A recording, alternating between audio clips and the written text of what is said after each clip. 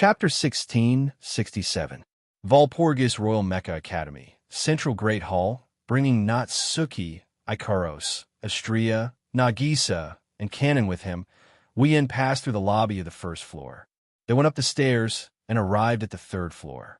Walking down a quiet corridor, they arrived at a door under the dim illumination of the lights. Squeak! Almost at the same time, the door opened by itself. A man wearing a deacon's suit, colored glasses on his face, and short silver hair that leaned toward white held the door handle. As he opened the door, he stood inside the door expressionlessly. However, there was a trace of uncontrollable vigilance in his eyes. This sense of vigilance isn't just directed at Wu Yin, it's also directed at the 5 girls standing behind Wu Yin. They're wearing white with red edges and a red pleated skirt. They look like a squad. Only Nagisa, Canon, and Astria glanced at Shinobu. Wu Yin, Natsuki, and Ikaros didn't even look at Shinobu. Instead, they focused on the other side of the door. "Ah, it's been hard on you." Scarlet Eyes, the elegant young man, stood by the window at the very front. He turned around with a smile that seemed both joyful and excited as he exclaimed in amazement. That arrow just now was just too shocking. Its destructive power was even higher than Tyrantrex's demonic sword. What exactly is that bow? Is it some kind of magic equipment with a magic circuit? What kind of magic circuit could it be? A few of them seemed to be curious. She threw out a question that sounded like an interrogation, but Wu Yin didn't have any intention of answering. He just led the girls inside. Natsuki, Nagisa, and Canon followed behind Wu Yin while sizing up the annoying grin on the young man's face. They had their own thoughts about it. Natsuki, Nagisa, and Canon did not come here with Wu Yin last time. Even though they knew someone was trying to use Wu Yin, they did not know what the person looked like. However, the 3 girls had different thoughts when they first saw the young man. They did not share the same thoughts. Nagisa felt the same way. The young man might be handsome with a charming smile, but no matter how you looked at him, it made one's hair stand on end. Canon felt the same way. She felt the same way about the young man. Apart from his noble temperament, he also had a dark and eerie presence like a poisonous snake. Natsuki squinted her eyes. As he looked at the young man, an interesting smile appeared on his face at some point. While Natsuki, Nagisa, and Canon were observing the young man was also looking at the 3 girls. Looking at the young and calm Natsuki, the bright and cute Nagisa, and the pure and holy Canon, the young man looked like he was admiring a work of art. He kept praising them. "It's really beautiful. It doesn't pale in comparison to Magnus' squadron at all. Or rather, in terms of appearance, your automaton is more attractive. I wonder if it can compare to Magnus in terms of performance?" Once again, Wu Yin chose to ignore the boy's inexplicable remark. Masayuki, who was standing by the door, was extremely displeased, but she couldn't do anything about it. Last time, when he faced Wu Yin, he only used an automaton to threaten the person Shinobi had sworn to protect. And now, all 5 of the other party's automaton were present. Even if their performance couldn't be compared to the angelic girl who had placed a laser sword on the neck of the True Lord rank, they definitely wouldn't be any worse. Shinobi didn't have the confidence to deal with 5 of them alone. Thus, no matter how unhappy Shinobi was, he could only endure it. Compared to Shinobi, the young man didn't seem to care at all. He shrugged and looked out the window with a smile. "Looks like your target is still alive and well." Wu Yan's eyes flashed for a split second before he walked over to the window and looked out of it. This was the 3rd floor of the Central Lecture Hall. The venue of the night meeting was behind the Central Lecture Hall. It was on the lawn between the medical department and the law department. From the window on the 3rd floor of the Central Lecture Hall, one could clearly see the situation of the night meeting. Of course, that place was now replaced by a huge crater. Wu Yin can see the guards forming a cordon around the huge crater. They're chasing the students out of the crater. The discipline and discipline committee members are assisting the guards in collecting the evidence of the students who are present. Other than the guards and disciplinary committee members, even the professors were chased out of the crater. There were only 2 people left in the crater. They weren't the guards or disciplinary committee members. Magnus, who was wearing a silver mask and a black cloak that looked like a battle robe. The dean of the academy, who should have been annihilated by the arrow of the meteor knight, could not be any more dead. At this moment, the principal was conversing with Magnus, who was leading his squadron. It seemed that they were discussing something. The dean's back was facing the central lecture hall, so Wu Yin and the other two couldn't see the dean's expression clearly. Magnus, on the other hand, is wearing an ice cube face and a mask. From a surface, it's impossible to tell what the two of them are discussing. However, Wu Yin and the young man could guess what they were talking about just by guessing. Looks like in order to prevent himself from being ambushed by some inexplicable people again, the cautious Sir Dean is planning to let the number one in the academy, Marshall, who is currently the closest to the Demon King, be his guard to protect his safety. As if he had seen a happy scene, the young man smiled happily. Next, if you want to kill the Dean, you'll have to face that monster. Monster? Wu Yin looked at the young man. This was the first time he spoke since he entered the executive department. You're scared of Magnus? Scared? Scared? How can I not be scared? Although he said that, the young man didn't seem to care at all. Magnus Squadron is a super powerful automaton that can fight against 13 people. Even if they really go up against them, they won't be able to do anything, right? Lucian thought to himself. Magnus Squadron is a super powerful automaton that can fight against 13 people. Yes. The young man turned around and looked at Wu Yin. Of course, if the complete control vibration is at the level you mentioned last time, I won't be scared no matter how many of them come. This sentence clearly exposed the fact that the young man still cared about the vector manipulation Wu Yin mentioned last time. Wu Yin looked at the young man with a faint smile. He wanted to let the young man know that Wu Yin wouldn't reveal anything. Then, what do you plan to do next? The young man curled his lips in boredom.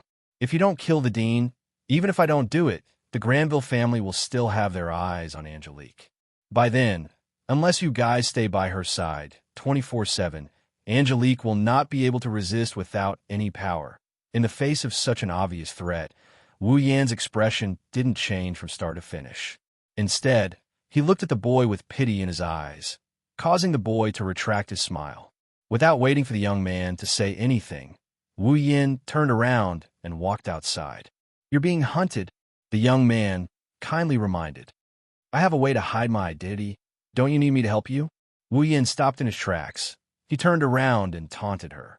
Do you think everyone is as shameful as you are? With that, Wu Yin led the girls out of the executive department's meeting hall without looking back. It wasn't until Wu Yin left that the young man's expression finally turned gloomy. Young master, Zhen asked with a gloomy expression. Could it be that he has already seen through me? The young man was silent for a while before smiling. Anyway, judging from his attitude, he'll still play with us, right? Hearing this, his heart trembled slightly. In his master's heart, that person changed from a flag to a player? Chapter 1668. Kimberly was sitting on a rather luxurious chair in the middle of the room, filled with bookshelves and books. She closed her eyes and tapped her fingers on the armrest, letting the sound echo in the air. Yaya was making tea beside her, but it was obvious that she was absent-minded. Charlotte, on the other hand, was holding Angelette's hand and standing in front of Kimberly with Flay and Raisin. They were all silent as they waited for Kimberly to speak. Sigmund was standing on the back of one of the Garm series automatons. He was standing in the corner of the room with 5 other Garm series automatons. This scene was maintained for a full 10 to 20 minutes, but there was not a single person who spoke, causing the surrounding atmosphere to be filled with a strange sense of heaviness. Perhaps Wu Yan's attack on the Dean had a huge impact on Charlotte, Flay, Raisin, and the others. At least, even the most impatient Charlotte was holding Angelette's hand and didn't say anything. If it was under normal circumstances, perhaps this indescribable silence would have been broken. Of course, the owner of the room, Kimberly, didn't intend to let the silence last for too long. A few minutes later, Kimberly opened her eyes. His somewhat cold gaze landed on Angeliette's body. Actually, I really want to capture you and interrogate you directly. Angeliette was clearly shocked by this sentence. Tears appeared in the corners of her eyes, and she couldn't help but hide behind Charlotte. Teacher Kimberly. Charlotte quickly hugged Angelette's shoulder and glared at Kimberly. This has nothing to do with Angelette, right? What nonsense are you talking about? Kimberly glanced at Charlotte. Do you really think that Angelette had nothing to do with this matter? Charlotte opened her mouth slightly, but she couldn't refute Kimberly's words. It doesn't matter if Mariette had anything to do with Wu Yan's assassination attempt on the dean. She seems to know something. Lei Zhan chimed in like he's trying to do justice to Wu Yan. After all, before Wu Yan made his move, Angelette had indeed arrived. Angelette had indeed come to the scene and had Tyrantrex stop him. This also proved that Angelette had known beforehand that he would make a move on the headmaster, right? Correct. Kimberly's voice was so calm that it was reminiscent of a machine. She said to the others, "Of course, I'm curious as to why the second daughter of Count Bilao, who has been missing for many years, would suddenly appear in the academy. I'm even more suspicious about the fact that she became a student of the academy." After hearing Kimberly's words, Charlotte recalled something and spoke to Angelette in agitation. "Angelette, where have you been all these years? Do you know how worried I was? Where's Mom? You're together, right?" Faced with Charlotte's endless questions, Angelette looked at Charlotte with a pained expression, but she didn't say anything. She closed her eyes and lowered her head. "Angelette." Charlotte couldn't help but raise her voice when she saw that Angelette didn't want to say anything. "Deal with your family matters after this." Kimberly interrupted Charlotte's questioning with dissatisfaction as she glanced at Angelette. "I just want to know if the reason Scarlet Eyes tried to assassinate the dean has anything to do with you?" Angelette's shoulders trembled.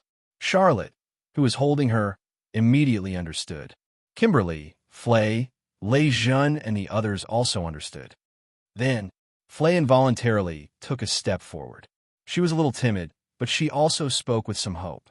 Wu Yan's assassination on the dean wasn't his own idea, right? Angelette still didn't answer.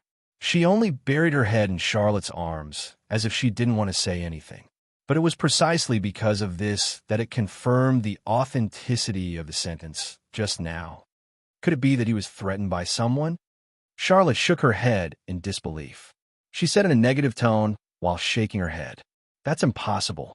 He's so strong that even Magnus was once suppressed by him. When I practiced with him, even if I used all my strength, I could only barely fight against his automaton. I've never won against that one." "You've never won against an automaton?" Raisin was shocked. "You're one of the members of the 13. Apart from Magnus, no one else would dare to say that they have a 100% chance of defeating you, right? You can't even do anything to an automaton like him." "I don't want to, but it's the truth." Charlotte smiled bitterly. "His strength is already at a level where he's in a different dimension from me. Just like Magnus, he doesn't give off the feeling of being the strongest. He's invincible." Indeed, Wu Yan is the same as Magnus. They're both the type that's strong enough to make others despair. Raisin was still unwilling, but he still said that. "If that's the case, no one can threaten someone as powerful as him, right? That's why I said you're all brats." Kimberly mocked. "No matter how strong a person is, they can't be stronger than an army. There's nothing they can't use to their advantage. Not to mention," Kimberly looked at Angelette meaningfully, "the bargaining chip that can be used to threaten him is right in front of you." "What do you mean?"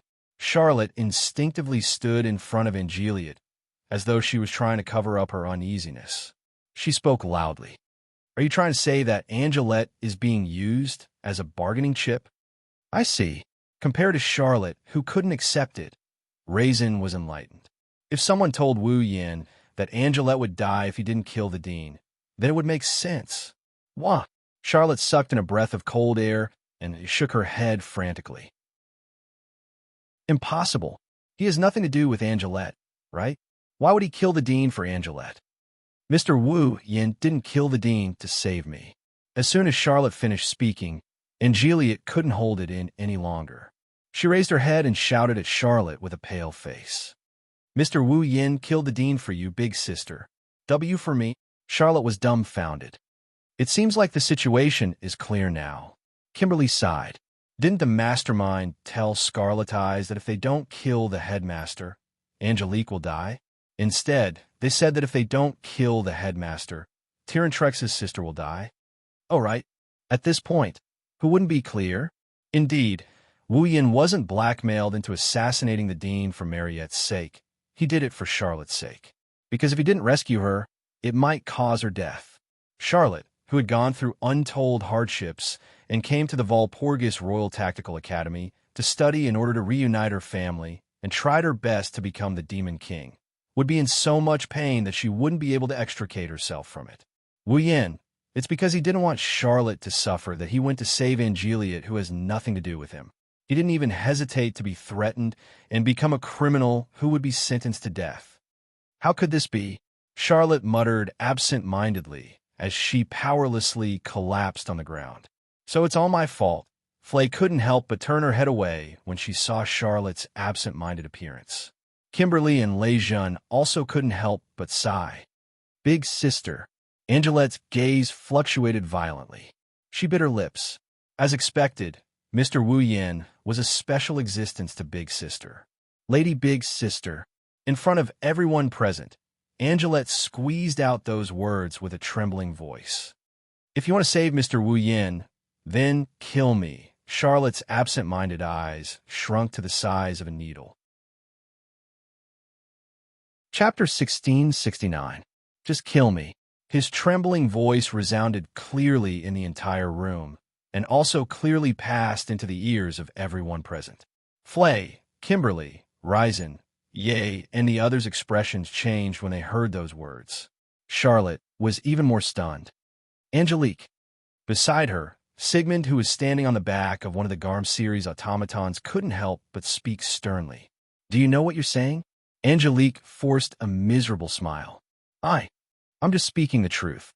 Do you want to use your own death to free the Scarlet Eyes from the threat of the mastermind behind the scenes? Kimberly didn't know why, but she had an angry expression on her face. You don't even know how to cherish your own life. What a foolish action. Once again, Angeliette bit her lip. She overcame her cowardice and refuted Kimberly's words. If I don't do this, how am I supposed to save Mr. Wu Yin? The mastermind behind the entire incident is using Angelique's life as a threat. That's how he managed to make Wu Yin assassinate the school dean. If the person being used as a threat were to die, the mastermind would no longer have a reason to threaten Wu Yin and Wu Yin. At least, that's what everyone here thought. Do you think that fellow will be happy if you do this? Raisin took a step forward and looked directly at Angelique.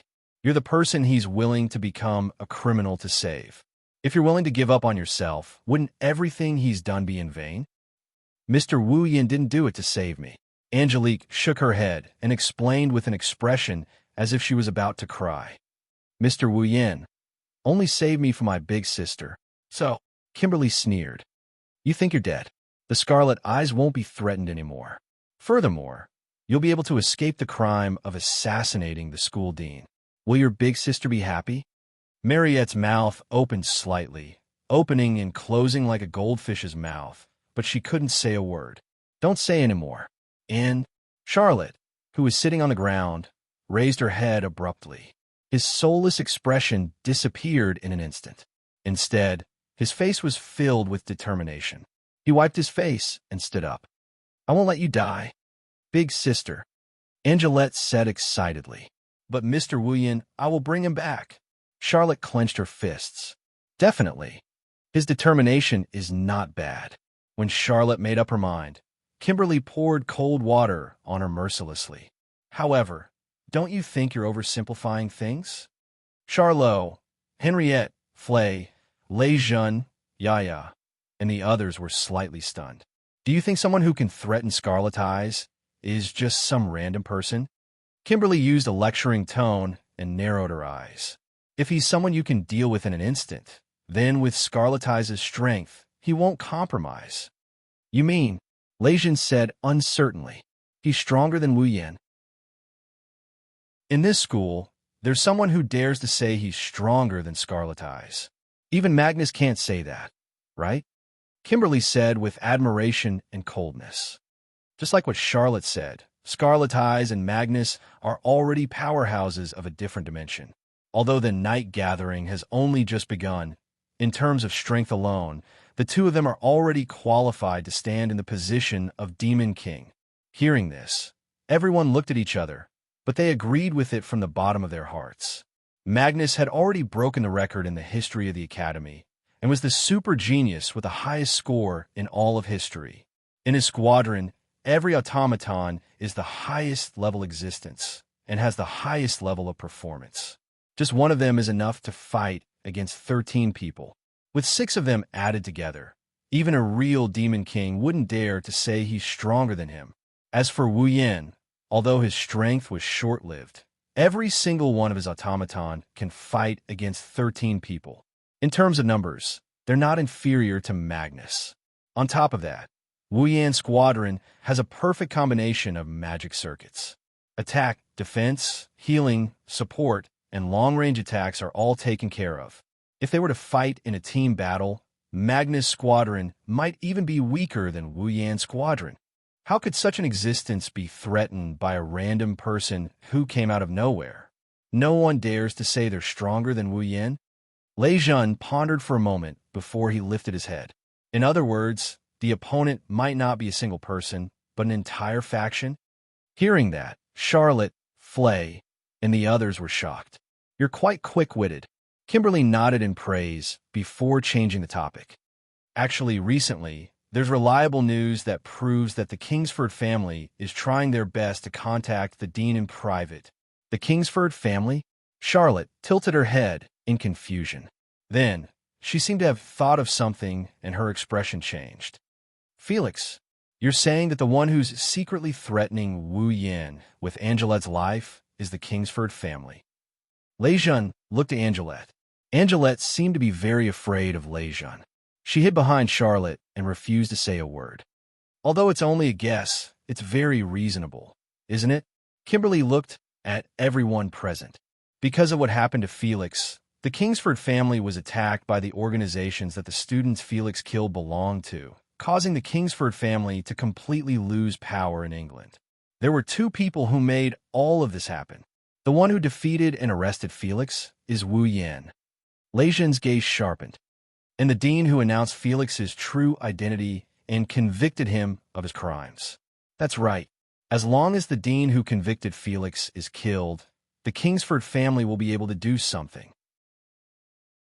Kimberly nodded. For example, there's a rumor that the political enemy of the Kingsford family roped in the dean and had the dean slander the eldest son of the Kingsford family and killed the dean, the only person who knew about it. What a ridiculous conjecture. Lei Jun retorted bluntly.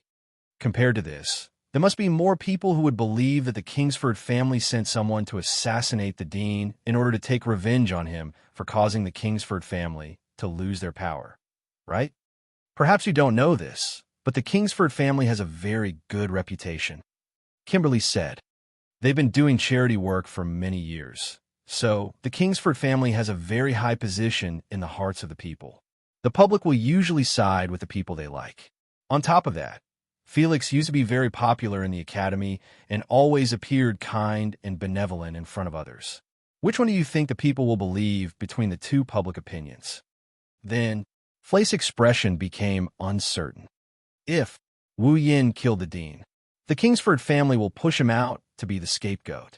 Kimberly said, as long as he's the subordinate of the political enemy of the Kingsford family, who colluded with the dean to frame the eldest son of the Kingsford family and killed the dean, the Kingsford family will be able to smoothly return to the political scene.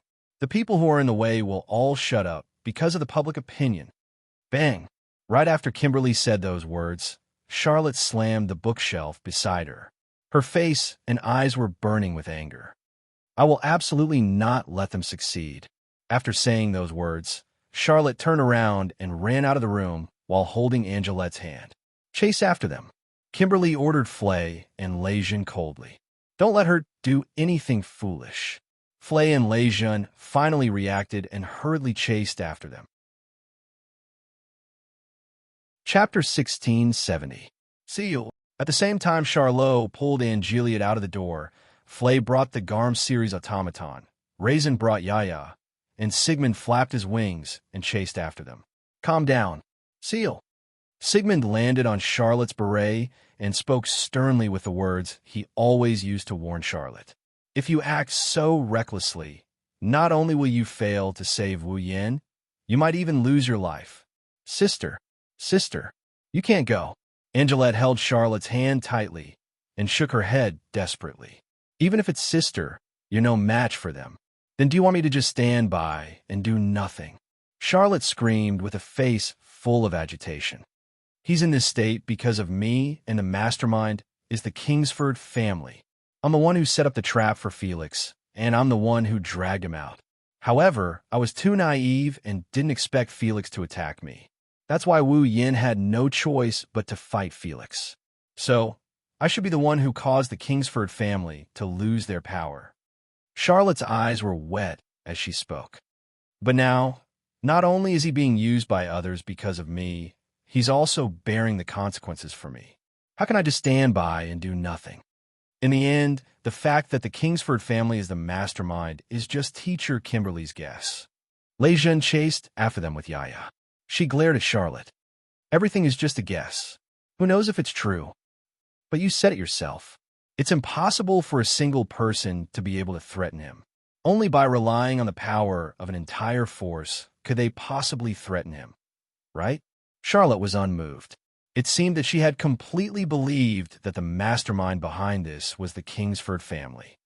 Although the Kingsford family has lost their power, their influence is still not enough.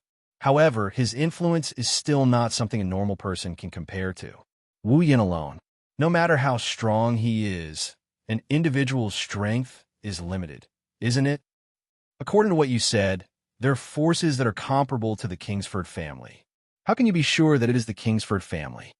Lei Zhen's voice grew louder. Even if the Kingsford family is behind this, as you said, the power of one person is limited. Do you think you can fight against the Kingsford family by yourself? Even if I can't, I'll go, Charlotte shouted. I won't let him bear all this alone. After that, Charlotte turned around once more and wanted to run away. But her two hands were tightly gripped by a pair of slender, yet strong hands. Big sister, Angeliet pursed her lips stubbornly. You can't go. Wu Yin definitely wouldn't want to see you like this. Flay used her red eyes, which were usually filled with weakness but were now filled with determination, to look at Charlotte. He killed the dean because of you. So at the very least, please calm down. Only then can you bring him back, right? Charlotte lowered her head, hiding her expression under her dazzling bangs. Not long after, sparkling liquid silently slid down her face and dripped onto the ground. Sigh. Sigmund sighed. Now, what we can be sure of is that the other party isn't just one person. It's an influential force.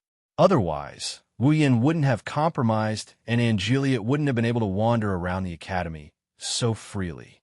She even came to our side. The other party is using Angeliet as a hostage to threaten Wu Yin.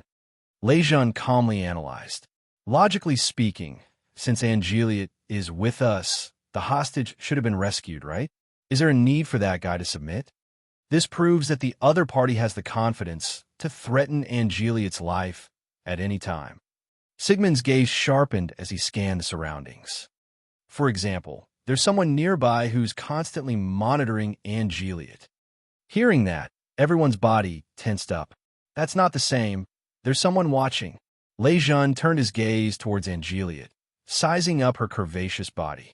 You stinky man. Angeliet's pretty face immediately turned pale, and she retreated a few steps. What do you want to do to me? Lei Zhen. Yaya's expression was as fierce as an Azurus. You're actually looking at this vixen with such a perverted gaze. Could it be that you've taken a liking to her? At least at this time, can you seriously consider the meaning of my actions? Lei Zhen's serious expression crumbled as he screamed like a madman. I'm just wondering if there's a magic bomb or something like pain planted on Angeliet's body. If that's the case, then it makes sense why the other party allowed Angeliet to run around freely. In any case, if Wu Yin or Angeliet wanted to resist, they could detonate some sort of threat in Angeliet's body and everything would be over. The other party must have the confidence to keep Angeliet's life in their hands. That's why they allowed her to run around freely. Of course, there's also the possibility that there's someone watching Angeliet all the time, ready to take her life at any time. But at the very least, No one here noticed anyone watching them. Flay even asked the automaton of the Garm series to sniff around the surroundings. However, they still did not manage to sniff out the presence of another person in the surroundings. Charlotte seemed to have pulled herself together. She pulled Angelia's hand and spoke with a worried expression. "Did they do anything to you?" Angelette fell silent, and then slowly broke free from Charlotte's grip. "Please don't meddle in my affairs anymore, big sister." Angelette lowered her head, her low voice echoing in the room. "Mr. Wu Yin is being threatened, sister is in so much pain, and everyone is so worried because of me. So, don't worry about me, and let me run my own course. This way, Mr. Wu Yin will be able to return."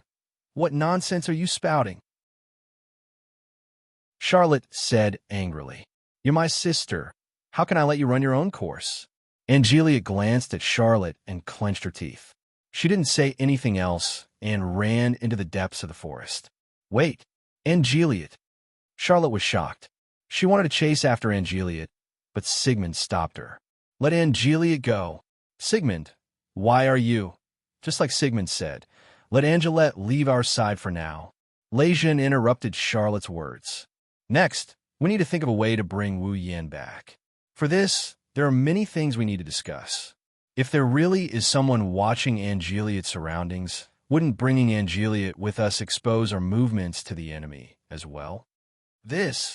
Charlotte was speechless, but she still spoke with a face full of worry. "But I'm afraid Angelia will take things too hard. Angelia is the only bargaining chip that can threaten Wu Yan. They won't let this chip slip away." Sigmund said in a deep voice. "We can rest assured about Angelia's safety for now." Charlotte hesitated. After a while, she let out a sigh.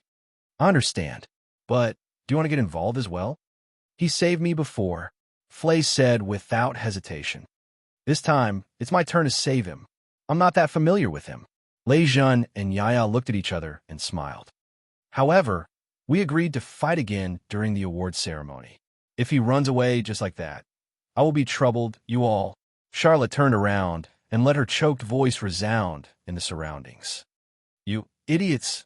Well, in short, let's form a battle line first." Lejean smiled and became serious again. "Wu Yan's target is the school head. Since the school head is still alive, Wu Yan will definitely find him again. We must stop him from killing the school head." Sigmund's voice was strong and forceful. "Once he kills the school head, no matter how many difficulties we have, we will not be able to salvage the situation." Charlot and Flay glanced at each other and nodded their heads heavily. Chapter 1671. Valpurgis Kingly School of Engineering, Griffin Lodge. Charlotte opened the door to her room and brought Sigmund in. She waved her hand and closed the door behind her.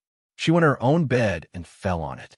Logically speaking, since the curfew had passed, even if Charlotte was one of the 13, she should have been scolded by the dormitory supervisor for not locking the door when she came back. In the past, it wasn't as if Charlotte hadn't sneaked out at night. Every time, the warden of the Griffin hut would give her a good scolding. However, tonight, Charlotte returned to her room without a hitch. The reason was none other than the glove bearers who were qualified to join the night gathering had the right to postpone their return to their dorm during the night gathering. After all, the night meeting would last until midnight every night, even if the battle ended earlier. Therefore, for the convenience of the glove bearers, the dormitory supervisor would give them the spare key to the main door during the night gathering, allowing them to decide on the time and return to their dorm freely. Thanks to this, Charlotte didn't have to be scolded by the dormitory supervisor at night. Otherwise, with her current agitation, she would have flipped out. She buried her face in her bed and smelled the fragrance from her body.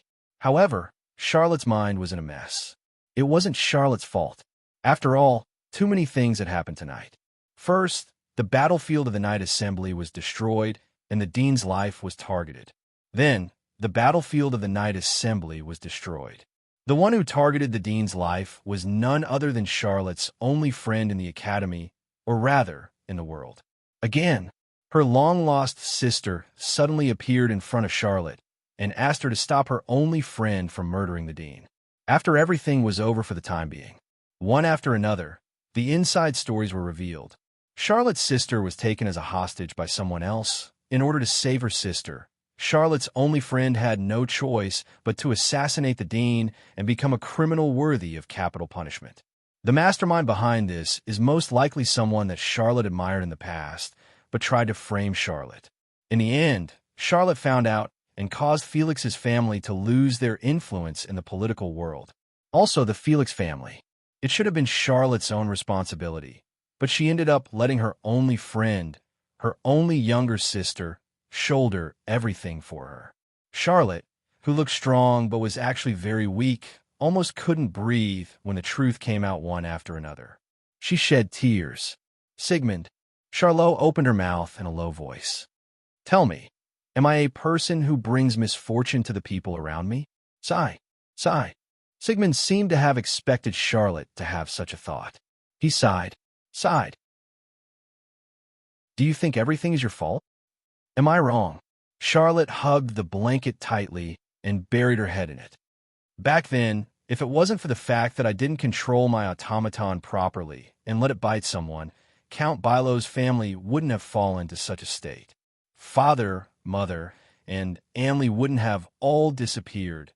If Anley didn't go missing, she wouldn't have been taken as a hostage. She's being used to threaten my only friend. Charlotte's voice was getting lower and lower. Those who were close to me all met with misfortune, and those around me left me one after another. Isn't this enough to prove that I'm a person who brings misfortune to others? So, do you think you should be responsible for the misfortune you brought to others? Sigmund landed in front of Charlotte and stared at her, who buried her head in the blanket. The reason you want to stop Wu Yin is because he's doing something you should be responsible for, right? Of course not. Of course not. Charlot immediately raised his head and looked at Sigmund as he denied it. Because he's my friend, I can't watch him become a criminal who'll be ostracized by everyone. Furthermore, he did it for me. Just because he's your friend? Sigmund seemed to be trying to see through Charlotte's heart as he stared into her eyes. Don't tell me you don't think of him as a member of the opposite sex? Charlotte's eyes trembled violently as she became agitated. She wanted to say something, but in the end, the agitation in her eyes turned into sadness. Sigmund's real age was more than 10 times Charlotte's. Ever since Charlotte was born, Sigmund had always been by her side and had never left. Perhaps Charlotte's father didn't understand her, her mother didn't understand her, and even her sister, Angeliette, didn't understand her. However, Sigmund was definitely the person who understood her the most in the world. It was impossible for Charlotte's true thoughts to be hidden from Sigmund. He would be able to see through her with a single glance. And that was the truth. You think you don't have the right to like Wu Yan, right? Every word of Sigmund's struck Charlotte's heart. Because you think you're an unfortunate woman. Liking someone will only bring misfortune to him. Because you think you need to revive the Bilo family and find your family. That's why you don't have time to waste on liking someone. Because you used to like Felix. If you fall in love with Wu Yin now, you're an inattentive and frivolous woman. Sigmund lowered his voice and slowly revealed all of Charlotte's worries. I'm right, aren't I? Charlotte went silent. That was a sign of being speechless. In response, Sigmund scolded Charlotte for the first time. Wu Yin can become a criminal who might be sentenced to capital punishment for you. Don't you dare to be mistaken as a frivolous woman for Wu Yin. This sentence was like a bolt of lightning that struck Charlotte. That's right. If Wu Yin can become a criminal for her sake and to save her sister, then why can't she become a frivolous woman for his sake? Even if outsiders look at me like that, even if they look down on me, despise me, and spurn me, so what? In the academy, didn't he also live under the same gazes of others? However, Wu Yin bore the weight of these gazes and approached me, becoming my one and only. Then I just need to grab hold of this one and only, right? Anyway, this is how I've been living my life, isn't it? At this moment, all the confusion in Charlotte's heart was swept away, and the thoughts in her mind became clear all of a sudden. I'm sorry, Sigmund. Charlotte sat up and hugged Sigmund. A peaceful smile appeared on her face. Indeed, I've been using the term frivolous woman to avoid my true feelings. I've even forgotten that he's the one who brought light to my life. Are you finally willing to face your true feelings? Sigmund's calm voice was filled with excitement. Indeed, you and Wu Yin have only known each other for a short time. In fact, you were in love with another person not long ago. However, the one who brought light to your life was Wu Yin. When you suffered setbacks, loneliness, and fear, the one who helped you stand up again was Wu Yin. Thus, it is natural for you to like Wu Yin. Sigmund advised. Unlike Felix, who only existed in your imagination, Wu Yin is the one who is worthy of your pursuit. Charles, you must not forget your true feelings. I won't. Sigmund. Charlotte looked out of the window and looked at the full moon and stars hanging high in the night sky. Her resolute words gradually echoed in the cold room. I will bring him back, not because he is my friend and not because I feel like I owe him, but because he is the person I like the most. Chapter 1672. The sky was blue and the morning light shone. The cold morning breeze swept across the entire Walpurgis Wang Li Machine Learning Academy, whistling and blowing to every corner. In the cold breeze, the grass swayed, the leaves flew, and the sounds of birds, beasts, and insects turned into echoes in the forest and gradually spread out, making the morning more peaceful than the night. However, no matter how peaceful it was just on the surface. Whether it was those in the know or those with sharp senses, they could faintly sense that during this period of time, Walpurgis Wang Li Machine Learning Academy would not be too peaceful.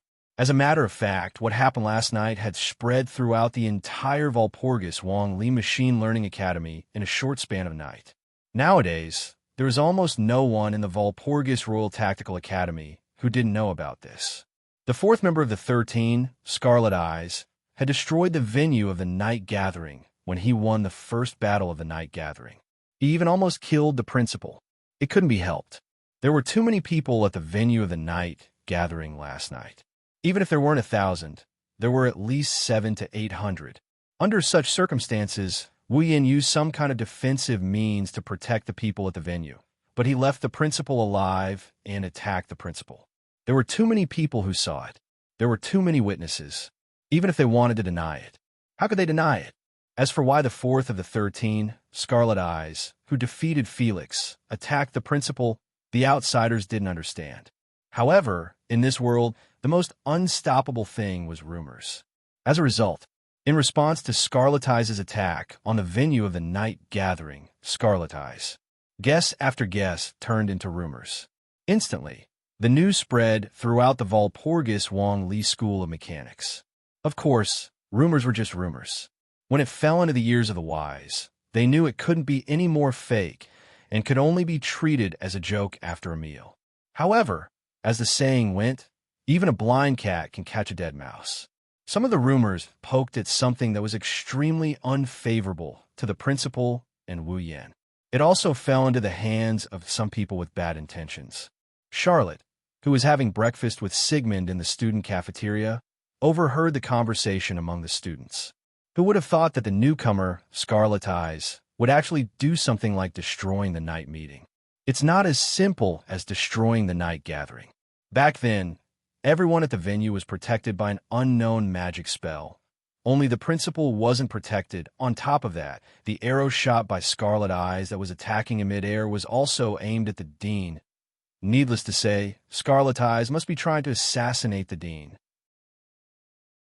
How dare he offend the symbol of the Academy's authority? He's going to be sentenced to death. I thought something was wrong. Say, a freshman who just transferred to the Academy was already in the limelight and suppressed Magnus before he even entered the Academy. How could a normal person do that? That Scarlet Eyes must be a genius that was specially nurtured by some force, faction. Could it be a faction that doesn't get along with Felix's Kingsford family? If that's the case, then the matter of Felix being a Kaibal candy, that's right, it's very likely that he was slandered. Hearing this, a lot of noise in the student cafeteria quieted down, and the surrounding atmosphere suddenly became subtle. Sigmund couldn't swallow his favorite chicken anymore. Charlotte's hand holding the cutlery couldn't help but tremble. However, the students who didn't notice this continued to brag. Speaking of which, I can't believe that Felix is a K-Balkandy. I still can't believe it. I think it's very suspicious too, but isn't that a crime that all the professors, guards, and disciplinary committee members testified and the dean personally judged? However, I've also heard that the dean refused the investigation team of the royal family of England and other forces to investigate the campus. Since we are certain that Felix is a Kaibal candy, why did he refuse other people's investigation? That's right. Also, don't you think the dean's judgment was too fast? So, the dean already judged Felix's crime as soon as he caught him? That's very suspicious. On top of that, Felix was captured by the Scarlet Eyes, and now the Scarlet Eyes is here to assassinate the dean. In other words, Felix was set up by the dean and the Scarlet Eyes. Now, the Scarlet Eyes are trying to assassinate the dean and silence him so that the truth will never see the light of day again. That's very likely. That's very possible. After all, even Felix's ranking has been replaced by Scarlet Eyes by the dean. He's just a new student. Even if he's a bit strong, he shouldn't be given such a high ranking right away, right? So to speak, Scarlet Eyes is a genius raised by a certain hostile force of the Kingsford family. He snuck into the academy just to conspire with the dean and frame Felix, so that the Kingsford family would fall, right? It's very possible. After all, we still don't know the background of Scarlet Eyes, don't we? Looks like Scarlet Eyes is an evil gang. Clank! At this moment, the sound of something smashing onto the ground rang out loudly, causing the entire student cafeteria to go completely silent. It was so quiet that even the sound of a needle dropping on the ground could be heard clearly. That was the sound of Charlotte standing up with all her might, causing the chair to fall heavily to the ground. Not only that, but a burst of berserk mana slowly rose from Charlotte's body. It was like a flame that could be seen with the naked eye and entered Sigmund's body, causing his body to emit a radiance of mana. Raising his head, Charlot used his cold, furious, and ruthless gaze to sweep through the entire student cafeteria. Everyone who was swept by his gaze revealed a horrified expression, their faces filled with shock. Then, Charlotte's low voice echoed above the student cafeteria. I dare you to say one more bad word about me. There weren't many students in the cafeteria, but there were still over 100 of them. However, even though there were over 100 people present, not a single one of them made a sound. In fact, their faces were covered with sweat. That was to be expected. Who was this person? Her code name was Tyrantrex. She was the legendary Tyrantrex, who was incomparably violent and would attack whenever she wanted to. She was the Tyrantrex who dared to beat up the senior students, destroy the professors' research labs, and blow up the academy's lecture halls. Thus, there was not a single person here who wasn't confident. If there was anyone who dared to speak ill of Wu Yin again, the Tyrantrex would definitely turn the entire cafeteria and even that person into ashes. No one would doubt that Charlotte was capable of doing that. Following Charlotte's outburst, the magic power on her body also started to spread through the entire cafeteria. All of the students present turned incomparably pale. Not to mention speaking, they did not even dare to move in the slightest. Tyrantrex. Suddenly, a voice sounded from the entrance of the cafeteria. Charlotte looked toward the source of the voice. The next moment, Flay's gasping appearance as she stood there appeared before Charlotte's eyes. Soon after, Flay said something that caused Charlotte's expression to change on the spot. Found Wu Yin. Chapter 1673. Not far from the central lecture hall of the Walpurgis Royal Mechanical Academy, there was a mansion-like building. This mansion-like building was the residence of the dean of the Walpurgis Royal Mechanical Academy, the strongest magician of the 19th century, Edward Rutherford. Rutherford's personal residence. At this very moment, armed guards were patrolling the surroundings of the mansion. They were very vigilant. Beside the armed guards, there were strange-looking robots that looked like they were made of white wood. Of course, the white material on the robot's body was not made of wood, but of a white metal sheet. The robots were wearing toy-like helmets on their heads. Some were big, some were small. The big ones were 2 meters tall, and the small ones were only the size of a child. Their bodies were made of white iron sheets, and they were holding shields, spears, knight swords, and other weapons. These white robots with weapons were the mass-produced automaton, the Heimgarter, that was assigned to every guard in the Walpurgis Wanli Robotics Academy. In terms of performance, these mass-produced automatons were naturally not comparable to the real high-level automatons. However, as a mass-produced automaton, their performance was not much weaker. At least, in terms of individual performance, the Heimgarter series automaton's performance was not any weaker than the Garm series automaton's performance. However, at this moment, each of the guards was equipped with one such automaton. At the very least, there were 20 to 30 of them following the guards around the Dean's mansion on guard. Such tight security. Even if the opponent was a real Demon King-level puppet user, it would take a long time. It would take a long time to break through, let alone an ordinary puppet user. It would be impossible for them to break through such defenses. It cannot be helped. Last night, the Dean was almost assassinated. He almost lost his life. If it was not for the Academy's #1, Magnus, who knew if the Dean would still be alive. Under such circumstances, how could the upper echelons of the Walpurgis Royal Mechanical Academy not be on alert and increase their defenses for the Dean? Moreover, their enemy was the Scarlet Eyes, who was on par with the Marshal. It was necessary to be on guard.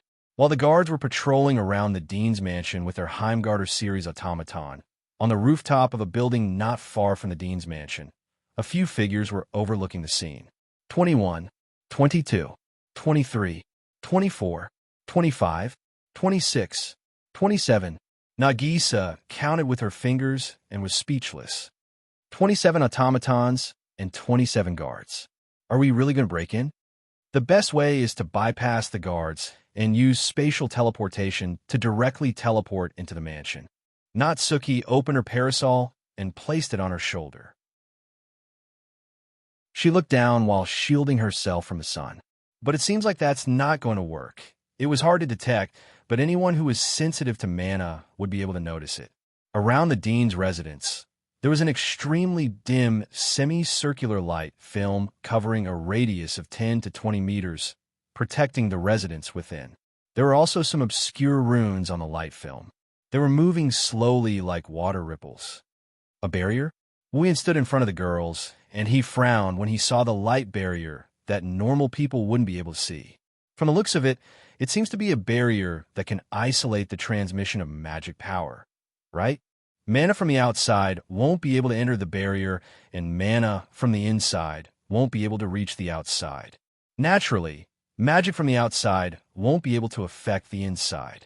That's the nature of the barrier. Natsuki said calmly. If that's the case, even if I teleport into the barrier, my mana will be cut off the moment I enter the barrier. In other words, teleportation will only bring us to the edge of the barrier. The moment we touch the barrier, the teleportation will fail and will be revealed. Wu Yin stroked his chin. If that's the case, we won't be able to teleport into the barrier. We won't be able to blow up the Dean and his mansion. So, the conclusion is that we have to break in? Nagisa seemed to be excited and nervous at the same time. Then, we have to, that's right. Natsuki nodded. If we want to enter the mansion and find the Dean, we'll have to fight the guards. If that's the case, we might as well just barge in. Wu Yin made a decision. Take down all the guards. Ikaros and Astria nodded without hesitation. Nagisa and Cannon were a bit nervous. Natsuki looked at Wu Yin with a meaningful look. Why do I feel like you're excited? Am I? Wu Yin had an innocent look on his face. I'm being threatened. I'm being used. I have no choice but to kill the Dean. How can I be excited? What are you up to now? Nothing. It's nothing. Wu Yin smiled as he looked at the Dean's mansion. I'm just thinking about how the strongest magician of the 19th century didn't even bother to pursue the matter. He didn't even send anyone to hunt down the assassin. Instead, he hid in his mansion and waited for the assassin to come. It's hilarious. Ikaros, Astria, Nagisa, and Cannon were confused by Wu Yan's words. Natsuki smiled as she thought of something. Wu Yin suddenly voiced out in this inexplicable situation. Then let's go. From the moment the headmaster had returned to his residence last night, the surroundings of the headmaster's residence had been strictly forbidden. Apart from the guards, even the disciplinary committee members were not allowed to enter without the headmaster's orders. That's why it's easy for the security guards to patrol the area with their Heimgarter automatons. Other than the dean and the security guards, no one is allowed to enter the mansion. As long as the intruder isn't the dean or the security guards can arrest the intruder on the spot. It's that simple. However, the simpler something is, the easier it is to make a mistake. The guards were only focused on patrolling and trying to find people who had entered the place, but they had completely forgotten about it. There's a possibility that the intruder will attack them. Whoosh. Just like that, a gust of cold wind started blowing around the dean's mansion. The temperature gradually dropped, even dimming the sunlight that shone down from the sky. A gust of cold mist mixed with white cold air suddenly blew in from all directions, instantly covering every corner of the scene. What's going on? What's going on? The guards did not even have time to activate their own mana before they were shocked by this sudden scene. By the time they realized that something was wrong, pieces of crystal clear ice crystals were quietly falling from the sky like snowflakes. One of the guards didn't even notice that a snowflake-like ice crystal had landed on his shoulder. Clink! Immediately, the ice crystal bloomed like a lotus flower, and with a light, crisp sound, it turned into an ice flower. Then, the ice flower started spreading on the security guard's body. The guard didn't even have time to react. In less than a second, his entire body was covered in a huge ice flower, and he was frozen. Chapter 1674. Ding! All the guards turned their heads to look in the direction where the sound came from when they heard the crisp sound. Immediately afterward, the group of guards saw with their own eyes that one of their companions had a vigilant expression on his face. He was completely unaware of what was happening to him. Without being able to react at all, he was frozen by a huge ice flower. When the guards saw their companion turning into a gigantic ice flower, pieces of crystal clear ice crystals continued to fall from the sky onto the guards and the automatic puppets of the Heimgarter series that they were equipped with. Ding! Ding! Ding! Ding! At that instant, clear and crisp sounds echoed around the entire dean's mansion. It was like the notes of a beautiful piece of music that reverberated rhythmically in the air. Ding! Ding! Ding! Ding! Every crisp sound was accompanied by a gigantic ice flower that bloomed.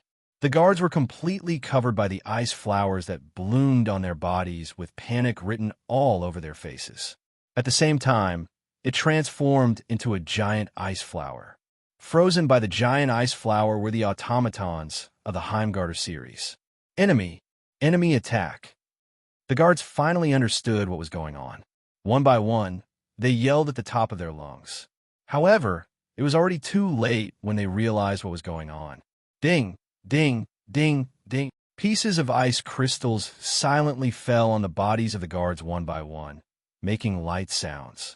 The gigantic ice flowers bloomed one after another and froze the guards one by one. The guards could only look on in panic, surprise, and horror as the ice flowers bloomed one after another. They were frozen in the ice flowers like specimens.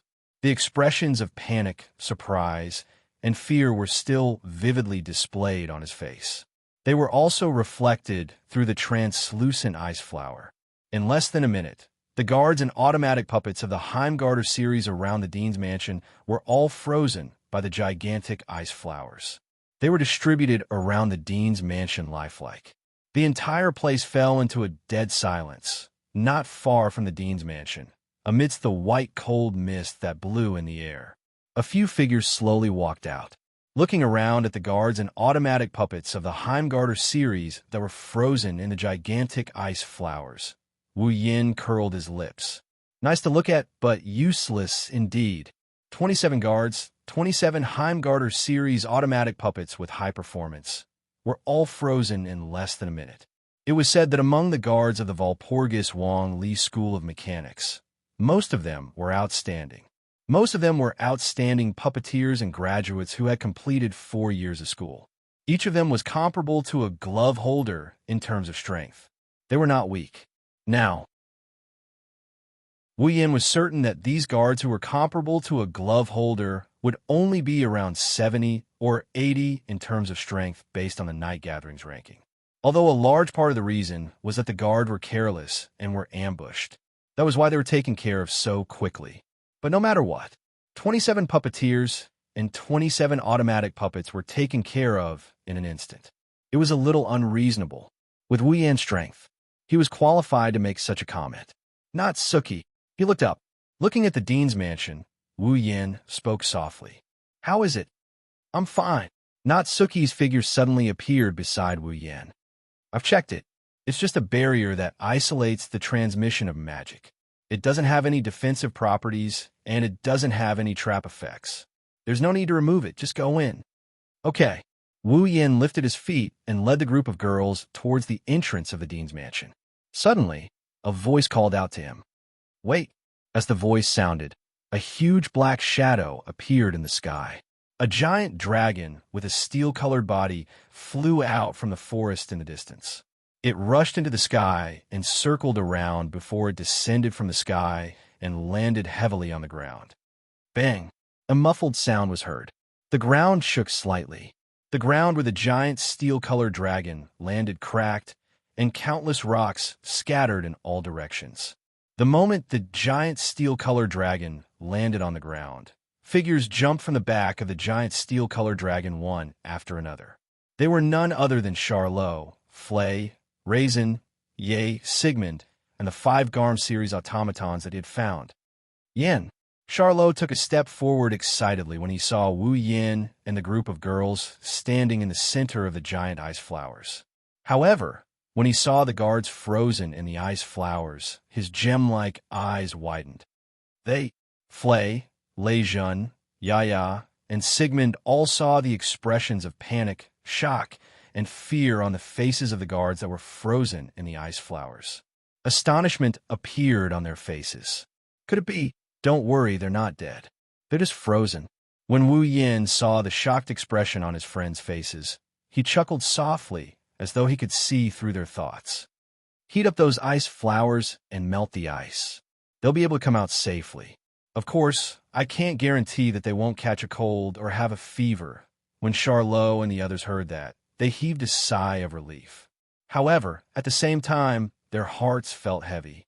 When they saw Wu Yan's carefree appearance and how there was not even a speck of dust on his body, as well as the calm expressions of the girls beside him, it was not difficult to imagine that these guards were merely here to deliver food to them. That was a total of 27 guards equipped with automatic puppets of the Heimgarter series, whose performance was comparable to the automatic puppets of the Garm series. If they were to fight against such a group of guards alone, even if it was the strongest puppeteer in the academy other than Magnus, they would still have to consume a lot of magic power to deal with them, even if they were not injured. However, Wu Yin was still the same as before. He had a lazy smile on his face. There was not even a single drop of sweat on his face. It is clear that his strength has exceeded the level of a student of the academy. Just like Magnus, he is a true Demon King. When Charlot, Flay, Raisin, Yaya, and Sigmund were sizing up Wu Yin, they noticed something different about him. First of all, the group of beautiful girls were still wearing the same white knight battle uniform with red edges and a red pleated skirt. However, Wu Yin didn't wear his usual academy uniform. Instead, he wore a black shirt and black casual trousers with a black jacket. His entire outfit is pitch black. Similarly, in that group of young girls, one of the young girls was replaced by another young girl. The lively, cute, and cheerful Nagisa was nowhere to be seen.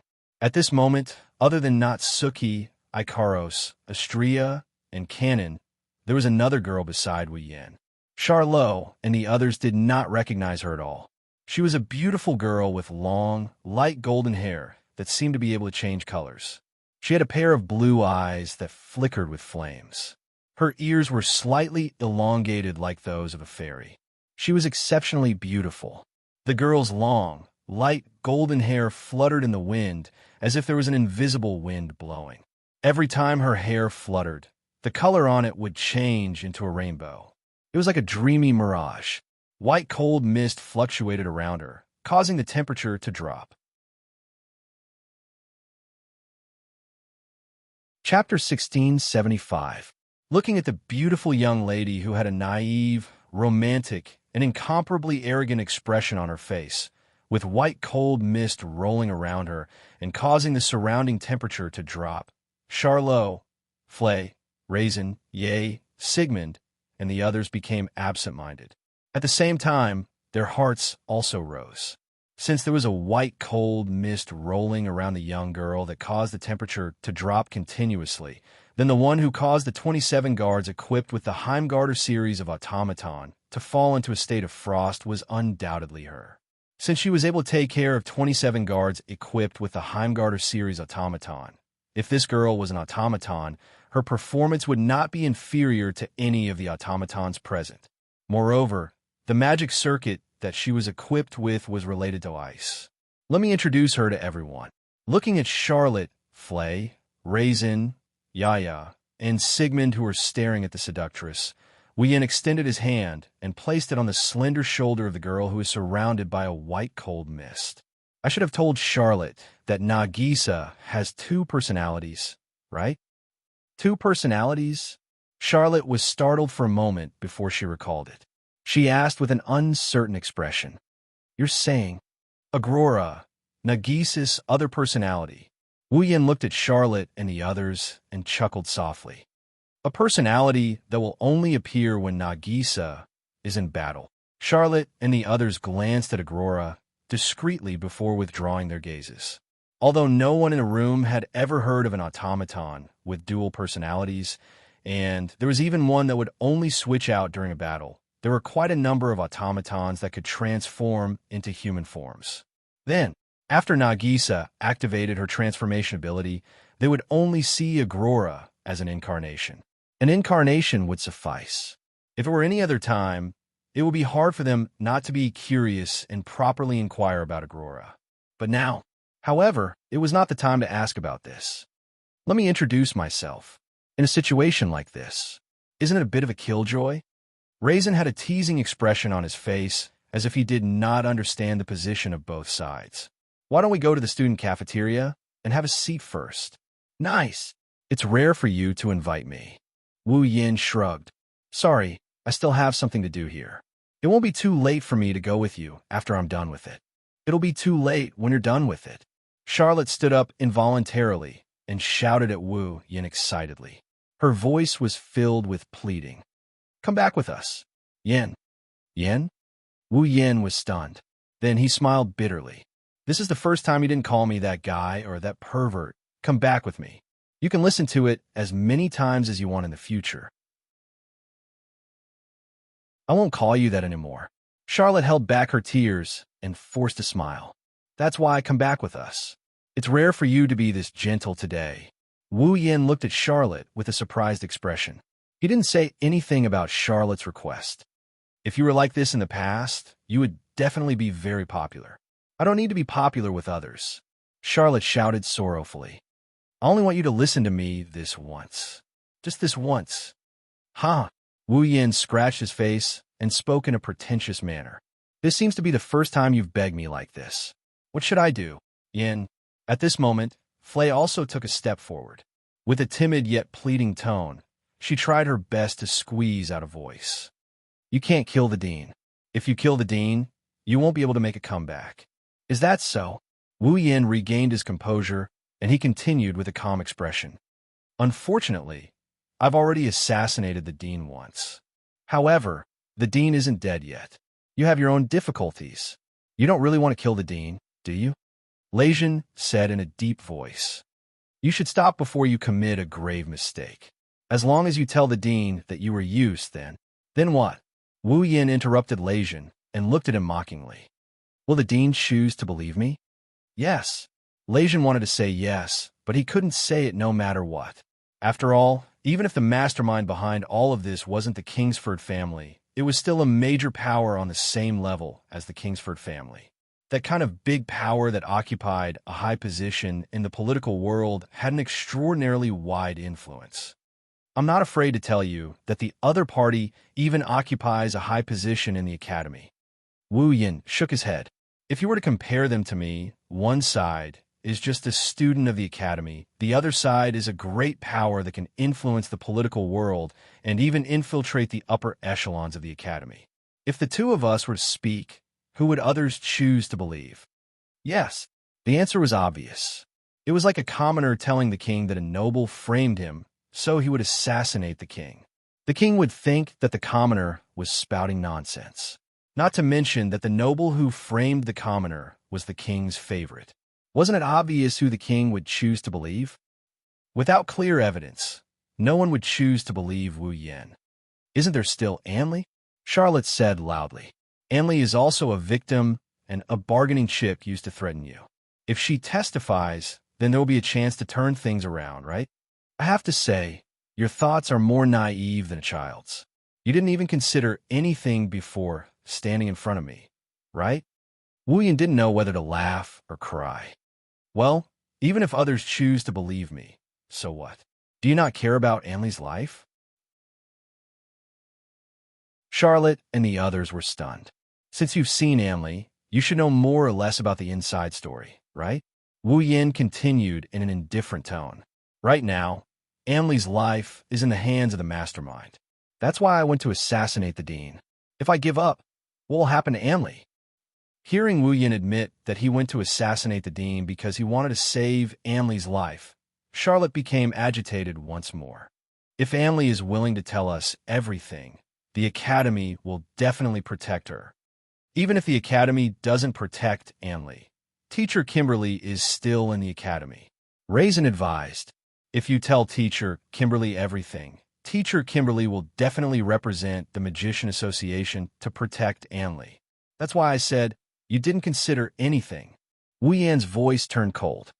If it's just protection, do you think I can't protect Anli with my strength? Charlotte, Flay, Raisin, and the others were speechless. Indeed, even though the other party was a powerful faction, this was still the highest academy in a magic world. They couldn't possibly do anything big. Wu Yan could easily deal with those little tricks by himself. The other party told me personally that I had to stay by Angelia's side for the rest of my life. Otherwise, if I reveal any flaws, the assassins hiding in the dark will come out like venomous snakes. Can you guarantee that someone will protect Angelia 24/7 without slacking off? Raisin, Flay, and the others fell silent. Then I will protect Anli. Charlotte bit her lips so hard that it looked like she could bleed. Anli is my younger sister. Protecting her is my responsibility. You don't have to take on everything for me. Take on everything for you? Wu Yan sighed helplessly. Perhaps this is part of the reason. After all, to me, the other party is just a clown who knows how to play petty tricks. But to you, the other party is an invincible giant. I can't bear to let you take on everything for me. He didn't give Charlotte and the others a chance to reply as he continued in an indifferent tone. Get out of my way. Hearing those words that sounded like an ultimatum, Charlot, Flay, and Lei Jun took a glance at one another and nodded. Magic power fluctuations gradually rose from their bodies. Since that's the case, we will bring you back even if we have to defeat you. Chapter 1676. Since that's the case, we will bring you back even if we have to defeat you. 3 majestic streams of mana surged and surged, surging into the bodies of the automatons. Roar! In an instant, Sigmund's body expanded to the size of a building. His steel-colored dragon scales flickered with an ice-cold luster under the sunlight. Roar! As though responding to Sigmund's roar, the Garm series automaton howled like wolves and scattered in all directions, forming an encirclement in the surroundings. Unlike Sigmund and the Garm series automaton, Yaya jumped out silently and stood in front of Raisin. Mist of magic power surged around her body as she stared ahead. At this moment, the 6th member of the 13, the Mad Dog who possessed the world's highest level automaton, and the Dog Princess who possessed multiple automatons and had greatly improved her strength stood before Wu Yan together. Without a doubt, Charlot possessed the strength to rank within the top 10 even in the Walpurgis Royal Tactical Academy. Leijian's strength was also sufficient to fight against the 13 men. Although Flay was slightly weaker, she was still in existence capable of stalling Leijian for an hour. When the three of them worked together, one of them used an automaton that carried a magic circuit that contained the truth of the universe in his body. The other used the highest level of automaton in the world, and the last one had multiple automaton. Who could ignore them? However, when Wu Yin saw Charlotte, Flay, and Raisin joining forces, he smiled. His smile was filled with mockery. Defeat me. Wu Yin sneered as he swept his calm gaze across Charlotte, Flay, Raisin, and their respective automaton. Give it a try then. Wu Yin didn't even need to extend his hand. Instead, his body exploded with a burst of magic power. Like a raging storm, the magic power surged and swept away everything in its path. The magic power was several times stronger than Charlotte, Flay, and Raisin's combined magic power. It was unimaginable that a human could possess such magic power. Charlot, Flay, and Leijian felt as if all the pores on their bodies were about to explode. Their pupils abruptly shrunk when they felt the berserk magic energy. Swish! The sound of something breaking through the air descended from above the three of them. Be careful! Raisin, who had the sharpest senses, was the first to react. As he shouted, he leaped away.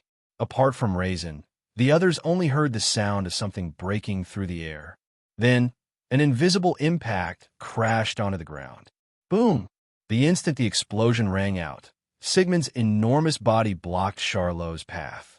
Yaya also flipped over and hugged Flay, who was at a loss of what to do. Boom! Then the ground shook violently. A burst of invisible impact erupted and turned into a strong gale that rushed in all directions. Boom! Sigmund's huge body seemed to have been hit by a mountain, and Yaya seemed to have been hit by an invisible hammer. The two automatons, both of which were the highest level, were sent flying backward like kites with their strings cut, smashing heavily on the ground not far away. Yaya, Raisin, who was the only one who managed to dodge in time, turned pale with fright. I'm fine. Yaya hugged Flay and jumped up from the ground. She didn't seem to have suffered any injuries. Flay, who was protected by Yaya, was also unharmed. It seems that at the crucial moment, Yaya activated her magic circuit in time. Yaya's body contained a magic circuit called King Kong Strength. It was an existence that could materialize the target of magic at the molecular level, allowing the target to unleash thousands of times more strength and toughness. It was known as the toughest magic circuit in the world. Through the magic of King Kong Strength, Yaya was able to make her slender body harder than steel in an instant. She could also make her slender fists unleash terrifying strength that could shatter rocks. It was a magic spell that was purely used to increase attack and defense. Come to think of it, Yaya must have activated her magic circuit just in time to enhance herself with King Kong Strength. That was why she was able to completely block the impact that was enough to send Sigmund, who was as tall as a building, flying. Are you all right? On the other side, Charlotte, who was protected by Sigmund, also supported Sigmund, who had fallen to the ground. I'm fine. Sigmund flapped his wings and flew up with Charlotte on his back. Everyone present turned their gazes to the front and saw what was going on. At the center of the explosion, a petite young lady wearing a gorgeous night attire and holding a parasol silently descended from a dare. Her delicate, childlike face stared ahead expressionlessly.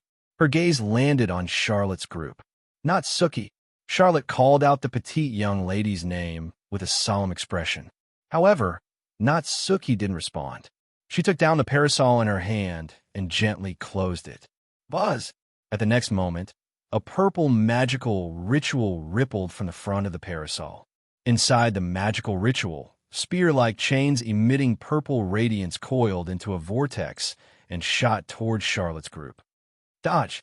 This time, everyone reacted in time. Sigmund carried Charlot, Ye carried Flay, and Leijian ran by himself. They retreated rapidly, dodging the incoming chains and creating a distance between them and the headmaster's residence. Natsuki, along with Wuyin, Ikaros, Astria, Agrora, Canon, and the others, slowly emerged from the void and appeared in front of Charlotte's group. So that's how it is. Leijin squeezed out a smile. That wasn't an attack. Instead, it was an attack that forced us here, right?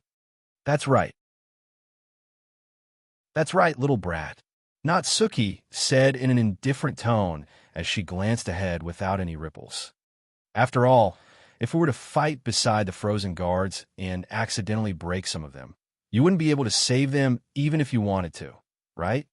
How gentle, Leijin said in a mocking tone, but the vigilance in his eyes had already started to fluctuate crazily. It's only natural. Raisin didn't understand what kind of attack that was. How can he not be vigilant? The one who spoke on Raisin's behalf was Charlotte. Natsuki. Charlotte clenched her fists. She stood on Sigmund's dragon head and yelled, "Do you really want to fight us?" Natsuki glanced at Charlotte. She raised the lace fan in her other hand and pointed it at Sigmund. Boom! In the next moment, Sigmund's body was hit by a shockwave without any warning. He howled in pain and fell down from the sky. It took him a while to adjust his body and land on the ground with his feet. Bang! Bang! Bang! Sigmund staggered back a few steps. What? Charlotte, Flay, Raisin, and Yaya sucked in a breath of cold air. Raisin was already on high alert. He even prepared himself for another attack. In the end, he still failed to react to Natsuki's attack. What kind of attack is that? I don't intend to play this kind of game with you. Natsuki gracefully lowered her parasol and put away her lace fan as though she had just done something insignificant. Her azure eyes remained calm. That's why it would be best if you all are willing to back down obediently. You've always been the most rational and calm one. Charlotte gritted her teeth. Don't tell me you support Yin to kill someone who has nothing to do with him. I feel like laughing when I hear that. Doesn't an automaton have to obey its master? Yin has never treated you all as automatons.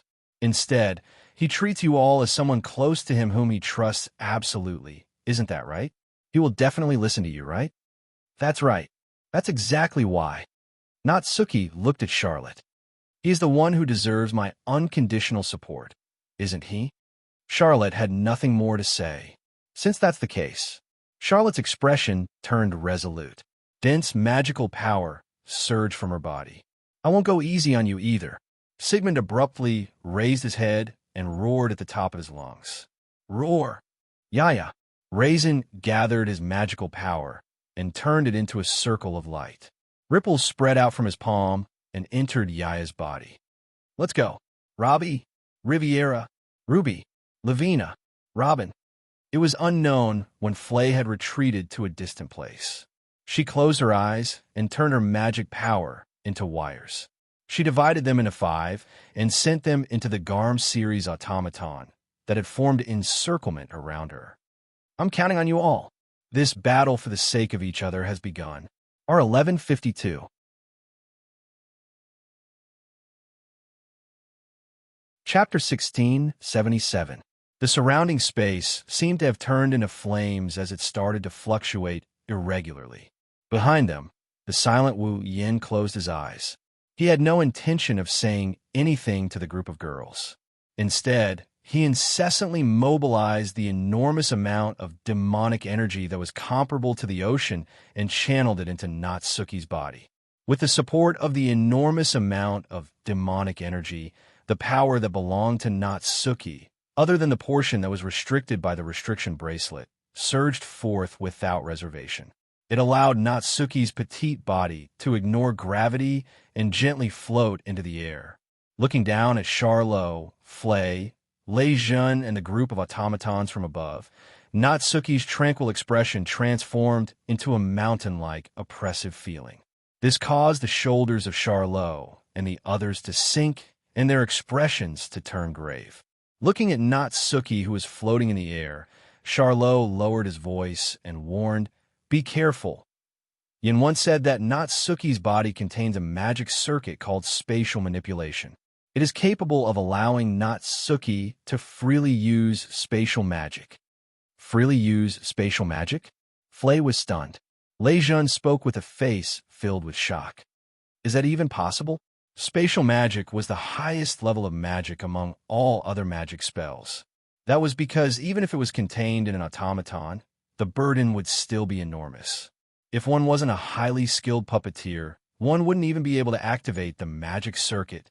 Furthermore, that was when the spatial magic was separated and used separately. Only a single aspect could be used. For example, there were only spatial transference, spatial distortion, spatial fissure, and so on. However, Natsuki was able to freely use all of the spatial magic. With such a huge burden on just a single aspect, if one wasn't a highly skilled puppeteer, one wouldn't even be able to activate the magic circuit, much less the spatial magic. If there was really an automaton with a magic circuit of this level in its body, then Lei Jun was certain.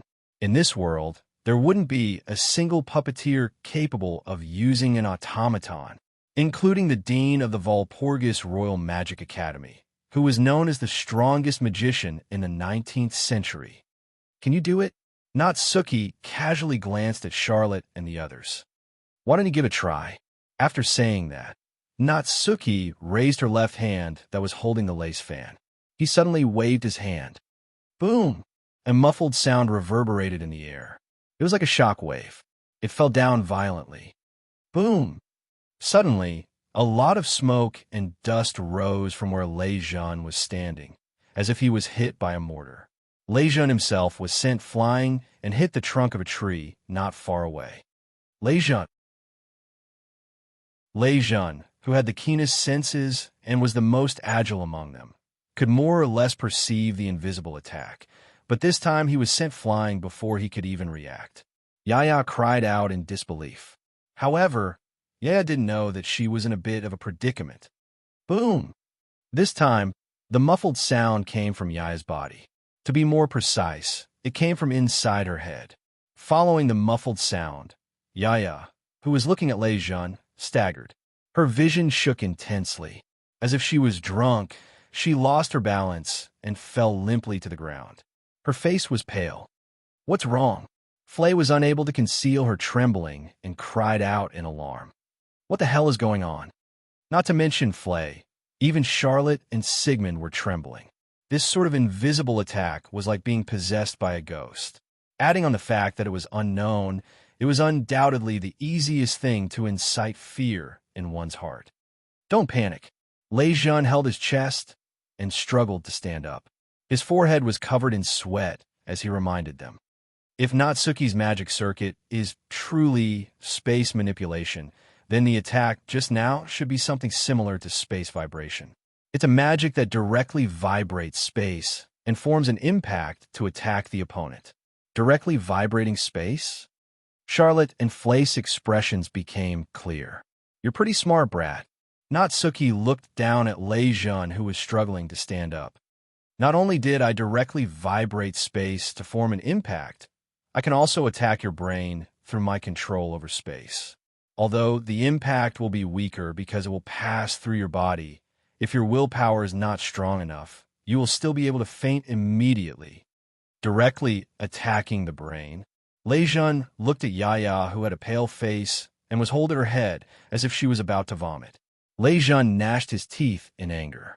Thus, no matter how hard Yaya's Vajra strength can make her body, she will not be able to defend against your attack. If you want to blame someone, you can only blame your automaton for being too human-like. Natsuki raised her parasol. After all, an ordinary automaton doesn't have something as luxurious as a brain. The instant those words left her mouth, Natsuki spun the parasol in her hand and channeled her magic power into the parasol. She had used her magic. A purple magic formation immediately sprung up and expanded to a diameter of 2 to 3 meters. Chains flickering with purple light shot out from the magic formation and shot down in a densely packed manner. Charlotte and the others could not help but feel their scalps go numb when they saw the chains that covered their entire field of vision. They hurriedly controlled their automaton to dodge the chains. Yaya was the only one who was still sitting on the ground in a drunken stupor. She did not do anything to the chains that shot toward her. Without any suspense, she was tightly bound by the chains and hung up. Yaya. Lei Zhen's face was ashen as he frantically channeled his magic power into Yaya's body. Those weak chains, break them for me. However, when a large amount of magic power Lei Zhen channeled was about to enter Yaya's body, it seemed to be blocked by an invisible barrier. All of it stopped outside Yaya's body. It was as if it was rejected and could not enter Yaya's body no matter what. That's impossible. Lei Zhen's expression finally changed. Nothing is impossible. Natsuki said coldly. As long as I channel my magic power into my discipline lock and repel the external magic power, the little girl who is bound by the discipline lock won't be able to receive anyone's magic power. As she spoke, Natsuki waved the lace fan in her other hand, and the space behind Yaya began to ripple like waves. Then, move that little girl to another place first. When you all meet up again, the matter will be over. Along with this cold and emotionless voice, a chain extended out from the ripples of space behind Yaya and wrapped around her body. It pulled Yaya, who was bound by the commandment lock, towards the door that floated in the void and was used for teleportation. Without the ability to receive the magic power of a puppet user and with her head still in a dizzy state, Yaya's most prided Vajra strength couldn't be used at all. She didn't even have the strength to pull the discipline lock apart and could only be pulled into the space ripples bit by bit. I won't let you get away with this. Lei Zhen stood up. Just as he was about to run to Yaya's direction, a tender voice rang out, faster than Lei Zhen's movement. Everyone, bang, bang, bang, bang. In an instant, a series of muffled gunshots shook the air. From all directions, formless sonic pressure cannons dug through the earth and cut through the air. Amidst the sharp vibrations, all of them landed on the discipline lock that extended from Natsuki's direction and tied to Yaya's body between the two girls. Bang! The sturdy commandment lock shuddered, causing Yaya, who was being pulled into the spatial ripples, to stop. Raster cannon. Soon after, another lovely cry sounded. A fatal beam of light flashed through the air like a meteor. Wherever it passed, the atmosphere and wind were vaporized into nothingness. With an irresistible force, it shot toward Nayu, who was floating in the air. The beam of light that contains the truth of the universe and can, in theory, wipe out everything. It's absolutely impossible to defend against, and is absolutely impossible to defend against. In Natsuki's blue eyes, the beam of light gradually approached. Chapter 1678. Whoosh! A dazzling beam of light shot up from the ground into the sky, as if it wanted to cut the entire space in half. It streaked across the space, and also streaked across the chains of discipline that bound Yaya. Bang! Before the elemental destruction that contained the truth of the universe and was capable of destroying all material existence. Even the chains of discipline were unable to resist the beam of light. Like magma, the chains of discipline that were streaked across by the beam of light melted like candy and broke apart. Yaya, who was bound by the chains of discipline and hung in midair, lost its binding power and fell to the ground. As for the beam of light, it continued to flash past. In the blink of an eye, it arrived before Nayu. Nayu's pair of azure eyes were turned golden by the dazzling light of the beam of light. Her field of vision was completely covered by the light from the beam of light. Apart from light, she was unable to see anything else. However, this did not cause any change to Nayu's delicate and beautiful face that seemed as if it would not change even if she were to face the destruction of heaven and earth. In fact, she did not even attempt to dodge, receive, resist, or collide with the beam of light. Nayu merely floated there without moving in the slightest. Seeing this, Charlotte cried out in shock. Quickly dodge it! Unfortunately, Nayu did not even attempt to dodge the beam of light. She allowed the beam of light capable of destroying everything to land on her body. The next moment, an inconceivable scene occurred. The beam of light that landed on Nayu's body was like an illusion. It directly passed through Na Yu's petite body and continued to shoot into the sky. The beam of light turned into a ray of light and disappeared into the distant horizon. Charlotte, Sigmund, and the others were all stunned. Soon after, they discovered something. Before Na Yu, there was a small spatial ripple. It was fluctuating there. No, it wasn't just in front of Na Yu. Behind Na Yu, there was also a small spatial ripple. It was like a ripple in the water, creating circular ripples in space. As for those two spatial ripples, perfect. They were the same size as the front end of the raster cannon from earlier. Seeing this, how could Charlotte, Flay, Lei Jun, and the others not understand what was happening? Natsuki must have connected the space in front of her with the space behind her, allowing the raster cannon to pass through her body and into the space behind her. Hence, this created a scene where the raster cannon shot through Natsuki's body and into the sky, as if shooting an illusion. It was impossible to defend against. It directly shook the space and produced an impact attack. It was a teleportation skill that could deflect all long-range attacks. Furthermore, if a physical attack was launched directly at the target would be able to teleport away and dodge the attack. In addition, once bound, even mana would be isolated, making it impossible to break free from the discipline lock. The petite girl in front of him, who had the appearance and height of a 10-year-old girl, was simply an invincible existence. How were they supposed to fight? The fighting spirit in the hearts of Charlot, Flay, Lei Jun, and the others gradually faded away. What replaced it was a feeling of helplessness. Do you know how useless you are? As if she had seen through their thoughts, Natsuki mercilessly spoke with an indifferent tone. Then, you should withdraw. No. The battle intent in Charlotte's heart that was gradually fading was filled with determination as she spoke resolutely. If I don't bring you all back, I will never back down. Me too. It was rare for Flay to raise her voice to the point of shouting. I will not allow you all to kill the Dean. Is there any point in saying this now? Lei Jun's sharp gaze swept toward Natsuki. Since we are here, we will not withdraw until we achieve our goal. Is that so? Natsuki nodded her head. She didn't change her mind at all. She didn't say anything. Then there's nothing we can do. It's about time for me to lose my patience. However, what replied to Natsuki was a voice that seemed to carry weight. It caused Charlot, Flay, and Lei Jun's hearts to tremble. No, I have already lost my patience.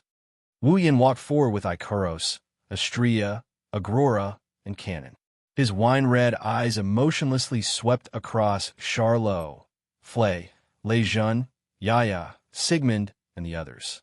Under that emotionless gaze, Charlot, Flay, Lei Jun, and the others felt as if a mountain was pressing down on their shoulders.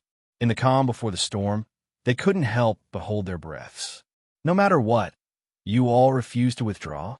In midair, Natsuki melted into the void and appeared beside Wu Yin. Ikaros, Astria, Agrora, and Cannon also stood behind Wu Yin in a row. Charlot, Flay, Lei Jun, and the others felt their hearts sink when they saw the 5 young ladies of different sizes wearing the same white knight uniform with red edges. Just Natsuki alone was enough to make the 3 of them miserable. They couldn't even touch her. With the addition of the others, their already slim chance of victory was infinitely close to 0. It was only at this moment that Charlot, Flay, Lei Jun, and the others realized how much pressure this person before them could bring them. It was just as Charlot and Kimberly said, Wu Yan's strength was on a completely different level compared to them. Facing an enemy like this, whether it's Charlotte, Flay, or Raisin, they all felt a deep sense of helplessness. They have practiced with Wu Yin more than once, and they have a certain level of understanding of him. They couldn't win. There was no way they could win against this person. However, even if they couldn't win, they had to stop him. I have already said, Charlot looked at Wu Yin with eyes that seemed to be burning with flames. I will not let you bear all the consequences. Hearing those words, Wu Yin lowered his head and remained silent. However, Charlot, Flay, and Lei Jun felt a strong sense of danger in their hearts. Then, I will force you to leave the stage right here. In an instant, a raging wave of magical power surged out of Wu Yan's body along with his powerful words. Bang! The magical power split into several portions and flowed into Natsuki, Ikaros, Astria, Agrora, and Cannon. Sigmund, everyone, Yaya. At the same time, the sense of danger in Charlot, Flay, and Leijean's hearts exploded. The three of them shouted themselves hoarse at the same time, but it was a pity that the three of them were destined to return empty-handed. Whoosh! A burst of white cold mist suddenly swept out in all directions like a gale, shrouding an area of several hundred meters in radius. Wherever the white, chilly mist passed through, a layer of hard ice formed on the ground made of rocks in less than a second. The surrounding trees were also slowly covered in a layer of ice, starting from their roots. Not long after, the ground and trees as far as the eye could see had all turned into ice. The entire stage had turned into a world of ice. Charlot, Flay, and Leijean only had time to change their expressions for a moment before Sigmund, Yaya, and the Garm series of automatons froze from their feet. Not good. Charlot, Flay, and Leijean were alarmed. Buzz! Suddenly, ripples appeared in the surrounding space, and chains suffused with purple light extended out. They were like venomous snakes, responding to each other. Amidst a series of clanging sounds, the chains shot toward Charlot's group in the center. Sigmund, Yaya, and the 5 Garms of different sizes wanted to dodge the chains. However, their feet were already covered in ice. They were unable to move at all. Ding! In the next second, the chains of discipline wrapped around Sigmund, Yaya, and the 5 Garms of different sizes, binding the group of automatons. Sigmund, everyone, Yaya, Charlot, Flay, and Leijean's expressions changed again and again. Magic power surged out of their bodies. They immediately wanted to send their magic power into the bodies of the automatons. Buzz! However, the moment the magic power surged out of their bodies, a spherical protective barrier made of crystals enveloped the 3 of them and floated into the air. It was the Aegis Absolute Defense Circle. The entire process took less than 10 seconds. The outcome was decided. Chapter 1679. Whoosh! The cold mist was still blowing, and the ground and trees in the surroundings were constantly turning into solid ice amidst a series of cracking noises. Sigmund, Ye, and the automaton of the Garm series had their feet or limbs covered by the ice layer that extended from the frozen ground. Their bodies were also bound by the lock of discipline, so they could not move at all. As for Charlot, Flay, and Leijean, the 3 of them, they were trapped in the Aegis barrier. No matter how they pounded on the barrier of the Aegis barrier, they were unable to do anything to it. The 3 puppets, Charlot, Flay, and Raisin, were imprisoned. Sigmund, Yaya, and the automaton of the Garm series were restrained. Coupled with the fact that the automatons were still wrapped in the commandment lock that flowed with the moon's magic power, which could repel external magic power, the connection between the 3 puppeteers and the automatons had been severed. This battle had ended without any suspense. Looking at Charlotte, Flay, and Raisin, who were trapped inside the Aegis barrier, Wu Yin retracted most of his mana. He also watched as the automatons whose limbs were encased in ice and whose bodies were bound by chains of discipline, leaving only the magic power to maintain the Aegis, Absolute Defense Circle, and the Lock of Discipline. I've spent quite a bit of time with you all. After taking a glance at Charlot and the others, Wu Yin turned around. All of you can stay here for the time being. Yin, don't go. Charlot knocked on the Aegis barrier as he cried out with tears streaming down his face. I beg of you, don't go. You don't have to do this. Wu Yin did not even turn his head around. He merely let his monotonous voice spread to every corner of the scene and into everyone's ears. No matter what, we've only known each other for less than a month. Is it worth it for you to risk your life for me? I should be the one asking you that. Charlotte couldn't stop her tears, no matter how hard she tried. She could only bite her lips and yell. We've only known each other for a month. Am I worth it for you to give up everything to save me? Felix framed me. When he planned to give me a fatal blow, you appeared and saved me. You exposed Felix's true colors. Now my little sister is being held hostage. I should be the one being used. Charlot's cheeks were soaked with tears. But now, you're shouldering everything for me. Is this worth it? I don't know if it's worth it or not. I only know that I shouldn't do this. I'll feel very uncomfortable. Wu Yin turned his head slightly and looked at Charlot. You've said it yourself. The one being used might be you.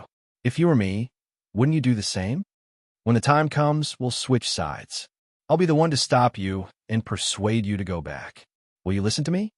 Even though he was the one asking the question, Wu Yin shook his head and answered it himself. No, you won't. You'll definitely dig yourself into a corner and not even struggle. Instead, you'll sink deep into it and be stubborn. If that's the case, why don't you let me finish it for you? Isn't that better? It's definitely not good.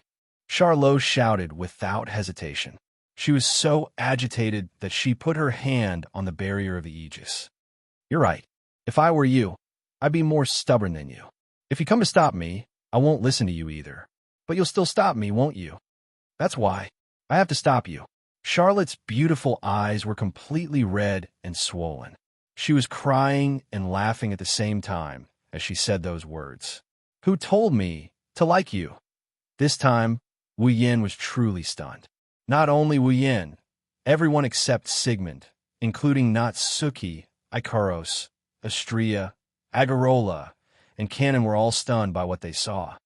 Wu Yin looked at Charlot, who was crying and laughing at the same time, with a bitter smile. Is that a confession? Yeah, do you hate me? Charlot had a self-deprecating smile on her tear-stained face. Do you hate the flirtatious me who was in love with Felix not long ago, and now I'm saying that I like you? I don't hate you. Wu Yan's bitter smile deepened. Or rather, I don't know what to do. I don't care if you hate me or don't know what to do. I just want you to listen to me this once. Charlot wiped her face and looked at Wu Yin with her swollen eyes. You can't kill the dean. You cannot go and kill the academy head. Flay also spoke. She had a pleading expression on her face. There must be another way. Since you are so strong, use it to resist. Raisin clenched his fists and said firmly, I don't believe that the Kingsford family or any faction on the same level as the Kingsford family can do anything to you with your strength. Wu Yin, Natsuki, Ikaros, Astria, Agarola, Canon, and the others all fell silent. Yin, Charlot, Flay, and Lei Jun spoke with hope in their voices. Wu Yin, Sigmund shouted. Wu Yin-san. Yaya called out. Wu Yin heard every single one of them calling out to him. He felt touched, but also helpless at the same time. As expected, these guys are just foolishly doing their jobs. Right at this moment, an emotionless mechanical voice echoed from not far away. Let's go back. Scarlet Taze. Following this voice, at a corner of this snowy world, a space suddenly distorted. It was like an invisible black hole that kept on spinning. Then, several figures were spat out. It was a group of a man and 4 young girls. The young girls were wearing black formal attire. They were about the same height. There was a large word written on a piece of cloth hanging in front of their faces. They were holding weapons of different styles, but all of them were bright red in color. The man was wearing the academy's uniform.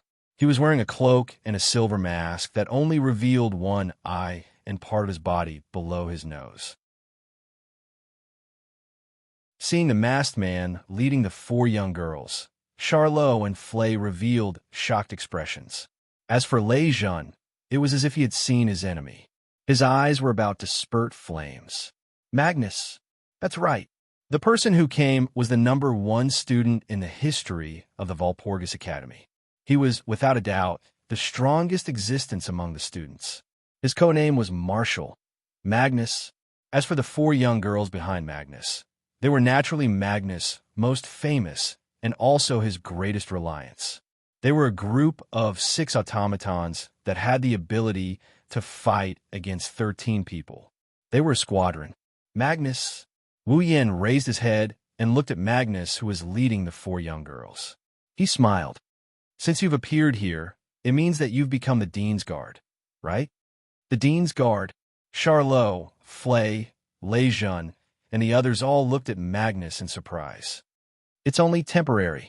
Magnus stared at Wu Yin with his only exposed eye. As long as you give up on assassinating the Dean, my mission will be completed. I won't have to carry out this boring duty anymore. It's rare to hear such direct thoughts from you. Wu Yin curled his lips. Since you're bored, why don't you just give up? I've already said that this is my duty, Magnus said calmly. It's not my wish to be the Dean's Guard. So, step down, Scarlet Eyes, oh? Wu Yin's lips curled up. What if I say that I must see the Dean? Magnus suddenly raised his head. Then I'll beat you back.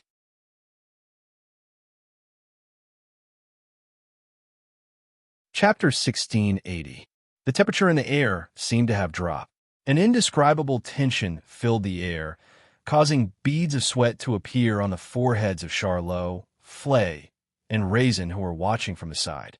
The two parties in the confrontation were not ordinary people. One was the #1 marshal in the history of the Walpurgis Royal School of Mechanics, Magnus. The other was a freshman who had entered the school for less than a month. Before he even entered the school, he had suppressed Magnus and defeated the 4th-ranked Felix with overwhelming strength, Wu Yin. Both of them also possessed extremely high-performance automatons that were capable of fighting against 13 people on their own. They formed a squadron of automatons. Regardless of which side it was, Kimberly had personally evaluated them. They were no longer on the same level as the students of the academy. They were definitely existences at the level of demon kings. If these two existences were to really fight, who would not be nervous watching from the side? At the very least, it was not only Charlot, Flay, and Raisin who were nervous. Even Sigmund, Ye, and the group of automatons from the Garm series were holding their breaths as they waited. They were afraid that they would accidentally break the tension that symbolized the stalemate and trigger a great battle. In such a tense atmosphere, the 4 girls standing behind Magnus leaped forward. They arrived in front of Magnus. They were flower-like black formal attire. There were Chinese characters written clearly on the cloth on their faces. They were respectively Fire, Sickle, Jade, and Dragonfly. Those were some of the names of the 4 girls who were part of the squadron. The names of the 4 automatons standing in front of Magnus were respectively Fire, Sickle, Jade Worm, and Dragonfly. At this time, Huozhou was holding a red dagger that looked like a sharp thorn in each hand. Wuxia was holding a long and large sickle with a similarly red blade. Yu Chong was holding a red longsword, while Gu Fei was holding a red single-edged battle axe with a red blade. The 4 girls from the squadron raised the weapons in their hands as though they were worried that Magnus would be suddenly attacked. It was aimed at Wu Yin. Although he couldn't see their expressions behind the curtains, he could tell that they were hostile towards him. However, Wu Yin turned a blind eye to the hostility of the 4 girls. He frowned. The squadron that Magnus led was made up of 6 automatons in the form of young girls. This was something that everyone in the Walpurgis Wangli School of Engineering knew. However, now, there were only 4 people by Magnus' side, and the other 2 were nowhere to be seen. After pondering for a moment, Wu Yin understood. It seems. You left 2 automatons by the Dean's side. Hearing this, Magnus' automatons all tensed up. Magnus said indifferently, "Don't worry, I'm not going to do anything. Just in case of an emergency. Can I take this as your declaration?" Wu Yin chuckled. "Take it as your declaration that you think you can defeat me with just 4 automatons." This sentence caused the already tense atmosphere to become as tense as a string that was on the verge of breaking at any time. However, it was indeed so. Since Magnus became the Dean's Guard, it was impossible for him to not know that the assassin was Wu Yin. Since he was here, it was impossible for him to not know that Wu Yin was here.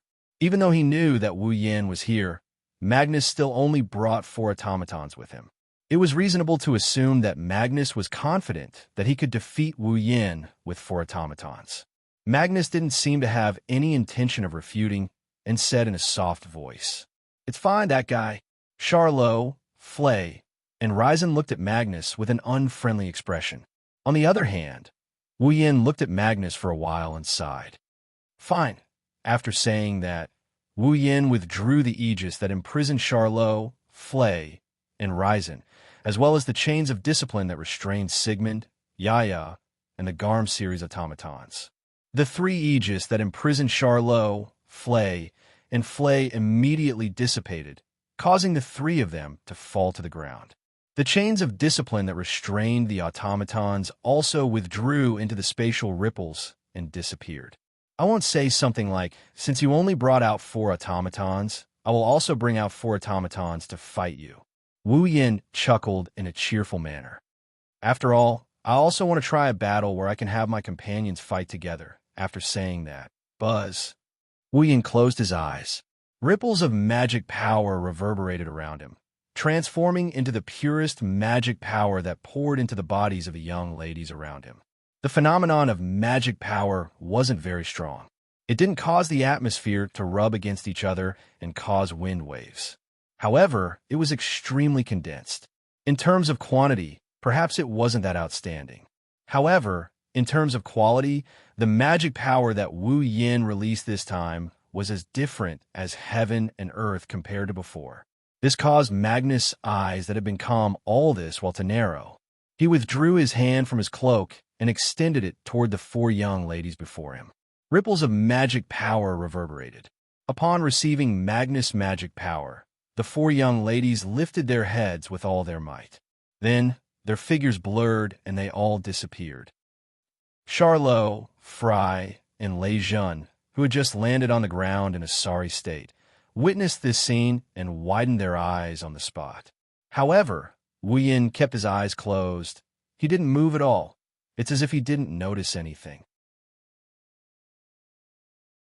At the next moment, Fire Droop, Sickle Cutter, Jade Beetle, and Dragonfly, the 4 young lady automatons of the squadron, suddenly appeared in a flash.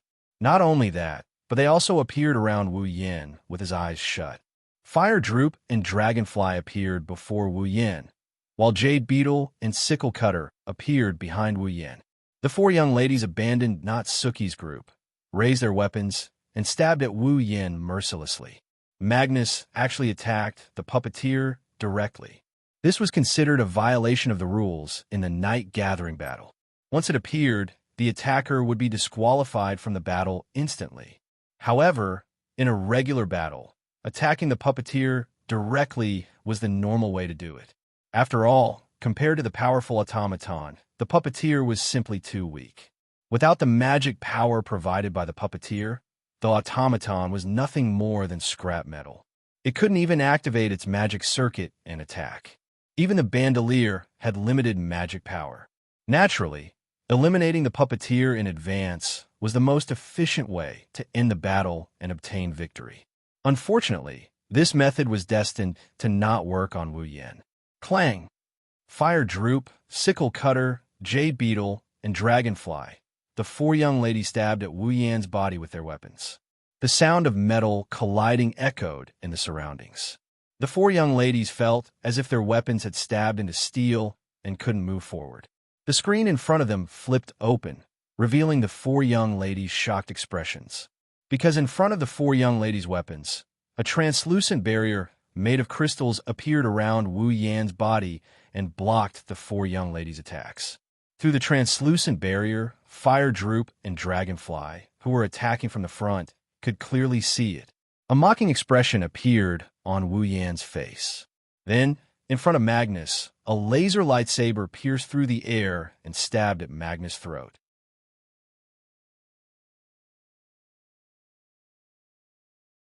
Chapter 1681. In a proper battle, attacking the puppeteer directly is the most common method. During the night meeting, since it is a test of the puppeteer's ability, it is inevitable that the puppeteer would be defeated before they could display their full potential.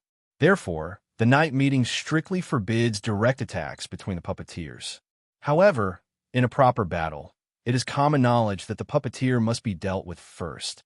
Therefore, even in class, the professor in charge of teaching would mention this method more than once. How could we not take note of this? After all, this isn't a night meeting where friendship comes first and competition comes second. This is a real battle. Magnus was the #1 student in the history of the Walpurgis Royal Mechanical School, and with his cold personality, he definitely wouldn't be stingy with using conventional methods in a real battle. Wu Yan already predicted that Magnus would order his squadron to attack him. Even if he didn't, Ikaros wouldn't just stand there and watch Wu Yan get attacked. With Ikaros' Aegis, absolute defense circle, he doesn't need to worry about his own safety. Taking advantage of this, Wu Yan waited for Magnus to order his automaton to attack before he made his move. Of course, this so-called action was nothing more than dividing his mana into 3 parts. One part is injected into Ikaros' body. Let Ikaros cast Aegis, absolute defense circle. Another part is injected into Natsuki's body, so she can teleport. The last portion was injected into Astria's body. Through Natsuki's teleportation ability, Astria was teleported in front of Magnus and launched an attack on him. At this moment, Magnus' entire squadron had been used to attack him. He doesn't have a single guard around him. If Astria's attack hits, then the #1 student of the academy will be subdued by Wu Yan for the 2nd time. Of course, that is if Astria's attack hits. Clang! Just like when the squadron attacked Wu Yan. The sword in Astria's hand that was aimed at Magnus' throat was met with the sound of metal clashing against metal. This was because one of the girls from the squadron had suddenly appeared in front of Magnus, using the blade of a large scythe. He managed to block Astria's attack. It was the girl with the word scythe written on the screen in front of her. It was Scythe Cutter who was beside Wu Yan a second ago. Astria flapped her wings as she retreated to Wu Yan's side. She looked at the sickle that appeared out of nowhere in front of Magnus and blocked her attack with a look of surprise. That girl, when did she appear? When did she move? Even Astria didn't notice. The other girls of the squadron also retreated to Magnus' side and stood together with Sickle Cutter. His expression was as surprised as Astria's. Just like how Astria didn't notice Scythe Cutter's movement, the girls from the squadron didn't notice when Astria appeared in front of Magnus. As the saying goes, the onlooker sees more clearly. At the moment when the young ladies on both sides were astonished, Charlot, Flay, and Lei Jun discovered the reason for this. That girl from the squadron, Charlot looked at Xianxia in a daze. Just like Natsuki, she could perform magic related to space. Spatial teleportation. Flay stared at Scythe Cutter in shock. Her magic circuit is spatial teleportation? Spatial magic. Leijin's expression also showed that it was difficult to deal with. Does Magnus also have an automaton with such high-level magic circuits around him? Magnus turned his gaze to Natsuki after hearing the conversation between Charlotte and the others. Your automaton also has the magic circuit of space transference. Since there's the word also, it proves that the magic circuit installed in your automaton is indeed space transfer, right? Compared to Magnus, Wu Yan only glanced at Scythe Cutter and smiled. However, don't compare my Natsuki to your automaton. Natsuki's magic isn't as simple as that. Also, he gathered the mana around him into his palm and extended it towards Astria. A dazzling mana aura rippled out from his palm. My Astria isn't any worse than Natsuki. Scorching mana flowed into Astria's body, causing her chakras to glow with a layer of dark light. Then, Astria lowered her body and shot towards Magnus like a rocket. Magnus immediately raised his other hand. Mana rippled from both hands as he poured mana into his automaton. With the support of the new mana, Hui down leaped up and stood in front of Magnus. She crossed her short swords and faced Astria, who was charging at her. Clang! In the next moment, the laser lightsaber and the short sword collided fiercely, creating a shockwave. There was also intense friction at the point of collision, causing sparks to fill the sky. BZC. At this time, a ripple appeared in the space beside Huichui. A chain with purple light on its surface suddenly flew out from it. It was like a whip as it was swung heavily and ruthlessly on Huozhuang's body. Boom! With a muffled sound, Huozhu didn't even have time to react. Her slender body was like a kite with a broken string as she was mercilessly sent flying. She smashed into the ground not far away and embedded herself into the stone layer, causing the entire ground to crack open. Xianxia had nothing to stop her now that Huapeng was knocked away. She levitated in the air and dashed towards Magnus. She swung her laser sword down towards Magnus' head with a clear, vibrating sound. Bzzz. At this moment, the jade worm appeared in front of Magnus. She used her sickle to transfer the jade worm to Magnus. The jade worm didn't use its weapon to block the laser sword. Instead, it raised its empty hand and extended it towards Xianxia's laser sword. Under the watchful eyes of the audience, a formless energy appeared on the jade worm's hand like steam.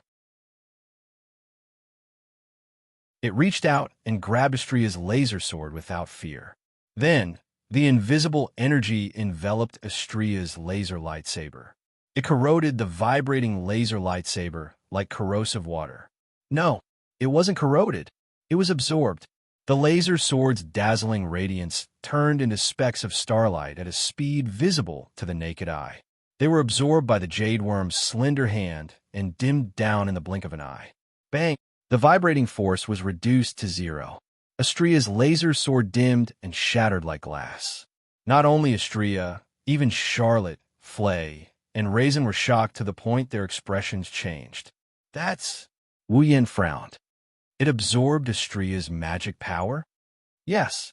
The jade worm absorbed the mana in Xianxia's body. Without the support of magic power, an automaton wouldn't be able to move.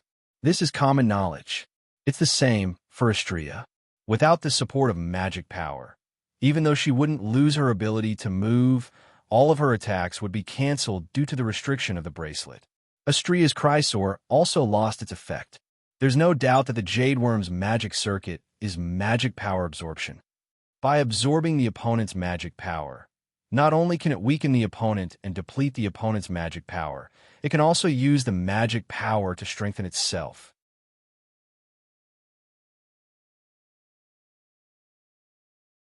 Chapter 1682. Charlot, Fry, and Raisin looked at each other in dismay as they looked at the jade worm that had turned the Chrysor into starlight and was continuously absorbing it into its body, causing the magic ripples on the surface of its body to gradually strengthen. Even though the seizing magic isn't as powerful as the space magic, it's just as difficult to execute. After all, the seizing magic isn't something that belongs to the caster. It's magic power. It's common for the caster to reject the magic power after absorbing it into their body. That's why the seizing magic requires the caster to control it with high precision. Even if the seizing magic is inside an automaton, it's still necessary for the caster to control the automaton. If the space series of magic spells were difficult to activate in theory, then the seizing series of magic spells were difficult to control in theory.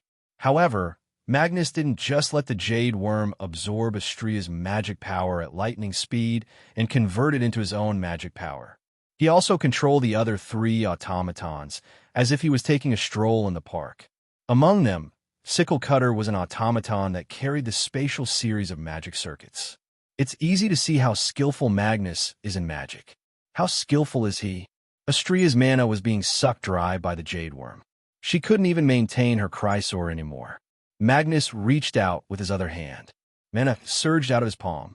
Next second, the space behind Xianxia vibrated and ripples started forming in the air. Sickle Cutter emerged from the space behind Xianxia and aimed at Xianxia's head with her scythe. She sliced through the air and a sonic boom sounded. She drew an arc of light. Sickle Cutter aimed for Xianxia's head. Bzzz. However, just as the scythe was about to hit Xianxia, a crystal barrier appeared around Xianxia with an even louder rumble. Icaros Aegis, Absolute Defense Circle. Clang! The scythe landed heavily on the surface of the Aegis. It created a ripple of light. However, it could not do anything to the Aegis, Absolute Defense Circle. Sickle Cutter's magic circuit is advanced, but Spatial Shift can't increase Sickle Cutter's attack power or the power of her scythe. It can't do anything to the Aegis. It's not surprising, but that doesn't mean Jade Worm can't do anything to the Aegis. Jade Worm placed her hand on the Aegis. Invisible energy gushed out from her slender palm and absorbed all the magic power from the Aegis. Bam! The surface of the Aegis quickly dimmed and shattered. Then Firefall, who was knocked away by the lock of discipline, appeared in front of Astrea with the help of Scythe Slash. Hitaru's cold gaze landed on Astrea's beautiful face. His body exploded with a scorching heat. His movement was so fast that it was impossible to see his movements clearly. The short sword in his hand sliced through the air like a bolt of lightning and sliced towards Astrea's neck. That merciless strike that caused even the air to distort was clearly not achieved by just relying on that sharp dagger. The strength behind that strike was definitely not small. If it landed on a rock, it would probably be enough to shatter the rock that was larger than a person. The magic of the automaton called Fire Droplet could not only produce heat, but it could also increase her strength. Ignoring the heat, Firefall's magic is almost the same as Yaya's King Kong strength. Even if Astrea is an omnipotent angel, she wouldn't feel good if she got hit by Firefall's attack. Whoosh! Unfortunately, when Firefall's attack was about to hit Astrea, a sharp ice spike pierced through the air and brushed past Astrea's shoulder. It met Firefall's short sword head-on. Bam! The icy cold spike clashed with the burning dagger and exploded between Astrea and Huichuan. The impact of the explosion knocked Firefall, Sickle Cutter, and Jade Worm away from Astrea. Astrea finally broke free from Jade Worm's mana absorption effect. She regained her mana, and a laser beam shot out from the hilt of her Chrysor. Astrea took advantage of the fact that Firefall, Sickle Cutter, and Jade Worm were knocked away by the explosion to appear in front of Magnus. She raised her Chrysor above her head. Just as Astrea was about to slash down with her lightsaber, the last member of Magnus' squadron, Dragonfly, appeared in front of Astrea and blocked her path. The moment Dragonfly appeared in front of Astrea, mana surged out of Dragonfly's body. It activated the magic circuit in Dragonfly's body. However, no one could tell what kind of magic it was. Dragonfly didn't do anything. He allowed Astrea's Chrysor to land a merciless slash on his body. Bam! However, Dragonfly didn't suffer any damage from the Chrysor attack. Instead, he sent a shockwave through his body and landed on Astrea's body with a dull thud. Astrea groaned as if she hit a wall. Her voluptuous body was sent flying. It took her a lot of effort to regain her balance. She relied on her wings to stay afloat in the air. However, her body looked like it was engulfed in flames. Light smoke rose from her body, and charred marks appeared on her skin. What's wrong? Charlotte and Flay were at a loss. What happened? What happened? Astrea was hit by something. Lejean stared at Dragonfly, who was standing in front of Magnus, with an incomprehensible look on his face. But what hit Astrea? What? It wasn't a shockwave. If it was just a simple shockwave, then Magnus, who was less than a meter away from the Dragonfly, should have been hit as well. However, Magnus was fine. Astrea was the only one who was hit by the shockwave. However, everyone here is a skilled puppet user. Even though they didn't know what kind of attack it was, they could roughly guess what it was. It was obvious that Dragonfly didn't put up any defense against Astrea's full-powered slash. However, Dragonfly's body wasn't damaged by the shockwave. Instead, Astrea was the one who was hit by an unknown attack. That look, it was as if I see. Wu Yan's wine-red eyes met Magnus' only exposed eye. He absorbed the shockwave from Astrea's attack and reflected it back. He absorbed the shockwave from an attack and reflected it back. Charlot and Flay were greatly alarmed. Lejean even cried out in alarm. Is there such a magic trick? Magnus didn't answer. He was still looking at Wu Yan. There wasn't a hint of emotion in his eyes. It was as if Wu Yan was the only person in the world standing in front of him. However, Magnus' silence confirmed Wu Yan's words. Dragonfly has a magic circuit that can reflect an attack back to its target. Charlotte, Flay, and Lejean couldn't help but shiver. Their hearts had also sunk by half. If such a magic trick really exists, do they have any chance of winning against Magnus?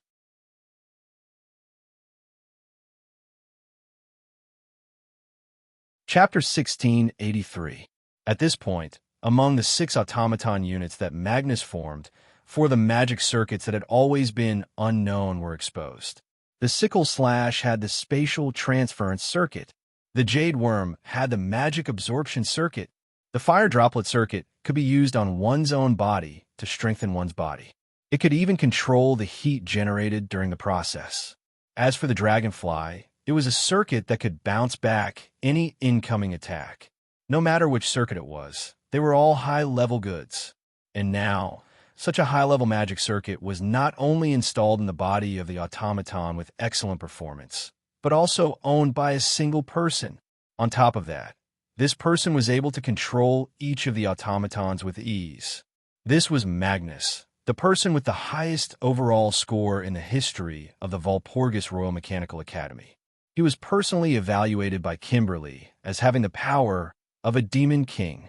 Just 4 automatons were enough to make one feel powerless, let alone the other 2 automatons.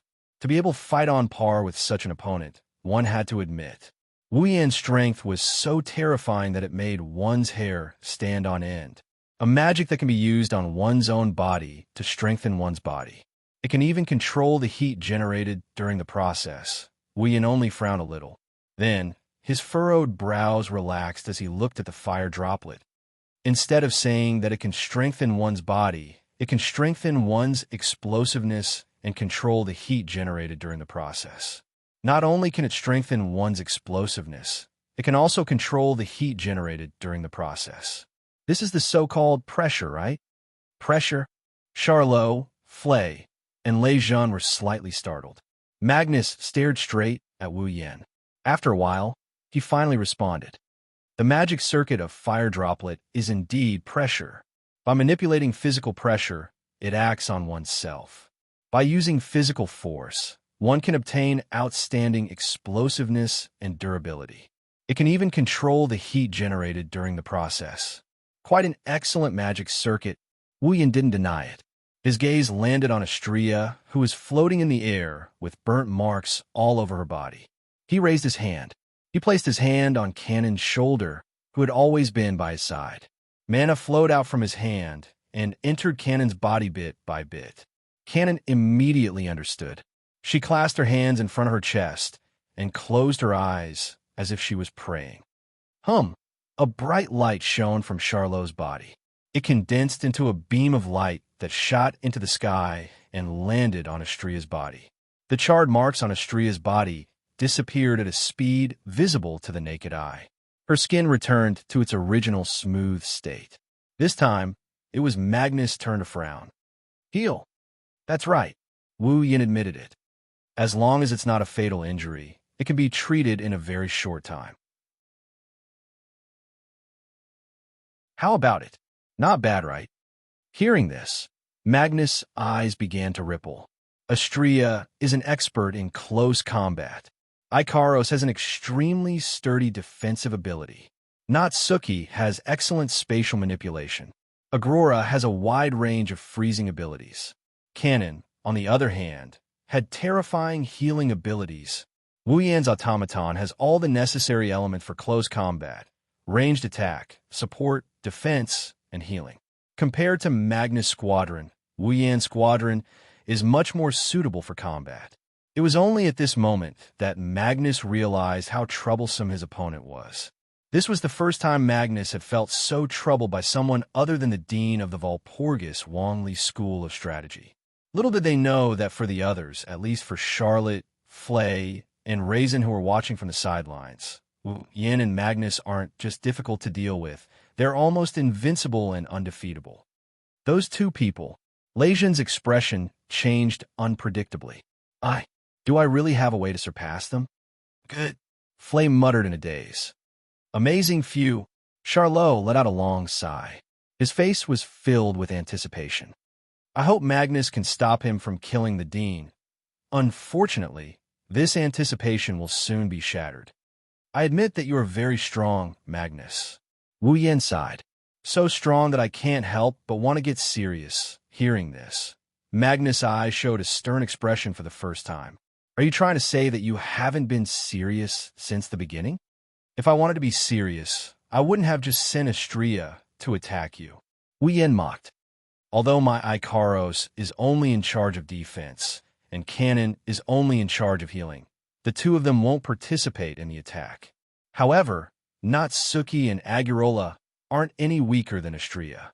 Since the beginning, I only sent them to support Astria, right? Magnus stared at Wu Yen for a long time before he spoke. Didn't you say you wouldn't go easy on me just because I only sent out 4 automatons? I'm not going to fight you with 4 automatons just because you only sent out 4. I want to see if I can get my comrades to fight at least once. Wu Yen corrected him, and he grinned. And now, my companions have already attacked. Unfortunately, we didn't manage to force them to use their full strength. No one said we have to force the opponent to use their full strength in a battle. Magnus said coldly, a battle is only a method to determine the victor. Isn't that even more regrettable? Wu Yen looked at Magnus with a smile that didn't look like a smile. With Ikaros' aegis, you can't hurt me at all. Even if your automaton can absorb mana, I can use Natsuki's power to retreat. On the other hand, with Cannon here, unless you have a one-hit kill, you won't be able to take down a single person on my side. Of course, if your other 2 automatons can use magic to deal with situations like this, then it's a different story. Wu Yen shrugged. Unfortunately, you only have 4 automatons with you. You can't do anything to me. As soon as he finished speaking, there was dead silence. Charlot, Flay, and Lei Jun sighed in their hearts. In the entire academy, Wu Yen is probably the only person who can confidently say you can't do anything to me to Magnus. Magnus' automatons seemed to be a little unconvinced, and each of them released a shocking amount of hostility. Magnus stared at Wu Yen. Then, he opened his mouth. Do you think I don't have any other methods? I don't know if you do or not, and I'm not interested to know. After all, you've wasted too much of my time. Wu Yen smiled. So, I won't be accompanying you anymore. Wu Yan's body burst into a ball of magical flames, and he channeled all of his magical power into Natsuki's body. Magnus, Charlot, Flay, and Ryzen thought that Wu Yen was going to use teleportation to leave this place. However, they were wrong. Natsuki raised the lace fan in her hand and pointed it forward. Bam! An invisible force struck Magnus, Firefall, Sickle, Jade Worm, and Dragonfly's heads like a club. They staggered and swayed drunkenly. Not good.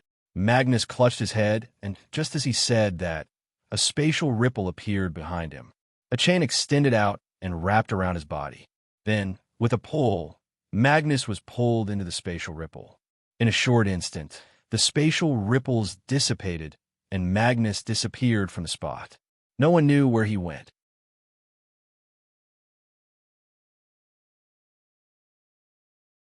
Chapter 1684. Master. As soon as they recovered from their dizziness, Firefall, Sickle, Jade Worm, and Dragonfly saw the scene of Magnus being dragged into the space ripple by the lock of discipline.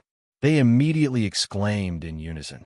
I'm not against automatons being too human-like, but this is indeed a rare weakness for Natsuki.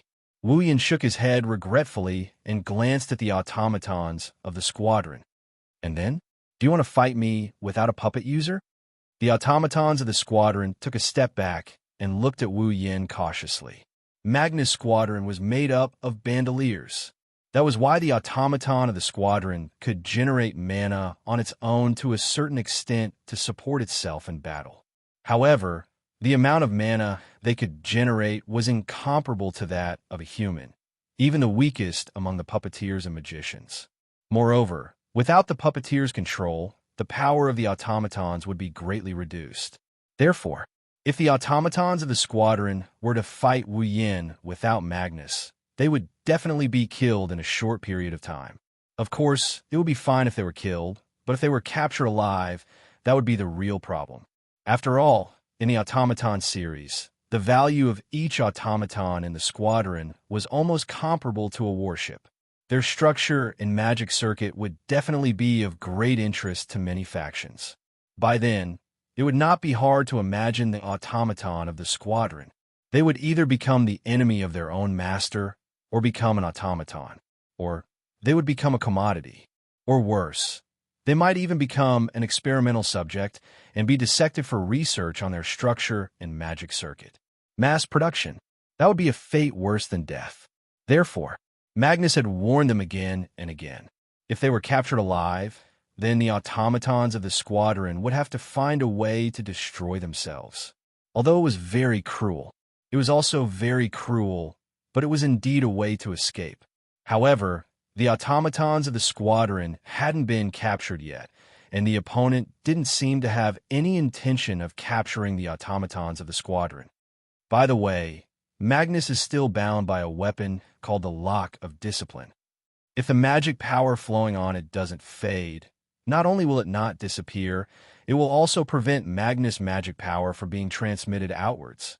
Wu Yin kindly reminded them. In other words, even if Magnus wants to rely on the connection between him and you to inform you of his current location, he has no other means other than sound. And now that Magnus is bound, if he encounters any danger, he won't be able to resist. The expressions of the automatons of the squadron behind the curtain finally changed. Without hesitating for too long, the automatons of the squadron chose to prioritize their master's life without hesitation. Under the magic of the sickle, they collectively teleported and disappeared on the spot. Quite obedient, Wu Yin curled his lips. He turned around and wanted to leave with the group of girls. Wait. Charlotte, Flay, and Ryzen were shocked. They raised their feet and chased after them. However, not long after, the three of them stopped in their tracks as if they had braked. Because, in front of the three of them, a person appeared. His back was straight, and his short silver hair was combed back. He looked very agile. He wore tinted glasses on his face, and his eyes were as sharp as blades. He was wearing a deacon's suit, and his hands were behind his back. Sensing the arrival of this person, Wu Yin immediately stopped. He turned around and sneered. You're finally willing to come out. I thought you'd be hiding at the side and peeking. You're called Ryzen. The Granville family's deacon is indeed very outstanding. However, he's not perfect. If I have to point out a flaw, it would be that he doesn't like to interfere in other people's battles. Ryzen spoke without turning his head. The reason I came out now is because I don't want anyone to waste Mr. Wu Yan's time. You. Flay took a step back and spoke with a timid expression. Who are you? The Granville family. Ryzen muttered and looked at Ryzen. Could it be that you're the power behind the scenes that captured Angriette as a hostage and used Wu Yin to kill the school head? You're the one who captured Angriette as a hostage and used Yin. Charlotte revealed a hateful and ruthless expression. Her magic power began to surge like a gust of wind. Are you in cahoots with the Kingsford family? You're really smart. However, people who are too smart usually don't live long. Ryzen openly admitted. However, his eyes behind his colored glasses turned to Wu Yin. I'll deal with these people. Mr. Wu Yin, you should go to the school head. Wu Yin didn't say anything. He only looked at Ryzen from afar. After a while, he glanced at the forest beside him and smiled imperceptibly. He turned around and led the group of girls toward the school head's residence. Yin, Charlotte shouted. She raised her foot and seemed like she wanted to chase after Ryzen. Whoosh! However, with a sound that sounded like a gentle breeze, Charlotte's vision turned black. A tall figure suddenly appeared in front of her, and like a whip, he lashed out with a kick. Bang! Just as the kick was about to hit Charlotte, it landed heavily on a pair of wings that had suddenly appeared in front of Charlotte. Roar! Sigmund used his wings to block Ryzen's kick and roared. Then, his dragon claw violently smashed down on Ryzen's body. Bang! The huge dragon claw smashed the ground into smithereens, and the ground around the dragon claw also cracked inch by inch. However, the dragon claw only smashed the ground. It didn't hit Ryzen. A second before the dragon claw smashed down, Ryzen used complete vibration control to increase his speed.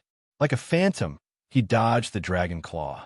When Ryzen appeared again, he was above Flay. He raised his leg and smashed it down on Flay's head. Flay!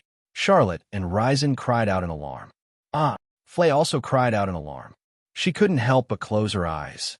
Right when Ryzen's kick was about to land on Flay's head, A cold and indifferent voice filled with killing intent resounded from the forest beside them. "Spin, cherub, I'm ready."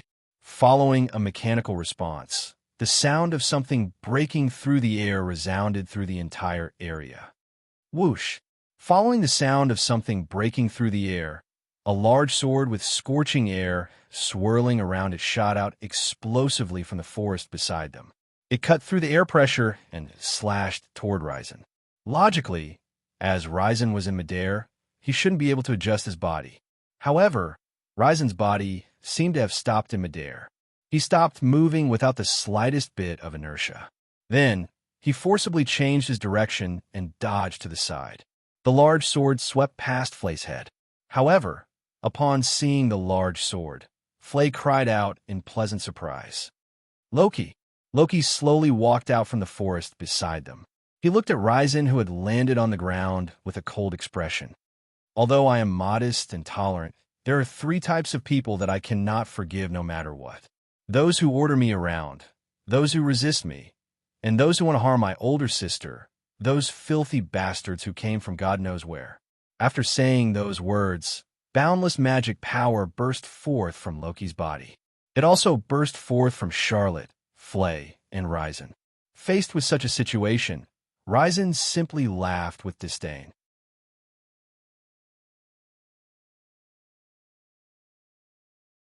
Chapter 1685. Bam! Wu Yan, who was leading the group of girls toward the dean's mansion, did not turn around because of the explosion behind him. It was as if he was not worried about killing Charlot, Flay, Lei Jun, and the others. He continued walking forward. There was no need to worry. Jun's body was equipped with the complete vibration control magic circuit. Although Wu Yin had belittled the complete vibration control magic circuit as if it was worthless, that was only when compared to the vector manipulation magic circuit. A magic circuit that could control vectors was very powerful even if it could only be used on one's body. With the complete vibration control ability and Jun's excellent performance, even if Charlot, Flay, and Lei Jun joined forces, they might not be able to defeat Jin. If they were not careful, Charlot, Flay, and Lei Jun might lose their lives in Jun's hands. However, that was under the condition that Loki did not show up. Loki was stronger than any one of the 3, Fry, or Lei Jun. If they were to fight Jun, Loki might be at a disadvantage, but that was all. If he joined forces with Charlot, Flay, and Lei Jun, it would not be difficult to force Jun to retreat. Therefore, after noticing that Loki was here, Wu Yin did not say anything. He led the group of girls and left. Ignoring the explosions behind him, Wu Yin led the group of girls through the forest and into the open space where their field of vision had widened. Then, they continued walking forward and arrived at the place where the guards were frozen in ice flowers. The dean's mansion was not far behind the ice flowers.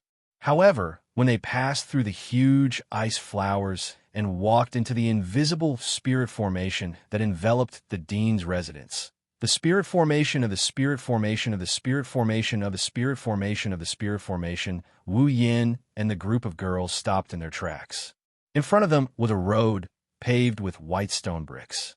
At the end of the road, a building that was comparable to an ordinary school's gymnasium in terms of size, and height stood there. It did not look luxurious.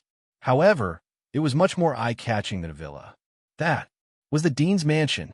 However, Wu Yin and the group of girls did not stop because of the appearance of the dean's mansion. The reason why they stopped was because there was a person standing in front of the mansion. In the middle of the road, paved with stone bricks, there was a burly figure. He wore a neat suit, had a thick mustache, and dark skin. He looked like a soldier. To be honest, I'm very surprised. As if he had been waiting for a long time, the burly figure raised his head and looked forward with a pair of bold eyes. Although I know you're much stronger than ordinary students, I didn't expect that even Magnus could not stop you. Shouldn't I be the one who should be surprised? Wu Yin stepped forward and he stood in front of the girls. His wine-red eyes flashed with a sharp glint. After all, known as the strongest magician of the 19th century, the person with the highest authority in the Walpurgis Royal College of Mechanics, the dean of the college, Edward Walpurgis Rutherford came here personally to welcome me. Mistakes must be punished and merits must be rewarded. This is my most basic principle as the Dean. The Dean said with a smile. To be able to defeat Magnus isn't something that just anyone can do. It's necessary to give you some rewards. So, Dean, your so-called reward is to obediently come out and let me kill you? Wu Yin sneered. Don't tell me you don't know that I'm here to kill you. That's why I personally came here for this purpose. The principal said with an indifferent expression. Wu Yin, can you please back down like this? So your so-called reward is advice. Wu Yin sighed. That's really disappointing. Magnus is the treasure of the king of the Walpurgis Royal Mechanical Academy. The Dean changed the topic. This academy exists to cultivate excellent puppeteers and export capable puppeteers to the outside world. Magnus is the #1 genius in the history of the academy. In the future, no, he is already a demon king. A talent like this is too precious. Originally, I thought that there was only one Magnus in the entire world. However, your appearance has truly surprised me. The Dean nodded his head as if it was something serious. I don't want the Academy to lose a treasure that can be compared to Magnus. You have the right to enjoy the same treatment as Magnus. How about you back down like this? I don't know what kind of value Magnus has to this Academy. I also don't know what kind of position I have in your heart. Wu Yin looked straight at the Dean. But to effectively value a person and talk about their value, to be honest, I want to vomit just from hearing it. Oh, the headmaster nodded without any surprise. Then, are you going to make a move on me? You must have made a mistake somewhere, right? Wu Yin smirked. What do you mean by making a move on me? Then, let me change the question. The Dean narrowed his eyes. Wu Yin, you are indeed strong. You are stronger than those who dominated the night gathering and became the Demon King. But do you think you can kill me? I don't think you understand, the Dean said as if he was teaching a student. The puppeteers in the academy can become the Demon King because they dominated the night gathering. I am known as the strongest magician of the 19th century. Do you know what that means? Because you dominated the 19th century. You are a monster more terrifying than the Demon King, right? Wu Yin sneered. Then, let me ask you a question. Do you think you can make me back down like this? Is that so? The headmaster closed his eyes. That's a pity.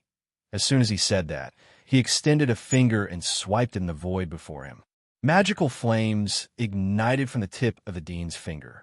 As the Dean's finger moved, traces of light ribbons were formed in the void in front of him. They remained in the void and gradually formed a geometric pattern.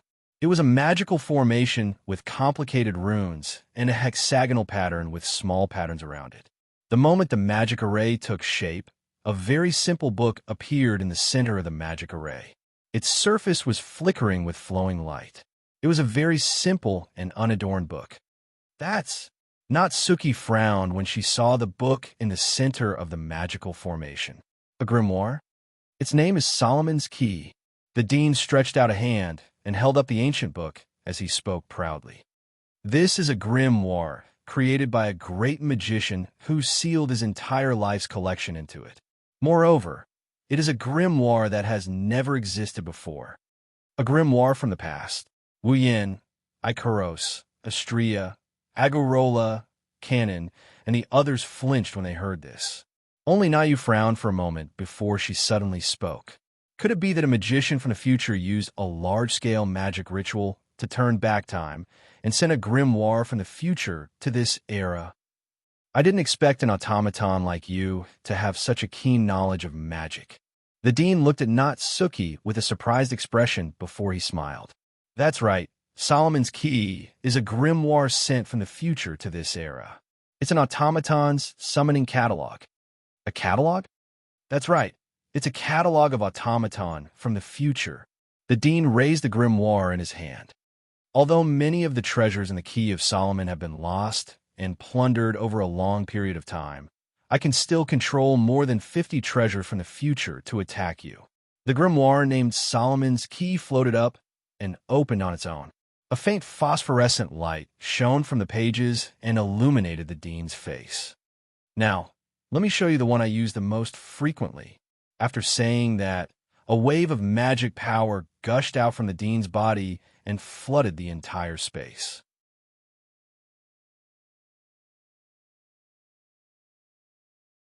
Chapter 1686.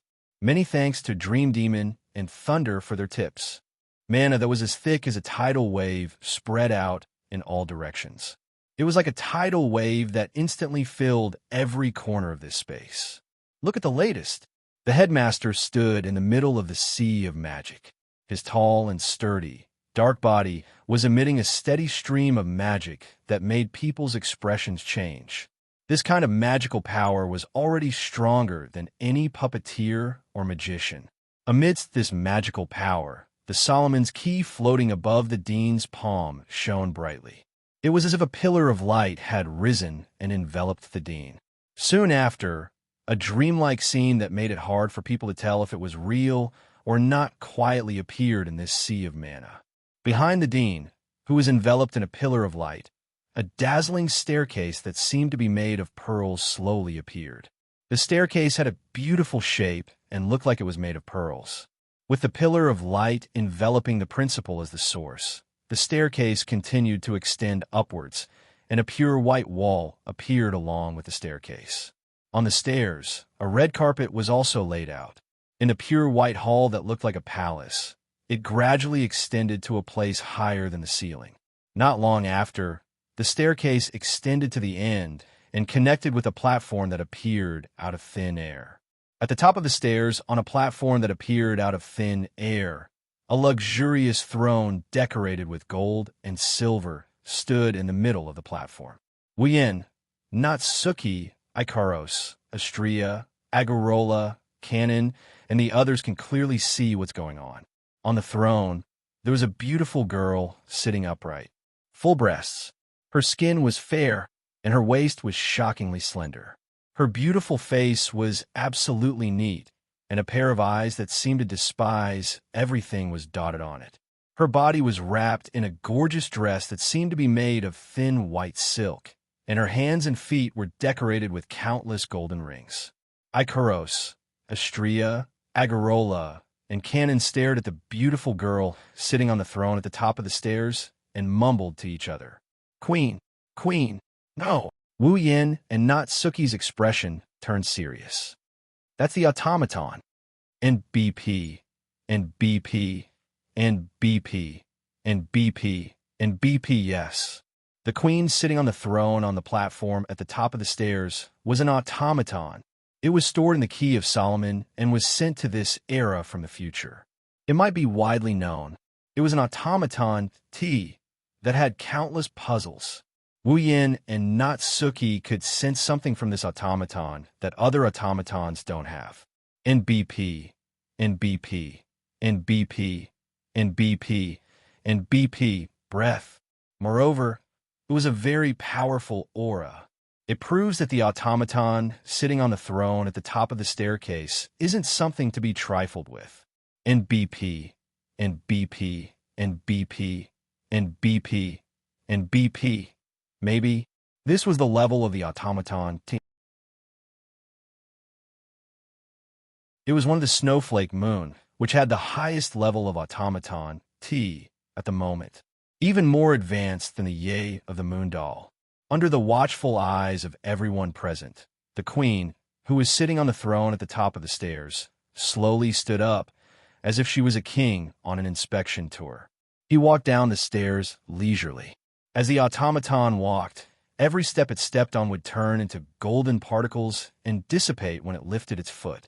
When the automaton descended to a certain distance, the dean retreated to the side and bowed respectfully like a loyal subject, welcoming the king he swore allegiance to.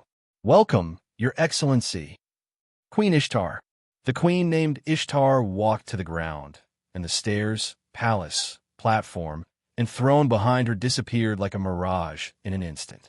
It wasn't until she reached the ground that Ishtar began to look at everything in her field of vision. She glanced at the dean, who bowed to her. "Long time no see, yet. How long has it been since you last summoned me?" "Yes, it has indeed been a long time," the dean said respectfully, as if he was talking to a friend or someone he swore loyalty to. There's nothing I can do about it. There aren't many existences in this world who can make me summon Queen Ishtar for help. That's right, there aren't many existences in this world who can make me summon Queen Ishtar. Indeed, Ishtar nodded in satisfaction. He seemed to be enjoying the compliment very much and asked, "You're right. Then did you summon me this time because an opponent strong enough for me to make a move has appeared?" Without waiting for the dean's reply, Ishtar raised her eyes and looked ahead. She frowned when she saw Wu Yin and the others. "Isn't this still a ghost?" Hearing Ishtar's disdainful words, Wu Yan's eyes turned cold. Along with the sound of the air shaking, a violent mana outage erupted from Wu Yan's body. It turned into a storm that swept across the land and kicked up a large amount of sand. The ground cracked under the weight of the mana outage. Pieces of gravel burst out from the ground like broken glass. Under the attack of the mana outage, the gravel turned into deadly bullets and shot out in all directions. Bam! Bam! Bam! Bam! The rubble that had turned into bullets raged on. Everywhere it passed, a hole was blown out in the wall that blocked the way.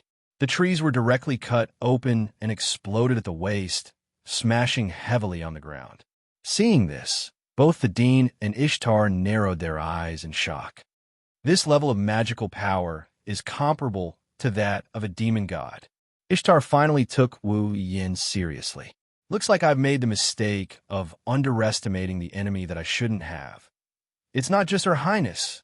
The dean smiled bitterly.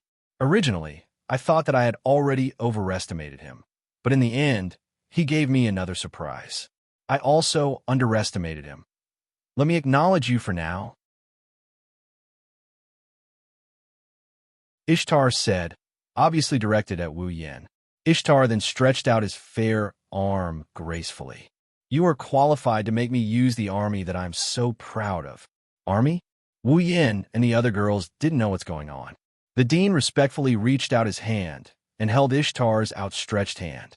His magical power surged from his overlapping hands and was injected into Ishtar's body. With the replenishment of his magic, Ishtar looked forward in a dignified and graceful manner. Then he raised his free hand slightly in front of him. The next moment, from Ishtar's outstretched hand, a black shadow swept out like overflowing water, or like a mist that appeared out of thin air. Wu Yin, Natsuki, and Ikaros were shocked when they saw the black shadow bursting out of Ishtar's hand. Astria, Agurora, and Shane's expression changed. They almost screamed out loud. This was because the front end of the shadow that burst forth from Ishtar's hand was decorated with the face of a man in agony, as if something had been carved into it. It was just like a vengeful spirit in the legends. And BP, and BP, and BP, and BP, and BP. The vengeful spirit seemed to be making some kind of hissing sound. Its face was filled with pain, and it opened and closed its mouth ferociously. Shortly after, the vengeful spirits rushed out of Ishtar's hand at an astonishing speed. They looked like meteors with black mist as they swarmed towards Wu Yin. Looking at the swarm of vengeful spirits, whether it was Wu Yin or the girls, they all felt a sense of danger. Their intuition told them that these things that made them uncomfortable must not be touched. Even though they didn't know what the consequences would be, they knew that touching them would definitely not feel good. Wu Yin was the first one to trust his intuition. He poured all of his mana into Ikaros' body. Ikaros! Ikaros' eyes quickly turned crimson red, and an illusory frame appeared in front of her. A cold voice sounded, and in the next second, a translucent crystal barrier appeared out of thin air and protected Wu Yin and the girls behind it. Asterisk boom. Asterisk, asterisk boom. Asterisk almost at the same time, the vengeful spirits that were swarming at an astonishing speed suddenly crashed into the Iji absolute defense circle, stirring up a storm of impact and black fog.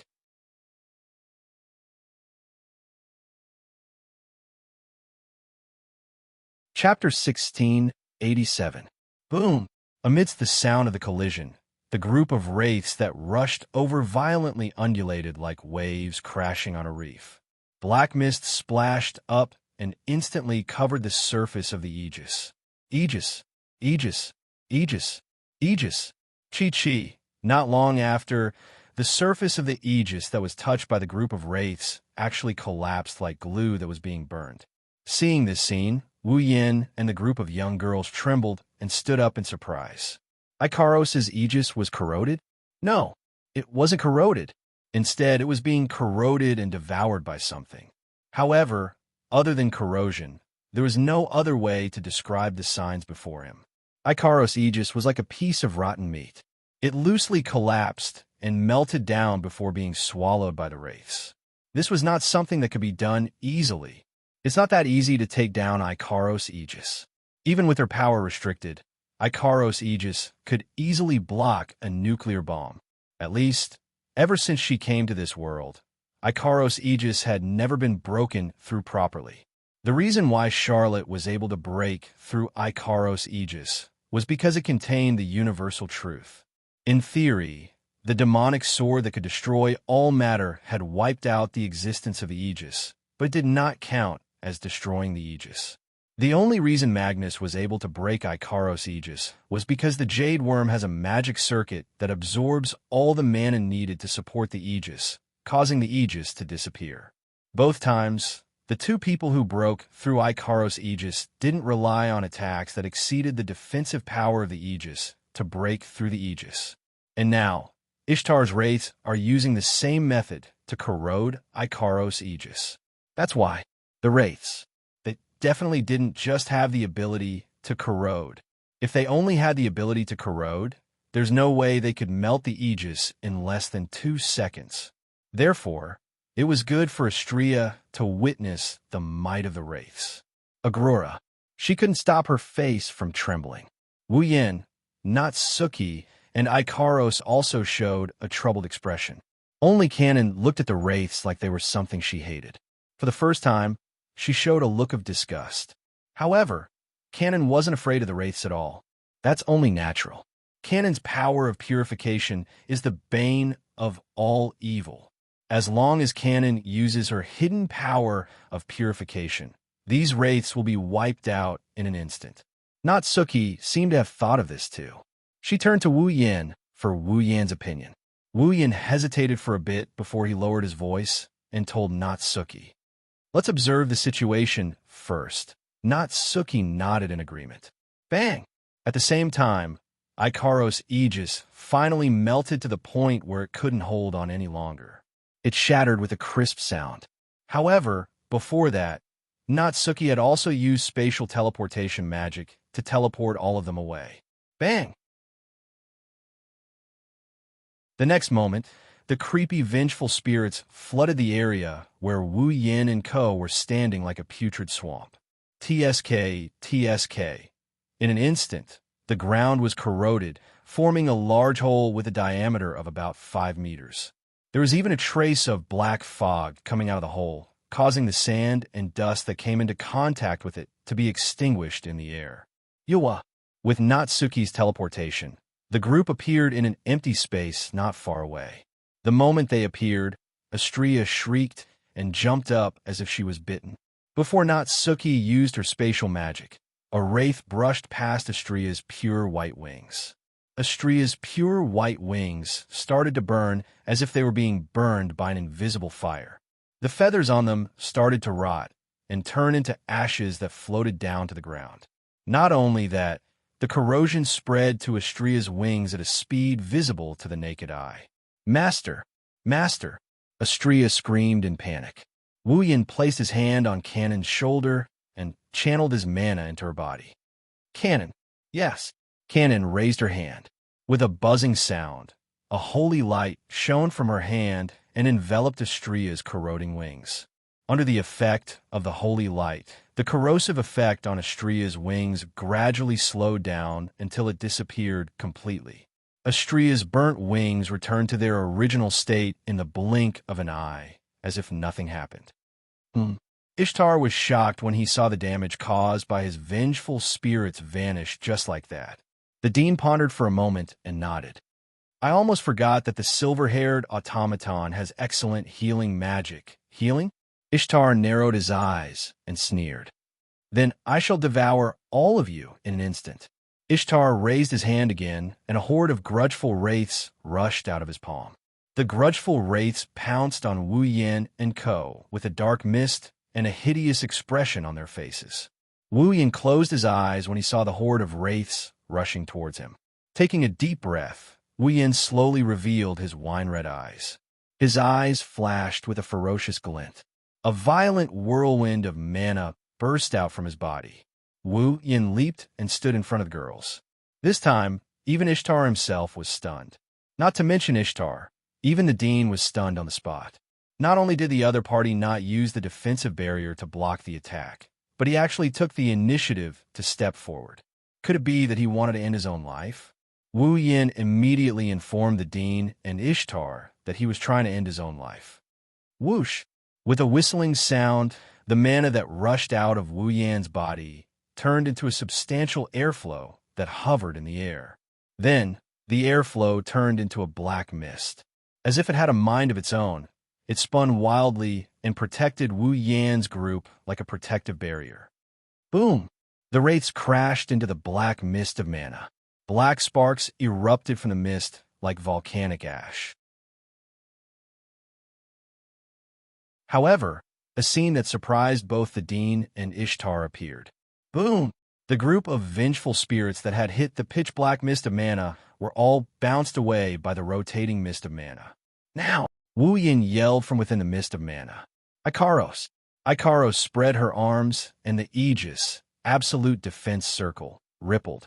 But this time, the Aegis, Absolute Defense Circle, didn't appear around Wu Yan's group.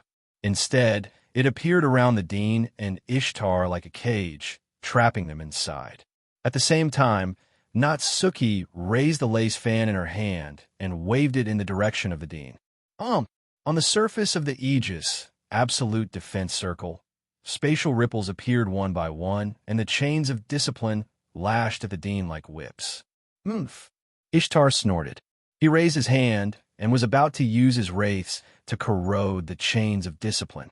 But at this moment, an icy white mist filled the air.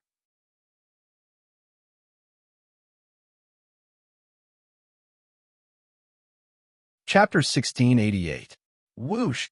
Amidst the whistling sound, the freezing white mist permeated the interior of the Aegis and instantly filled the entire space of the Aegis. Instantly, the temperature inside the Aegis dropped at a terrifying speed. In just a few seconds, the temperature had dropped below 0 degrees Celsius.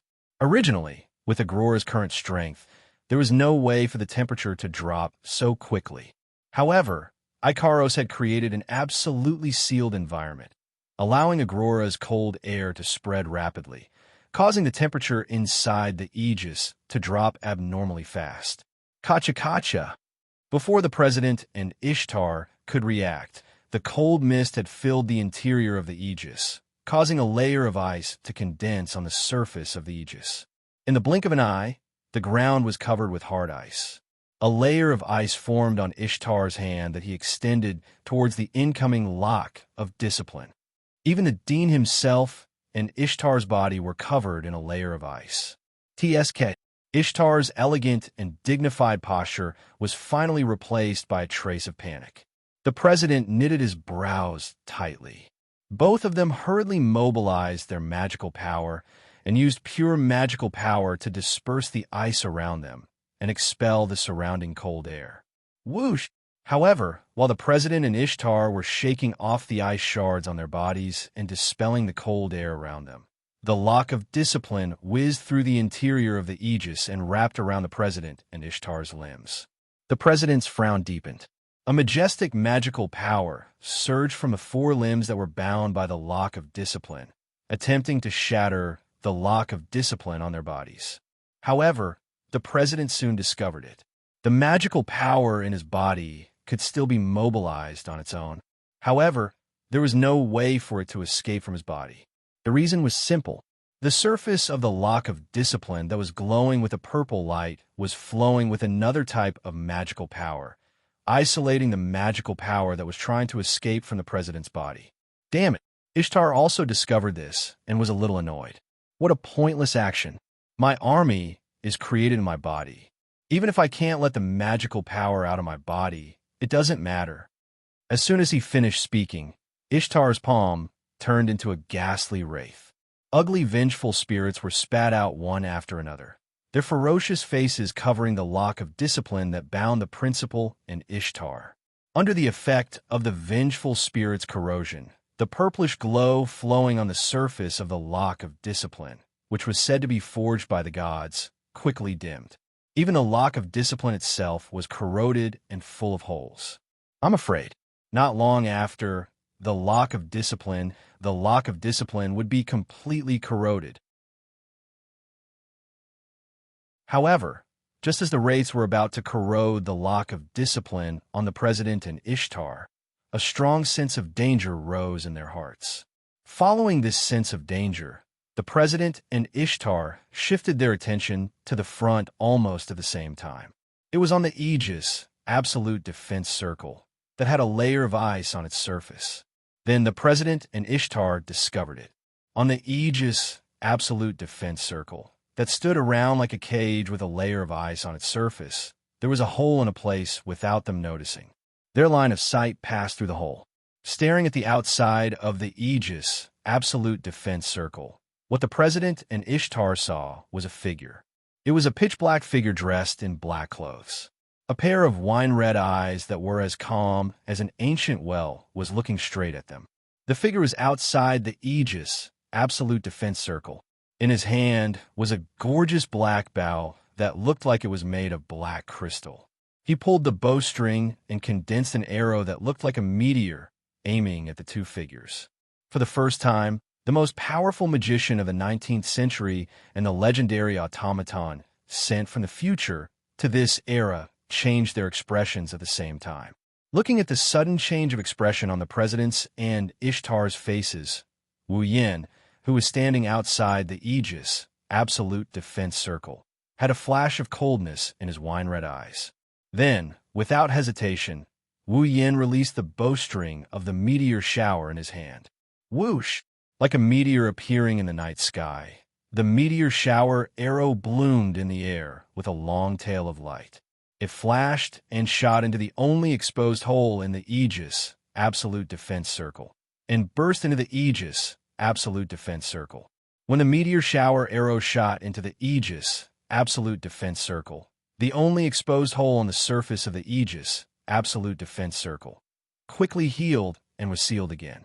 Then, an intense and dazzling light flashed in the Aegis, absolute defense circle. Bam! Inside the Aegis, absolute defense circle, which was filled with white cold mist and chains that shuttled back and forth. The surface was covered with a layer of ice, and the ground inside was covered with hard ice.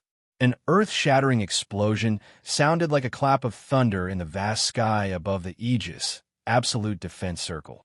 A violent gust of wind carried with it a blazing heat, like a storm crazily attacking the Aegis, absolute defense circle. Inside, the white cold mist was almost instantly dispersed, and the ground that was covered with hard ice cracked immediately. Cracks as thick as an arm spread out, like a spider web. The cracks spread across the entire Aegis, absolute defense circle. Even the ground outside the Aegis, absolute defense circle, started to crack inch by inch. The seemingly sturdy Aegis, absolute defense circle, also started to crack like glass in a short period of time. One can imagine that without the Aegis, absolute defense circle, the meteor shower would have mercilessly destroyed everything around it. At that time, not far away, the dean's mansion would not be able to escape the fate of being destroyed. Those guards who had been frozen into ice by Agrora would also not be able to escape death. Xianxia asked nervously as she looked at the apocalyptic scene inside the Aegis, absolute defense circle. Is it defeated? No one answered Xianxia's question. It should be said that no one had the energy to answer Xianxia's question. Wuxian, Natsuki, Ikaros, Agrora, Cannon, and the others stared at the Aegis, absolute defense circle, that was gradually cracking. After an unknown amount of time, the heat wave inside the Aegis, absolute defense circle slowly dissipated, revealing the situation inside. The two figures inside were also exposed to the air. A man and a woman stood in the middle of the cracked ground. Their clothes were slightly disheveled. It looked like they just ran around in the middle of the storm. However, there wasn't a single wound on the man and woman's bodies. That attack just now only brought a slight threat to them. It didn't do any damage at all. I knew it. Wu Yan's face darkened. It's not that simple. You should feel honored, little. Ishtar looked at Wu Yan coldly. In order to escape for the situation just now, I summoned my second army. Second army? Wu Yan and the rest of the girls were stunned. Could it be that Ishtar doesn't only have those vengeful spirits that can corrode his body? You keep on giving me surprises. To be able to force Queen Ishtar to summon her second army, your performance has truly surprised me. The dean looked at Wu Yan and sighed. Magnus is a genius who has broken the records of the Academy. He's the first in all of history. Although I've always said that you're a treasure like Magnus, I've never been willing to admit it in my heart. To think that there would be a second genius like Magnus. The dean let go of Ishtar's hand and retracted his mana. He looked at Wu Yan with a smile. I think we should have a chat.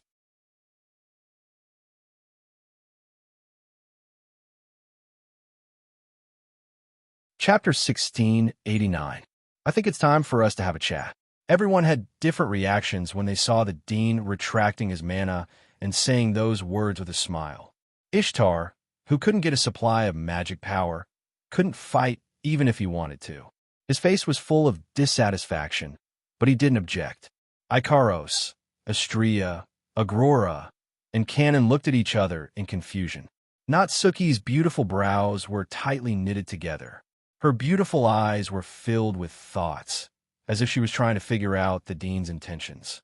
Wu Yan narrowed his eyes and spoke. Your so-called chat. Don't tell me you're trying to tell me that you've long known that I was being used by someone else, and that's why you came to assassinate me? As soon as he said that, not only the dean, but all the girls, including Ishtar, were stunned. What is the meaning of this? The dean didn't expect Wu Yan to give such an answer to his question. A surprised expression appeared on his face, but the smile on his face disappeared. Anyone who was familiar with the dean would know that the dean would only react this way when a certain step of his plan was disrupted. Wu Yan messed up the dean's plan. However, Wu Yan didn't hold back at all.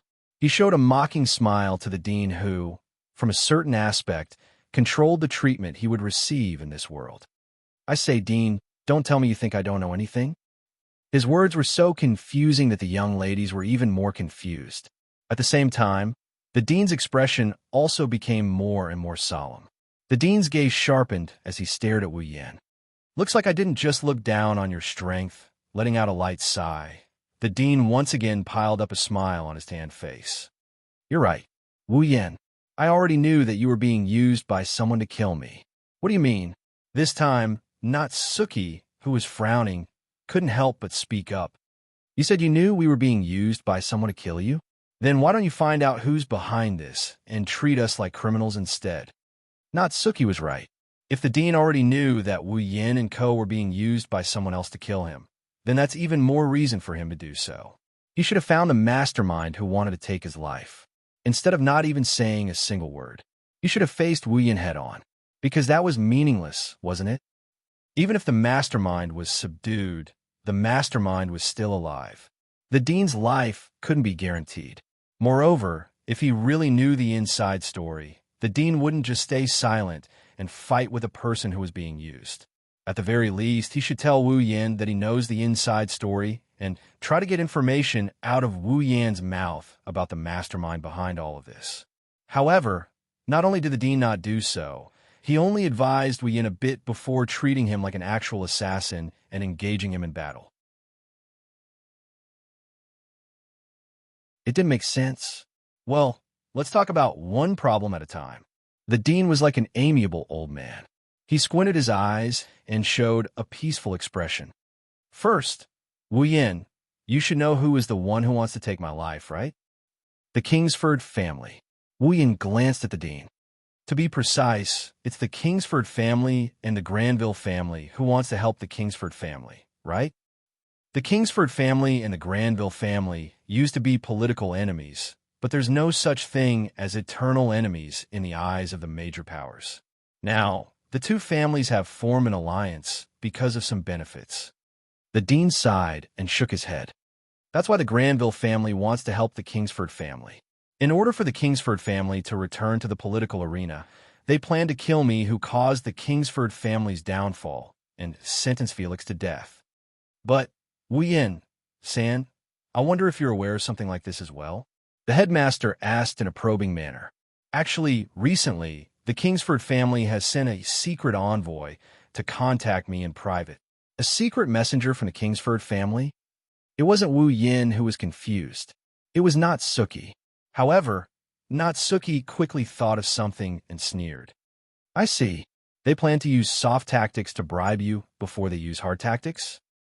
If they can bribe me and let me fabricate some fake evidence to announce the fact that Felix was wrongly accused, wouldn't that solve the problem? The dean acknowledged Natsuki's words and shrugged his shoulders. The Granville family knows nothing about this. So, regardless of whether the assassination plan succeeds or fails, the Granville family can be blamed for it? Nayu spoke with disgust from the bottom of her heart.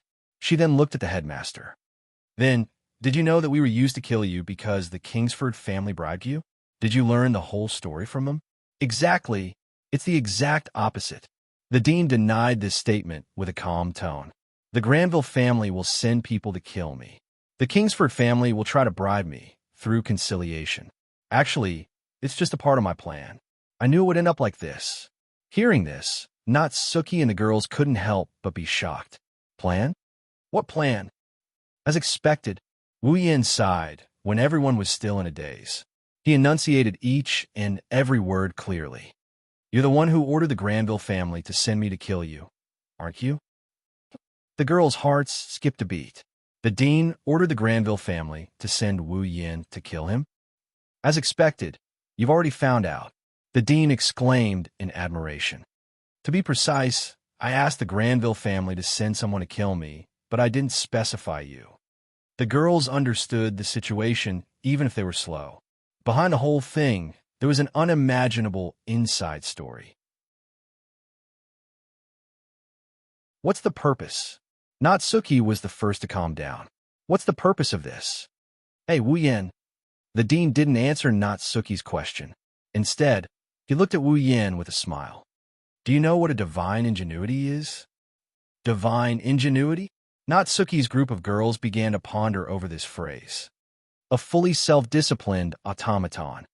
Wu Yin raised his head and said, it's a fully autonomous automaton that can generate magic power on its own, activate magic circuits on its own, and fight on its own, even without the puppeteer's control and supply of magic power.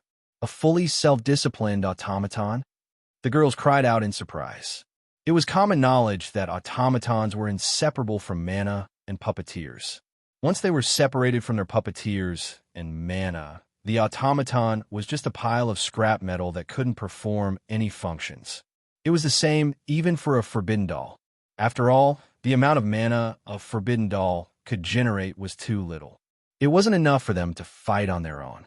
Therefore, without a puppeteer, a forbidden doll was just a toy that wasn't made of scrap metal. However, if an automaton could provide mana on its own like a human, it wouldn't be a problem if it didn't have a puppeteer. Therefore, there was the saying of a fully autonomous automaton. Countries all over the world were also doing research on this point. Unfortunately, until now, no country had ever developed a fully autonomous automaton. As for the fully self-disciplined automaton, its name was Divine Ingenuity.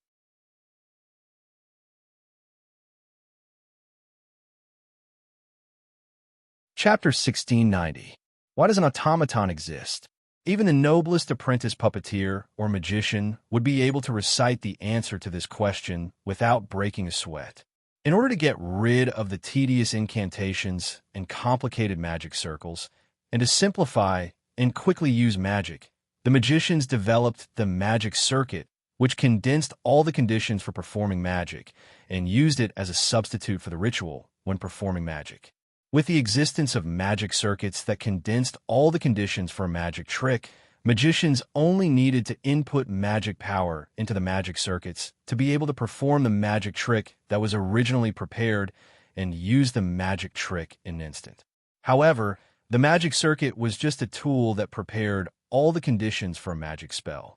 It replaced the existence of lengthy incantations and complicated magic arrays. Even if the magic was already prepared, magicians would still need to control the magic circuits, whether it was activated or used. In this way, although using magic was indeed much faster than without magic circuits, it was still not enough to satisfy some people when used in battle. Therefore, in order to pursue an absolutely simple and fast way to use magic, the automaton was born, and so were the puppeteers. With the automaton, the puppeteers could throw all the work of controlling the magic circuit to the automaton. They only needed to output magic power to perform a magic. To put it bluntly, the automaton was only created to allow magicians to quickly perform magic. Then, the use of the automaton was fixed. Battle. Apart from fighting, the automaton had no other reason to exist.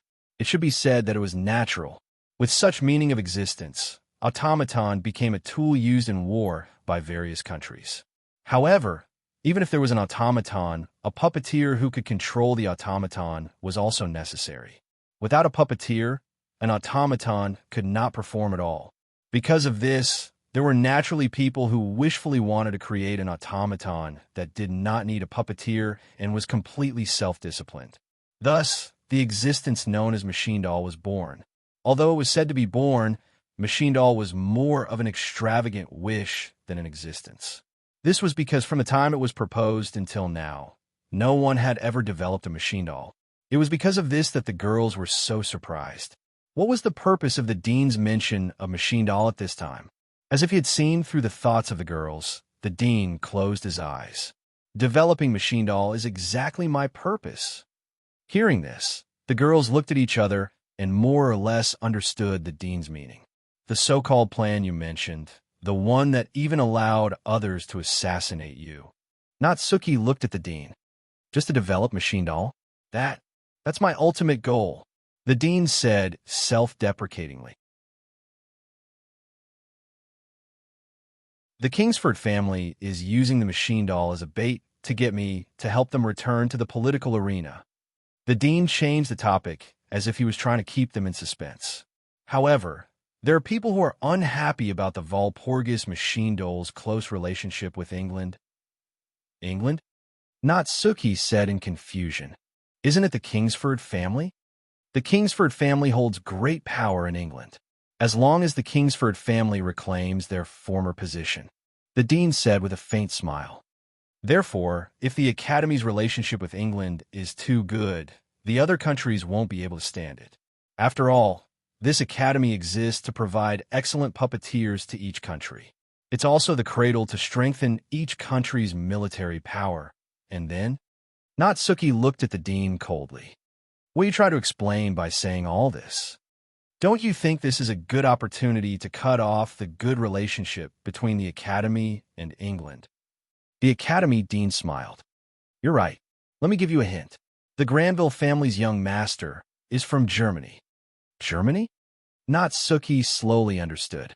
In other words, the Granville family didn't assassinate you to help the Kingsford family, but to destroy the cooperation between you and them? If the Granville family's young master destroys the secret agreement and shows me something that interests me, isn't that a good way to destroy the good relationship between the Academy and England? The headmaster stroked his beard and laughed out loud. As for the thing that interests me, I'm sure you've already guessed what it is. There was no need to guess what it was. Didn't the dean make it clear? His most fundamental purpose was to develop Machine Doll. You mean? Natsuki asked with uncertainty. Germany has already developed Machine Doll. To be exact, Germany's research has already reached a certain stage, and they've achieved some results. Wuyan suddenly said. Young Master Granville's automaton, which is a real automaton, is a half-finished Machine Doll. Clap, clap, clap, clap.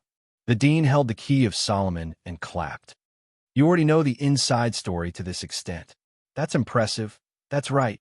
It's really a half-finished machine doll. The dean generously revealed the deepest inside story of the whole matter.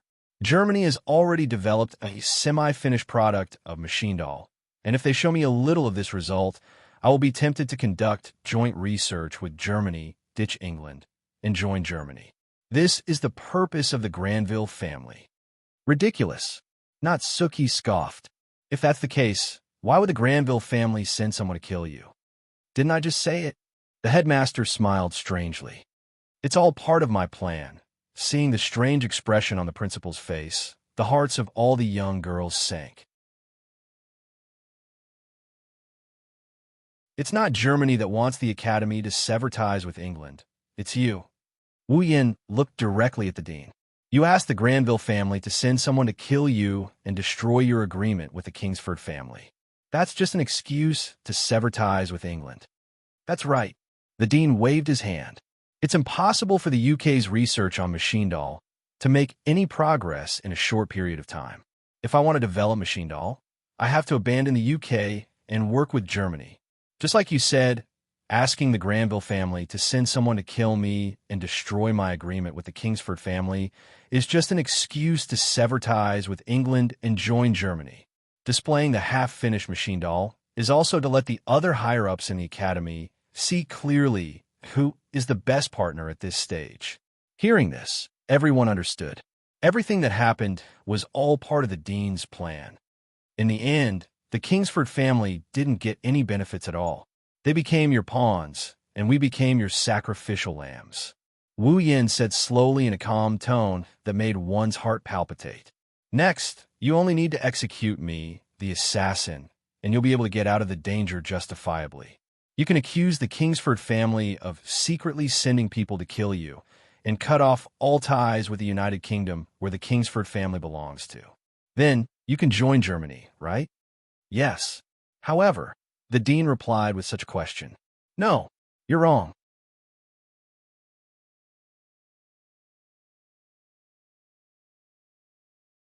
Chapter 1691. No, you're wrong. As soon as he said that, everyone was stunned and turned to look at the dean.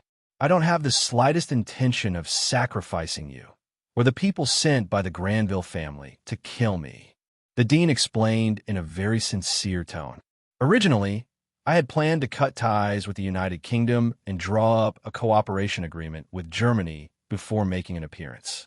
Then, I would reveal the fact that you were being used, clear your name of assassinating the president, and allow you to continue living in the academy. Not Suki, Ikaros, Agrora, Cannon, and even the naive Xianxia couldn't believe what they heard. However, Wu Yin sensed that the dean wasn't lying when he said this. The students studying in this academy are all outstanding puppeteers from all over the world. They are true geniuses, and you are a genius among geniuses. You are a treasure that could be compared to Magnus. The dean smiled. How can I let a talented student like you leave the academy just like that? Huh. Wu Yin snickered at the dean's words. It's a very sarcastic laugh. Everyone says that the Walpurgis Royal Tactical Academy is an academy where strength reigns supreme. Now, I finally understand who developed this theory. I'm looking forward to your performance at the night assembly. The dean ignored Wu Yan's sarcasm, and he continued with a calm expression. So step down. When the time is right, I will step forward and clear your name. Of course, I will also ask the Granville family to release Oliette. We will pretend this never happened. How about it? How about? As soon as he finished speaking, the surrounding space was covered by a deathly silence. The heavy atmosphere continued to spread, and the tension that tugged at one's heartstrings involuntarily rose in the hearts of many people, causing the entire place to be silent. It was as if the sound of needle dropping would enter one's ears. Not Suki, Ikaros, Astria, Agrora, and Cannon all looked at Wu Yin. Needless to say, they were waiting for Wu Yin to make a decision. Wu Yin and the dean looked at each other, and after a while, Wu Yin spat out this sentence. Dean, didn't you just say that I don't know anything about this? I know. I know that you know a lot of things. The dean nodded without any change in his expression. Perhaps you knew from the start that I was the mastermind, right? Yes. Well, I can more or less guess what's going on. Wu Yin shrugged. Then, he looked at the dean with a meaningful look. Since you already know that I might know the inside story of the entire incident, why do you think I would be willing to be used by others and obediently come here to kill you? The dean stopped stroking his beard on the spot. Dean, you seem to have forgotten that there is an important explanation missing from your explanation. Wu Yin smirked. Why would the young master of the Granville family send someone to assassinate you and show you the half-finished product machine doll that symbolizes the secrets of country? Why would he listen to you so obediently? Natsuki and the other girls came to their senses. The dean removed his hand from his chin and looked at Wu Yin. You seem to have a good relationship with the young master of the Granville family. Or should I say, the two of you have an unusual relationship? Wu Yin chuckled. So, I was thinking that if I killed you, the one who planned the whole thing and used me, wouldn't I be able to vent my anger and break the heart of the young master of the Granville family, who threatened me with Angeliette? The originally heavy atmosphere instantly turned into a swamp. Everyone present could clearly feel the pressure in the air. Natsuki and the other girls finally understood why Wu Yin listened to the orders of the Granville family's young master to assassinate the dean despite being threatened by the Granville family's young master. Just like what Natsuki said, Wu Yin was indeed planning something. It was a very simple plan. It wasn't an exaggeration to say that he had bad intentions. It was because he knew that the dean was the mastermind behind the scenes, and that the young master of the Granville family had a close relationship with the dean that Wu Yin obediently came to kill the dean. The reason was that simple. Student Wu Yin, the dean's tone is turning cold. This is not a wise choice. Even if you don't care about becoming a criminal, don't you want to be with your friends in this academy? You're willing to use your own students for your own purposes and then send them away after you've achieved your goals. That young master of the Granville family used Mariette to threaten me. Isn't it because your choices are too wise? Wu Yin looked at the dean coldly. And I hate you all. Naturally, I won't do the same thing as you. Wu Yin lifted his foot and walked forward step by step. You think that you can achieve anything by scheming against everything. However, even the wisest man will make a mistake. You didn't even consider the possibility of being killed by the Granville family, because you are too confident in your own strength. The strongest magician of the 19th century? A grimoire from the future? A legendary level automaton? If these are what you're relying on, then let me destroy them one by one to vent my anger. Wu Yin walked forward and took out a card with a flip of his hand. It was a card with a picture of a knight wearing heavy armor and holding a long sword on the front, and the word saber, swordsman, right below it. Natsuki and the others looked at each other and backed away silently when they saw Wu Yin taking out a card. The headmaster was stunned for a moment and was a little puzzled. Could it be some kind of powerful magic equipment? The moment this question popped up in the dean's mind, Wu Yin got closer and closer to him. His mana surged out like an explosion. Like a raging storm, Wu Yin held the saber, swordsman, rank card in his hand. He stared at the dean in front of him while channeling his mana into the rank card in his hand. At the next moment, Wu Yin murmured as if he was summoning something. Dream summoning. As if waiting for the summoning, the saber card glowed brightly as soon as he murmured the incantation. Wong. The rich magic aura turned into a tornado-like airflow that surged out from the card and wrapped around Wu Yan's body. A blue, door-like geometric pattern rippled out from the card and spun around Wu Yin. As the door-like magic circle spun, Wu Yin, who was shrouded in the magic circle, started glowing brightly. The dean's vision was covered by the bright light, and he raised his hand to block it. However, as soon as he raised his hand and placed it in front of him, an alarm went off in his heart. Ishtar seemed to have sensed the same warning signs and shouted. The dean immediately understood and immediately held Ishtar's hand and injected the maximum amount of mana in his body into Ishtar's body. He might call, "Come to me, my army." Ishtar raised his hand abruptly. Wraiths with painful expressions rushed out and stood in front of the dean and Ishtar like a shield. Almost at the same time, a shockwave blasted out from the bright light and crashed into the group of vengeful spirits that formed the shield. Bam! Accompanied by the sound of a collision, the group of resentful spirits that could corrode everything actually let out silent roars under the impact of the shockwave. Like a black fog blown by a gust of wind, they exploded and scattered. Both the Dean and Ishtar trembled and raised their hands in front of themselves, trying to block the incoming shockwave.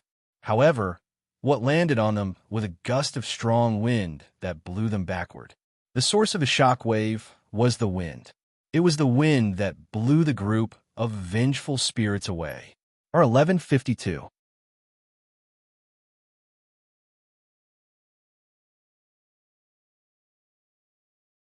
Chapter 1692.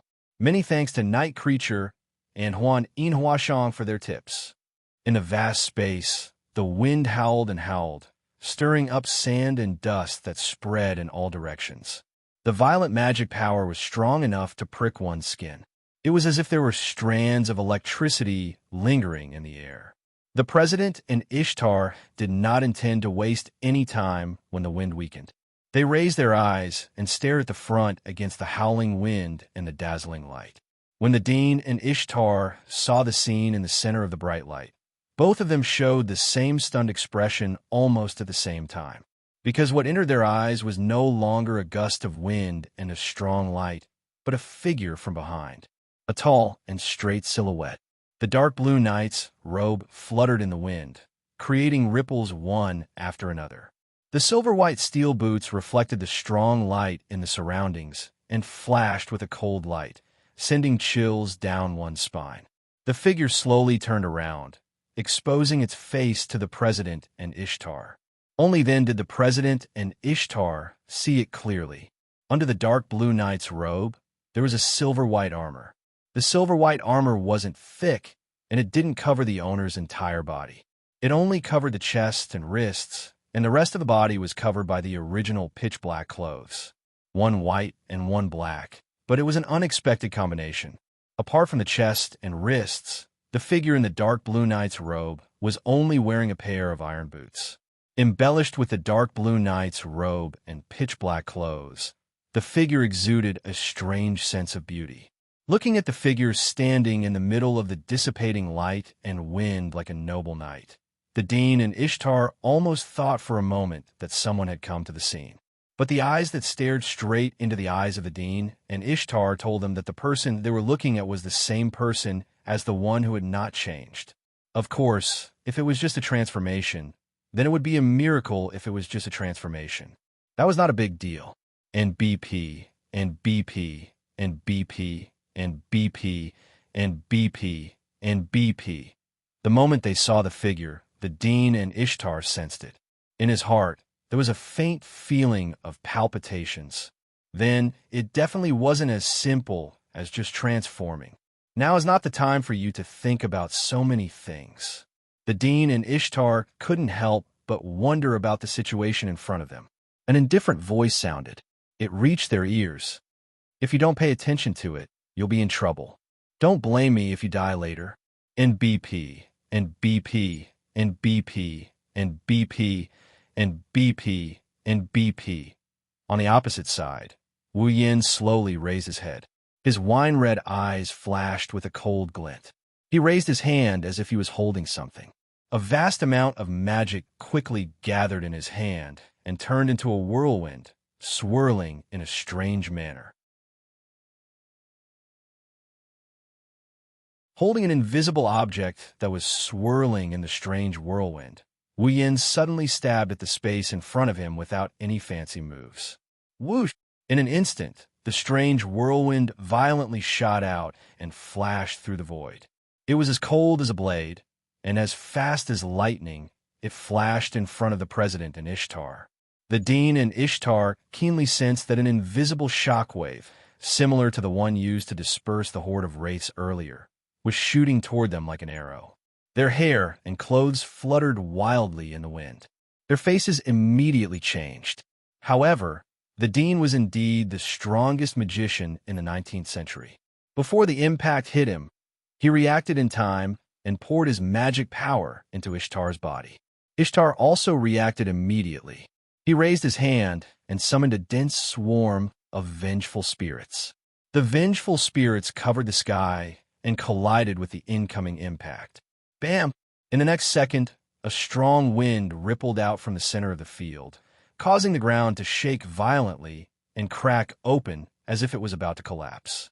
Cracks spread out from the ground in the center of the field, and the strong wind swept out. Some of the gravel was directly shaken into powder and blown away by the strong wind. "Did you manage to block it?" Wu Yin snickered, and he retracted his hand as if he's holding onto an invisible gust of wind. "In that case, why don't we try blocking it one more time?" After that, under Wu Yan's fierce thrust, an impact twice the size of the previous one rushed toward the president and Ishtar. The dean didn't try to block the attack like Wu Yan expected. Instead, he channeled his mana and enveloped himself and Ishtar's body. His luangua glowed with a dim light, and the two of them levitated into the air, evading the attack. That was the power of telekinesis. Looking at the dean who used his telekinesis to fly up into the air, Wu Yin waved his hand that looked like he was holding something. After images of light and the sound of air breaking could be heard as he waved his hand. At first glance, it seemed to be a meaningless action, but the president and Ishtar's faces tightened. Swish! Swish! Swish! Swish! Swish! Wu Yin brandished his sword, and the strong winds turned into wind blades or invisible slashes. They rained down from the sky and covering the earth.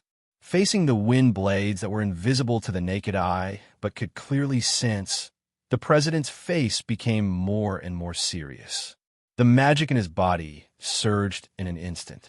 Ishtar suddenly clenched his hand, and a group of pitch-black, vengeful spirits appeared in a flash. The densely packed shadows overlapped each other. In a short moment, they covered an area of 10 meters around the president and Ishtar like a black fog. Bam! Bam! Bam! Bam! The wind blades fiercely struck the group of wraiths, causing a chain of explosions. Powerful winds spread out like a roaring flood, causing the surrounding space to tremble. Natsuki, Ikaros, Astria, Agarola, Cannon, and the other girls were watching the intense battle. They couldn't bear to look away from it. Bam! In midair, an abnormally loud explosion rang out violently. Two figures also flew out from midair. They staggered back a few steps before stabilizing their bodies and landing on the ground. That ghost! Ishtar's expression was incomparably ugly. The dean's expression was still solemn. He didn't say a word and continued to infuse his mana into Ishtar's body. As if to vent her anger, Ishtar waved her slender hand forcefully. In an instant, a meter-long ribbon of wraiths shot out from Ishtar's hand and flew towards Wu Yin. Staring at the mass of wraiths, Wu Yin clenched his fist, and a vast amount of mana surged out of his body. It turned into a whirlwind above his clenched fist. It looked like the whirlwind was wrapped around something as it howled and spun around. Under the watchful eyes of Natsuki, Ikaros, Astria, Agrora, and Cannon, Wu Yin didn't retreat. Instead, he advanced. His silver-white iron boots stomped heavily on the ground. He clenched his fists and fiercely slashed at the ribbon of wraiths. Clang! The torrent of wraiths didn't hit Wu Yan's body. Instead, it seemed to have been blocked by something. It landed on top of Wu Yan's slashing hand. The whirlwind howled, and the sound of metal clashing could be heard. But after blocking the ribbon of wraiths, Wu Yan's expression suddenly sank. Whoosh! Above the torrent of vengeful spirits, a giant arrow made of vengeful spirits spun at high speed. While the torrent of vengeful spirits and the whirlwind were in a deadlock, the arrow mercilessly fell towards Wu Yan's face. Seeing that the surface of the pitch-black huge arrow was filled with faces howling in pain, a sharp glint flashed across Xiaoyan's eyes. He forcefully tightened his grip on something that seemed to be grasping something. Wind King Barrier of Blee and BP-R. While in a deadlock with the torrent of vengeful spirits, the whistling whirlwind suddenly paused. Then, with a speed that could not be seen with the naked eye, it expanded like lightning and exploded. Bam! In an instant, a terrifying storm soared into the sky and swept across the area, quickly shaking and fluctuating. Asterisk boom. Asterisk asterisk boom. Asterisk under the impact of the storm, the vengeful spirit was scattered as if it had been shot away. Whoosh! The torrent of wraiths caused the torrent of wraiths to deviate from its path and soar into the sky, flying towards the horizon. However, the principal, Ishtar, Natsuki, and the other girls had no time to care about these things. This was because their gazes were all attracted by the sword in Wu Yan's hand.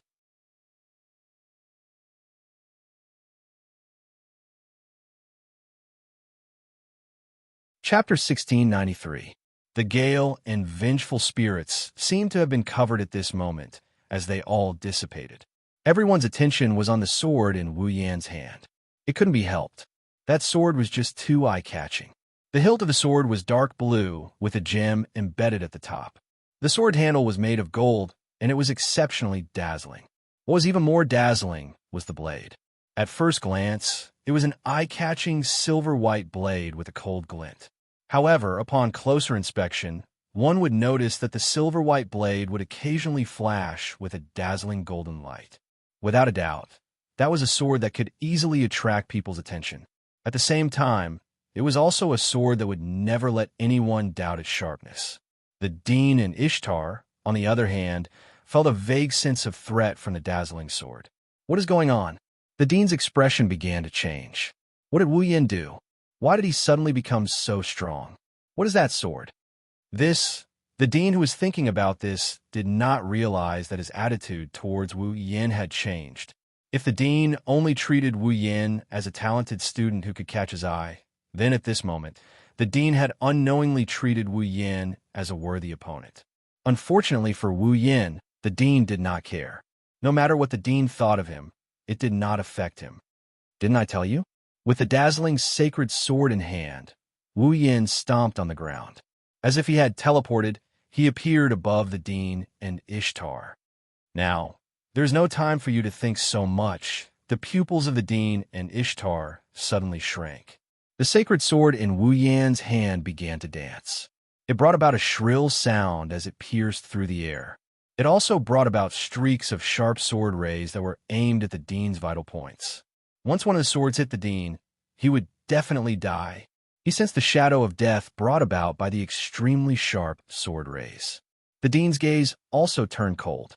Boundless magic power surged out of his body and surged into Ishtar's body. Ishtar's delicate body trembled. Vengeful spirits surged out of every part of his body like shadows. They rapidly danced around the Dean and Ishtar. Bang, bang, bang, bang. The sword rays that descended from the sky all landed on the dancing, vengeful spirits. In the midst of a series of dull thuds, the vengeful spirits exploded one after another. As the sharp sword rays exploded the vengeful spirits one by one, the ground where Ishtar was standing seemed to be unable to withstand the heavy pressure. Cracks that were nearly half a meter deep were left on the ground. Even the place where Ishtar was standing had 2 deep footprints on it. But in the blink of an eye, the dull thuds above his head disappeared and the vengeful spirits stopped exploding. The sacred sword in Wu Yan's hand spun abruptly. Countless blade rays coalesced at lightning speed. Boundless magic power surged out of Wu Yan's body like a flood. The sacred sword swept across an extremely tricky arc like a lightning bolt, miraculously avoiding the vengeful spirits one after another, and pierced toward the Dean's throat. Wu Yan didn't hold back at all. The Dean was infuriated when he saw how merciless Wu Yan was. He channeled his magic power into telekinesis, and he grabbed one of the vengeful spirits and dragged it to his throat. Boom! The tip of the sacred sword instantly pierced the vengeful spirit that was pulled to his throat by the Dean's psychokinesis and used as a shield. The vengeful spirit exploded. Wu Yan was surprised that the Dean actually used such a method to block his attack. Karo! At this moment, Ishtar suddenly raised one of his hands, and aimed his palm at Wu Yan. A thick, black mist emerged from his palm, and vengeful spirits flew out one after another, pouncing on Wu Yan. A fishy stench drilled into the tip of Wu Yan's nose, leaving Wu Yan sulking. He didn't hesitate and slashed at the vengeful spirits with the sacred sword in his hand. PFFF. As soon as the sharp slashes collided with the vengeful spirits were instantly shattered into powder like volcanic ash. Poochie, poochie, poochie, poochie. As the slashes landed on the vengeful spirits, ripping sounds filled the air. One by one, the wraiths were slashed into two halves by the holy sword. Then, they turned into ashes and dissipated. As time passed, the vengeful spirits dwindled, and the Dean and Ishtar became more and more astonished. That sword! The Dean stared at the sacred sword in Wu Yan's hand in astonishment. It can actually come into contact with Queen Ishtar's vengeful spirits so many times without being affected at all. Even though Ishtar's vengeful spirits weren't truly invincible, there were still some existences that could resist them.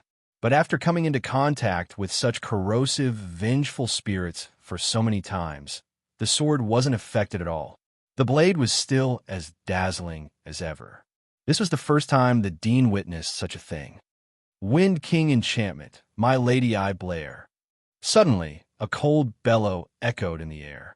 Before the Dean and Ishtar could react, the dazzling sacred sword above their heads suddenly stirred up a whirlwind. Shortly after, a 10-meter-long, violent tornado-like impact burst out from the sacred sword. It flashed across the air, dispersing all the vengeful spirits in its path, and crashed into the Dean and Ishtar. Bam! Such a powerful impact directly scattered the wraiths, and sent the Dean and Ishtar flying. If it wasn't for the Dean's timely use of telekinesis to support their bodies, the two of them would have crashed to the ground. Thief! Ishtar had never thought that he would end up in such a pathetic state. He was finally enraged. Ed, give me your magical power. I want to summon the second batch of troops. The Dean didn't object and extended his hand to Ishtar. But at this moment, the surrounding ground, trees, buildings, and even heaven and earth seemed to have turned into a dreamland as they flashed with a dazzling golden radiance. The Dean's outstretched hand came to a halt. His pupils gradually narrowed until they were the size of a needle tip. Then, he slowly turned his head and looked in the direction of Wu Yan. In the middle of the dazzling golden radiance, Wu Yan was wearing a dark blue night robe. His chest, wrists, and feet were covered with silver-white armor. He held the sacred sword in his hands high above his head. Suddenly, streams of golden light rose from the surroundings like shooting stars. They flowed towards the sacred sword in Wu Yan's hand and infused into the sacred sword. As the streams of light flowed into the sacred sword turned into a ray of light and shone in the middle of heaven and earth. It wasn't until the sacred sword turned into a ray of light that Wu Yan raised his head. His wine-red pupils met the eyes of the Dean and Ishtar, and an expression slowly appeared on his face as if he was reminiscing about a person who was about to die. In an instant, a fatal sense of crisis surged in the hearts of the Dean and Ishtar. Ed, cried Ishtar, alarmed. Magical power! Magical power! Ah! The Dean's calm image disappeared. The veins on his forehead bulged. The magical power in his body surged wildly and was absorbed by Ishtar. In the next moment, the Dean and Ishtar were covered by the wraiths that were as dense as clouds. In the next moment, Wu Yan closed his eyes and slashed the light in his hand. Excalibur! For a moment, the people who were closer to the Dean's mansion all saw it. A dazzling ray of light with a diameter of 10 meters suddenly shot out. It stayed in the air for less than a second. It shook the atmosphere and rubbed against the space. While it stirred up layers of violent wind, it swept past the Dean's mansion. Not long after, a huge protective barrier formed by crystals fluctuated in the space around the ray of light. It covered the direction of the Dean's mansion. Within the protective barrier, an even more intense light flashed. Then, boom! Within the translucent protective barrier, in the fierce light, a deafening thunderous sound shook the air. It carried with it a shockwave that was enough to destroy everything. It raged wildly within the protective barrier. The ground collapsed. Trees and stones were sent flying. The dean's mansion was completely reduced to ashes under the impact of the ray of light. The shockwave was relentless and continued to destroy everything within the protective barrier. After a long time,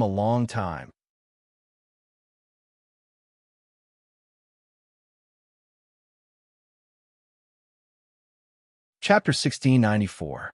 Boom! The dazzling light beam exploded within the translucent barrier made of crystals. Like a wave of fire, it engulfed the entire space within the translucent barrier. Perhaps the people outside did not feel anything, but within the translucent barrier, the temperature of the entire space suddenly rose by a lot. Under the effect of the raging wind and waves that were like waves of fire, the ground within the protective barrier collapsed from the pressure. The trees were either blown away or smashed into pieces. The headmaster's mansion was completely turned into ashes and was wiped off the map of the academy. Kacha! Kacha! Kacha! Not long after, even the translucent barrier that tried to contain the shockwave and not expand the scope of the damage began to crack. Inside, traces of magic power leaked out from the cracks. Within the academy, everyone who was near the headmaster's residence and had heard the deafening loud noise were given a fright as they lifted their eyes in a daze. They looked towards the frightening shockwave that had engulfed the defensive barrier as their faces turned dull. In the vast academy, the surroundings of the headmaster's mansion were silent. Everyone who witnessed this scene could not help but feel their mouths dry up. They could not help but swallow a mouthful of saliva. A feeling of fear spread from the depths of their hearts. What's wrong? What happened? This was the question in everyone's heart. Inside the translucent barrier that was cracking, the ripples spread out. The shockwaves rippled out in all directions. With the explosion point as the center, everything in the vicinity suffered a devastating blow. No one knew how long it lasted. When the barrier was about to collapse and shatter, the shockwave gradually dissipated, revealing the place that was baptized. It could only be said that it was too horrible to look at. The ground was completely razed to the ground, just like what was written on the surface. The streets and trees were all a thing of the past. Everything was revealed under the sunlight. There was only real soil. Every corner was filled with scorch marks. Every place was filled with black smoke.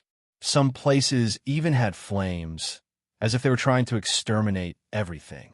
Among the things that were left behind, for example, the rubble and broken wood were burning. This area was slowly turned into a real scorched earth. In a corner of this scorched land, a translucent barrier made of crystals with cracks all over its surface shattered with a bang. It shattered into pieces. Inside the shattered translucent barrier, Natsuki, Ikaros, Astria, Agrora, and Cannon had different expressions as they looked ahead in silence. About 20 meters away from where Natsuki and the other girls were looking, there was only one side of the wall left.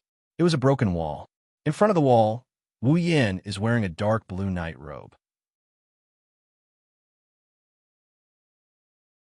His chest, wrists, and feet are covered in silver armor.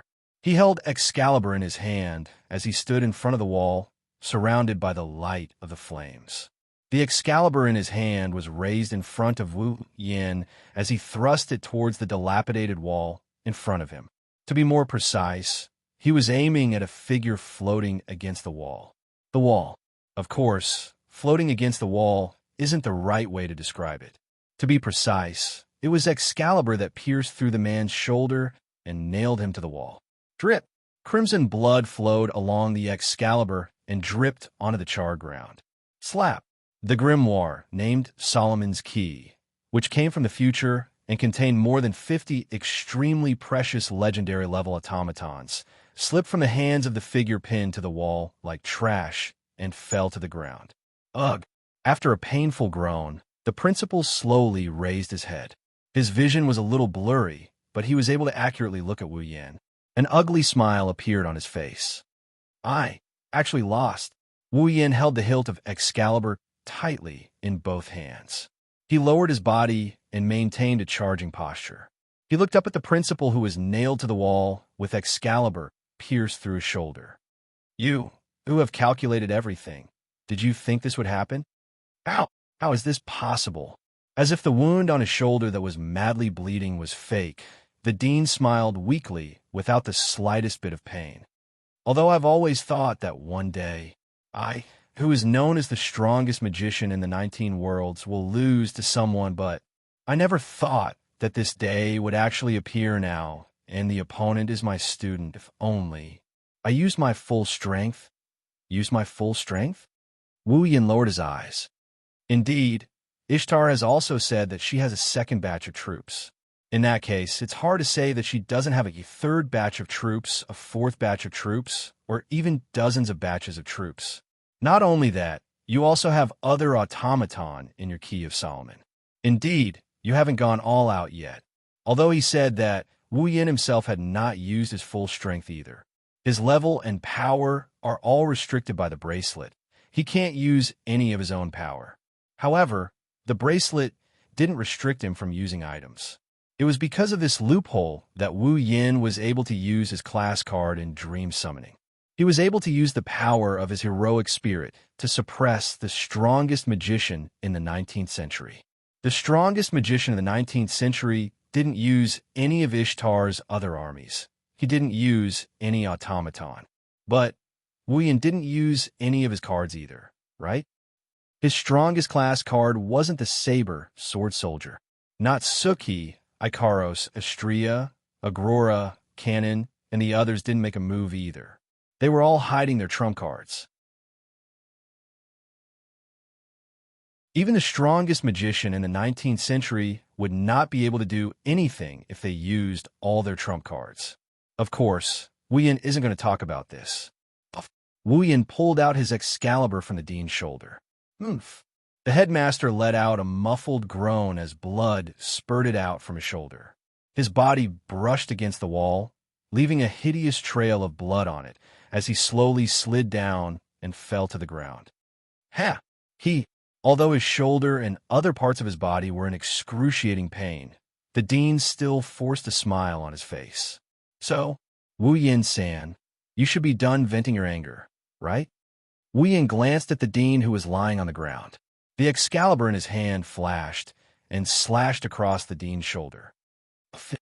Following such a crisp tearing sound, an arm flew into the sky. This time, the dean couldn't hold back anymore. He hugged his severed arm and screamed in agony. Wu Yin exhaled in response to the dean's pitiful state. Now, I've vented my anger. Swish! Just as he finished his sentence, a shadow flashed in front of Wu Yin and raised his leg to kick Wu Yin. Unfortunately, before the shadow could kick Wu Yin, a spatial ripple rippled in front of Wu Yin. A chain glowing in purple light emerged from the ripple and lashed at the shadow like a whip. Bam! With a muffled sound, the afterimage was sent flying like a kite with a broken string. It glided in a perfect parabola in the air, but halfway through its flight, it stabilized and landed lightly on the ground. At that moment, the dean on the ground had already disappeared and appeared beside the ambusher on the ground. Beside the ambusher, another figure suddenly appeared. He squatted on the ground and pressed his hand on the spot where the dean's arm was severed. His gaze shot forward. His gaze was filled with murderous intent.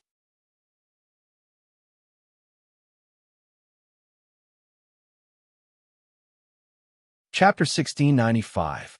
The lock of discipline slowly retracted back into the spatial ripple.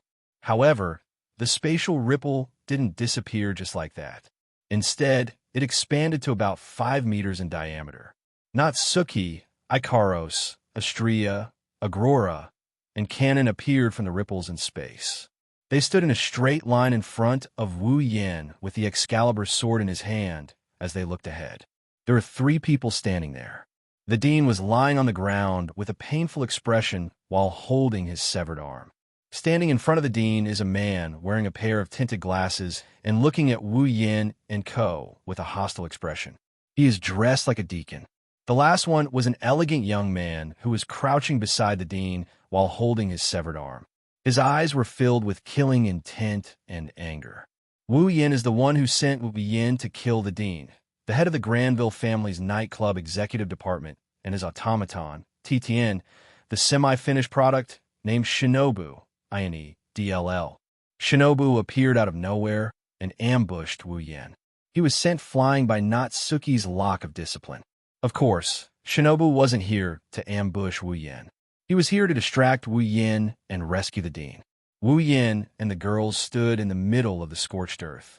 They exchanged glances with Kazuma, who was standing not far away from them, causing the atmosphere to tense up. Looking at the killing intent and anger in the boy's eyes, Wu Yin raised an eyebrow and laughed. His laughter was very sarcastic. "I say, head of the night meeting executive department, what is the meaning of this?" The young man glared at Wu Yin. His expression kept changing between anger and killing intent, hesitation and struggle.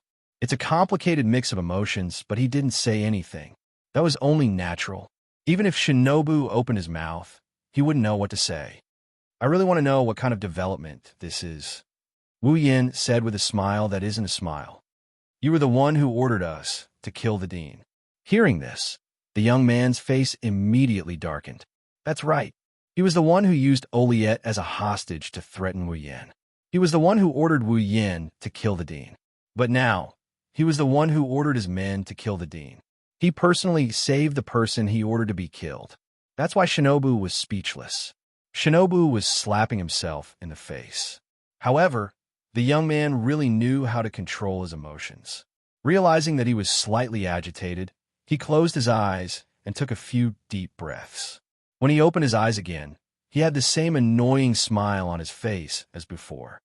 "Ah, this is amazing. I didn't expect the famous Crimson Eyes to defeat the strongest magician of the 19th century. This is amazing. My goal isn't to defeat you." Wu Yin ignored the guy who's trying to change the topic. He looked at the guy with a deep gaze. "My goal is to kill the academy head." Shinobu's annoying smile froze for a moment. He waved his hand elegantly. "Thank you for your hard work. But this is enough. This is enough." Wu Yin asked a question he already knew the answer to. "Why?" "Because, after thinking about it, killing the dean now will cause a lot of unnecessary trouble." Shinobu cursed in his heart, but he still maintained a smile on his face. "Therefore, Dean, please spare his life for the time being." "How can that be?" Wu Yan's expression slowly turned into a sneer. "For Oliet, I have to complete my mission, don't I?" You. Shinobu clenched his teeth and lowered his head. After a long time, he sighed.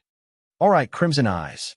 You probably know about the agreement between the dean and the Granville family. So, I won't let you kill the dean.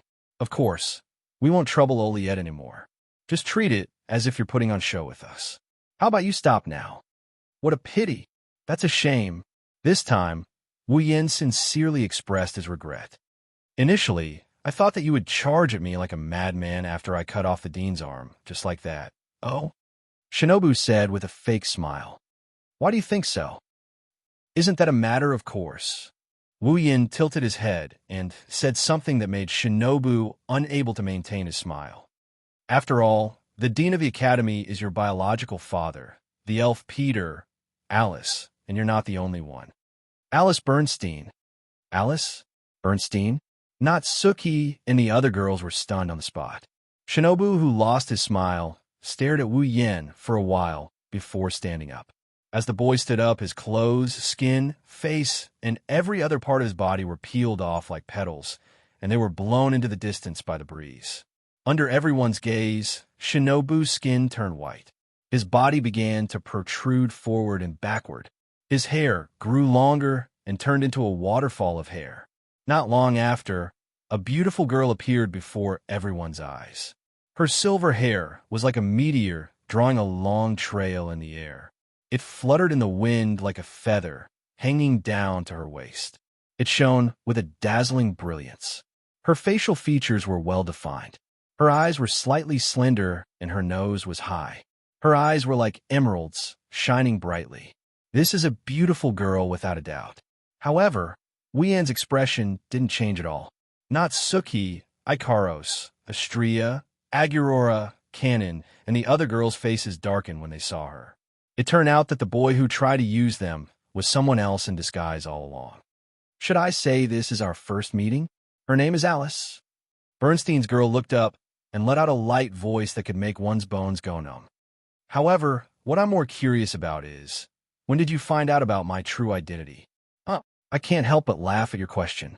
Wu Yan glanced at Alice. Didn't I tell you when we first met? When we first met. Alice frowned. Her mind wandered back to that day. The head of the nightclub's executive department, number 10 of the RNDS, Cedric Granville. Cedric Granville. In the meeting hall of the executive department of the night party, when Alice, who pretended to be the director of the executive department of the night party, was about to introduce herself, the man who was standing opposite her and was about to fall into her trap uttered such a sentence. Let's assume that you're that person for now. For the time being, just treat me as that person. Alice murmured and smiled bitterly. So that's how it is. I've been exposed from the start. Even my plan has been exposed. That's why you beat me in my own game and followed my orders to assassinate the dean? Well, it's not that, Wu Yan said with an indifferent expression. It's just that I'll be in a better mood if I do that. Then we really are alike. Alice pursed her lips into a smile. We're both scheming against others to please ourselves. Don't compare me to you, Wu Yan retorted without holding back. My motto is to not offend others unless offended. I'm different from you who dragged unrelated people into this mess just to please yourself. Even your soul is rotten. Thank you for your exaggeration. Alice showed a pitiful smile as if she had been praised. The reason I've lived until now is to obtain everything I love and then destroy them all. Is that so? Wu Yan nodded. Then, before I wish you success, I'll give you a piece of advice. No, a warning. I'm almost done with this game. Wu Yan looked straight at Alice. That's why you should stop messing around with Angela yet. Otherwise, I can't guarantee that your dear father won't lose another arm. Alice's smile froze on her face. Wu Yan, on the other hand, didn't even look at Alice. He turned around and left the scorched earth with the girls in tow.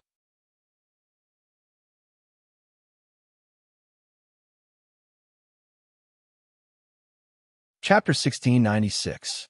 Buzz. As soon as they left the area of the dean's residence, Wu Yan's body flashed with a strong light.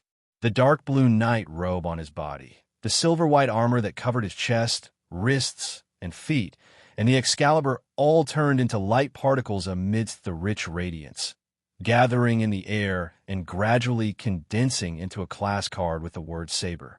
Reaching out his hand, Wu Yan took out the saber swordsman rank card. Looking at the picture of a knight holding a sword and wearing heavy armor, Wu Yan let out a long sigh. What do you plan to do next? Natsuki stared straight ahead as she walked forward. Do you still intend to stay in the academy? Ikaros, Astria, Agrora, and Canon looked at Wu Yan at the same time. It seems like they had the same question in their minds. Wu Yan glanced at the group of girls and took in their gazes. After pondering for a moment, he shook his head. Forget it. The replication of Eve's heart is almost complete. Besides, I've already chopped off the dean's hand. If I continue to stay here, things might become very troublesome. Although the headmaster himself had said that he had no intention of pushing Wu Yan out as a scapegoat, that was before the headmaster had laid his cards on the table. Now, it was Wu Yan's own idea to beat the dean into a half-dead state. It could also be said that he was using his own will to hurt the dean of the Walpurgis Wong Li Tactical Academy. Who knew if the dean would still turn a blind eye to it? Even if the headmaster really intended to let the culprit who cut off his arm continue to stay in the academy after his arm was cut off, Alice, that brainless fellow, might once again come looking for trouble with Wu Yan. After all, what Alice was after, to put it nicely, was something that pleased him. To put it bluntly, it was something that pleased him. It was a process of self-destruction. Therefore, it was hard to guarantee that Alice would not trouble Wu Yan again. Wu Yan was not afraid. However, it was better to avoid trouble if possible. Moreover, it was just as Wu Yan had said. The replication of Eve's heart had indeed reached its final stage. The third round of the Demigod Path mission was also about to come to an end. It was also because the Demigod Path quest was about to be completed. That was why Wu Yin had chosen to assassinate the headmaster for the second time today, in order to settle the grudge in the academy. As for why he chose today, the reason was simple. Tonight, 10000000, Eve's hearts were successfully replicated. In other words, by tonight, the third phase of the Path of Demigod mission would be completed, and Wu Yin and the others would be able to leave the Nimble Girl's unhurt world. Therefore, Wu Yin attacked the Dean without any scruples and ended the chaos. And now, there was less than half a day left before night fell. With Wu Yin and the others' abilities, hiding for another half a day in the Walpurgis Academy without being discovered would be a piece of cake. Master, Xianxia pulled Wu Yan's sleeve. She hesitated for a moment before speaking. Aren't you going to bid farewell to Miss Charlotte? Wu Yan's footsteps stopped for a moment. He hesitated. Ikaros. Canon turned around and looked at Ikaros. Aren't you going to bid farewell to Miss Flay and Rabbi? Ikaros flinched. It's rare for her to be hesitant about something other than Wu Yan. I don't encourage people to leave without saying goodbye. Even though it was a prideful statement, Agrora said it in a timid tone. My other half thinks so too. In other words, Agrora's other personality, Nagisa Akatsuki, also felt that she should bid farewell to Charlotte. Listening to the girls, Wu Yan's hesitant expression became more and more apparent. Natsuki's red lips opened slightly. She wanted to say something, but she suddenly stopped and sighed. It seems like there's no need to hesitate. As soon as Natsuki finished speaking, a voice called out to him from not far away. Yen. In front of him, a fairy-like girl who was hugging a little dragon that was covered in wounds, a girl with 5 dogs, a young man with a girl in a kimono with a short skirt, and a man with an automaton with a humanoid figure ran over at a speed that was not considered slow. Looking at the group of 2 guys and 2 girls, especially the girl who was carrying a wounded little dragon and running towards him with an anxious and worried look on her face, Wu Yan's hesitation was swept away, and he bitterly laughed. Charlotte, Flay, Raisin, and Loki ran over to Wu Yan with their automaton. To be exact, after running for a distance, Flay, Raisin, and Loki stopped. Charlotte was the only one who ran over to Wu Yan. The distance between the two of them was only a short 2 to 3 meters. When the wine-red pupils and the azure-blue eyes met, waves of emotions surged within them. It was as if there were thousands of words that they wanted to say, but they couldn't say a single word. Natsuki, Ikaros, Xianxia, Agrora, Canon, and the other girls moved away and walked over to Flay and the others. They started chatting about something. It was clear the girls wanted to give Wu Yin and Charlotte some space. A space to bid farewell to each other. Charlotte tightly hugged the silent little dragon in her arms and asked nervously, Did you? Seeing Charlotte's nervous expression, Wu Yin chuckled. Don't worry, I didn't kill the school head. I only taught him a lesson. Charlotte released a sigh of relief when she heard Wu Yan's explanation. At the same time, she also felt a bit confused. Lesson? A lot of things happened. Wu Yan did not explain. He merely smiled at Charlotte. You only need to know that you and your younger sister can live peacefully together in the future. That's enough. Seeing the smile on Wu Yan's face and hearing Wu Yan's words, Charlotte felt pain in her heart. She couldn't hold back her tears and started sobbing. Who needs you to meddle in other people's business? At the end of the day, you still can't be honest with me. Wu Yan bitterly smiled.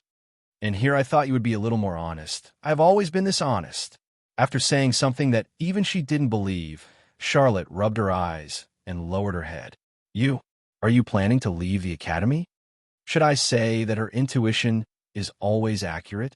Even though they only exchanged a few sentences and the content was completely unrelated, Charlotte could still faintly feel it. Before her eyes, the person she loved with great difficulty was about to leave her side. Even though I caused a lot of trouble, I'm not so kind as to clean up the aftermath. Wu Yin said with a teasing tone. What? You can't bear to part with me? Who would be reluctant to part with a pervert like you? Charlotte lowered her head so no one could see her expression. However, the words that came out of her mouth were squeezed out. Her heart was filled with sorrow. If you want to leave, then leave. I won't. I won't. You won't ask me to stay, right? Wu Yin said helplessly. That would be for the best. If you ask me to stay, I'm worried that I won't be able to resist. Charlotte bit her lips tightly. She wanted to say something, but she couldn't. In the end, she could only say such a sentence. Will you come back? That's hard to say. Wu Yin looked directly at Charlotte, and his voice became gentle. But when I practice with you, I'll definitely come back. Charlotte finally raised her head and met Wu Yan's gaze with her teary eyes. She didn't look away. If you lie to me, I'll blast you to smithereens. That's really scary. Wu Yin pretended to be afraid and patted his chest. Looks like I'll have to find time to practice with you as soon as possible. Of course, Charlotte said with her usual impolite tone. She stood on her tiptoes and kissed him on the lips while he was still in a daze. You know the consequences of lying to me. Charlotte revealed her most beautiful smile.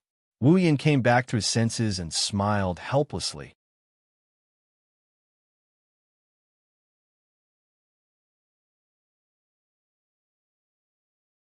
Chapter 1697. The incident that happened in the Dean's Mansion spread across the entire Walpurgis Li Tactical Academy in less than half a day. Although it was said to spread across the entire Walpurgis Li Tactical Academy. In fact, what was spread out was that the entire area around the Dean's Mansion had been turned into scorched earth. It couldn't be helped. No matter how much he tried to hide it, it was something that couldn't be hidden. Under the strike of Excalibur's true name Liberation, the scene of the Dean's Mansion being completely destroyed was witnessed by quite a number of people in the vicinity. If it wasn't for Wu Yin infusing his mana into Ikaro's body after releasing Excalibur's true name and allowing her to build an Aegis, absolute defense circle, the destruction wouldn't only be limited to the Dean's Mansion. How could such a huge commotion be hidden? Therefore, in less than half a day's time, the matter of the Academy Dean's residence being burned to the ground became known to everyone. Other than that, there was another thing that everyone knew. The Dean had lost an arm. It was also something that couldn't be hidden. The students of the Walpurgis Li Tactical Academy were in an uproar, and many speculations about the Dean's missing arm popped up one after another. Not long ago, Wu Yin attacked the Dean under the watchful eyes of the crowd and caused quite a commotion. Naturally, the incident of the Dean losing an arm couldn't escape the speculations of being assassinated by Wu Yin. One had to admit that although most of the rumors couldn't be trusted, they wouldn't come out of nowhere. That was the truth. Many of the students of the Walpurgis Li Tactical Academy believed in the speculations as well. However, just as many of them were feeling indignant about it, the dean, who was staying in the infirmary of the medical department, supported his pale face with a broken arm and announced something to the crowd. The one who tried to kill me was a man who disguised himself as the director of the nightclub executive department. Cedric Granville, the thief. After leaving that statement, the dean entered the medical department's dormitory once again. He started to recover. Not long after, the guards and the disciplinary committee of the Walpurgis Li Tactical Academy found the imprisoned Cedric Granville in a secret location. Cedric Granville. He had saved him. As a result, this incident was reduced to an invasion by foreign terrorists, and the case was finally closed. Since the dean and the higher-ups of the academy decided to close the case, even though the dean didn't explain why Scarlet Eyes attacked him, the other unrelated members of the academy couldn't say anything about it. The incident had a strong start but a weak end, and the curtains were drawn. Regarding this, Charlot, Flay, Raisin, and Rocky, the four people who knew the inside story to a certain degree, remained silent and continued with their lives in the academy. As for what they were thinking in their hearts, only they themselves knew. The curtain of night gradually descended. In the depths of the forest of the Walpurgis Li Tactical Academy, Wu Yin stood in the center of an empty space. Natsuki, Ikaros, Astria, Nagisa, and Cannon stood behind him. Everyone's gaze was focused on the space in front of them. They were staring at a crimson ripple in space without blinking. They had been in this state for quite some time now. If one looked closely, they would notice that inside the crimson ripple, Wu Yin and the others were staring at a sphere that was emitting light. They were spherical hearts that were emitting light and beating rhythmically as if they were glowing. These balls were glowing and beating rhythmically like glowing hearts. They were none other than Eve's heart. In the space of Wealth of Kings, Eve's hearts were glowing like crystal balls. They were scattered all over the place without any order. There were so many of them that one couldn't see the end of them. It's only natural. After all, there are 1 million Eve's hearts. Just by piling it up, it was enough to form a small mountain.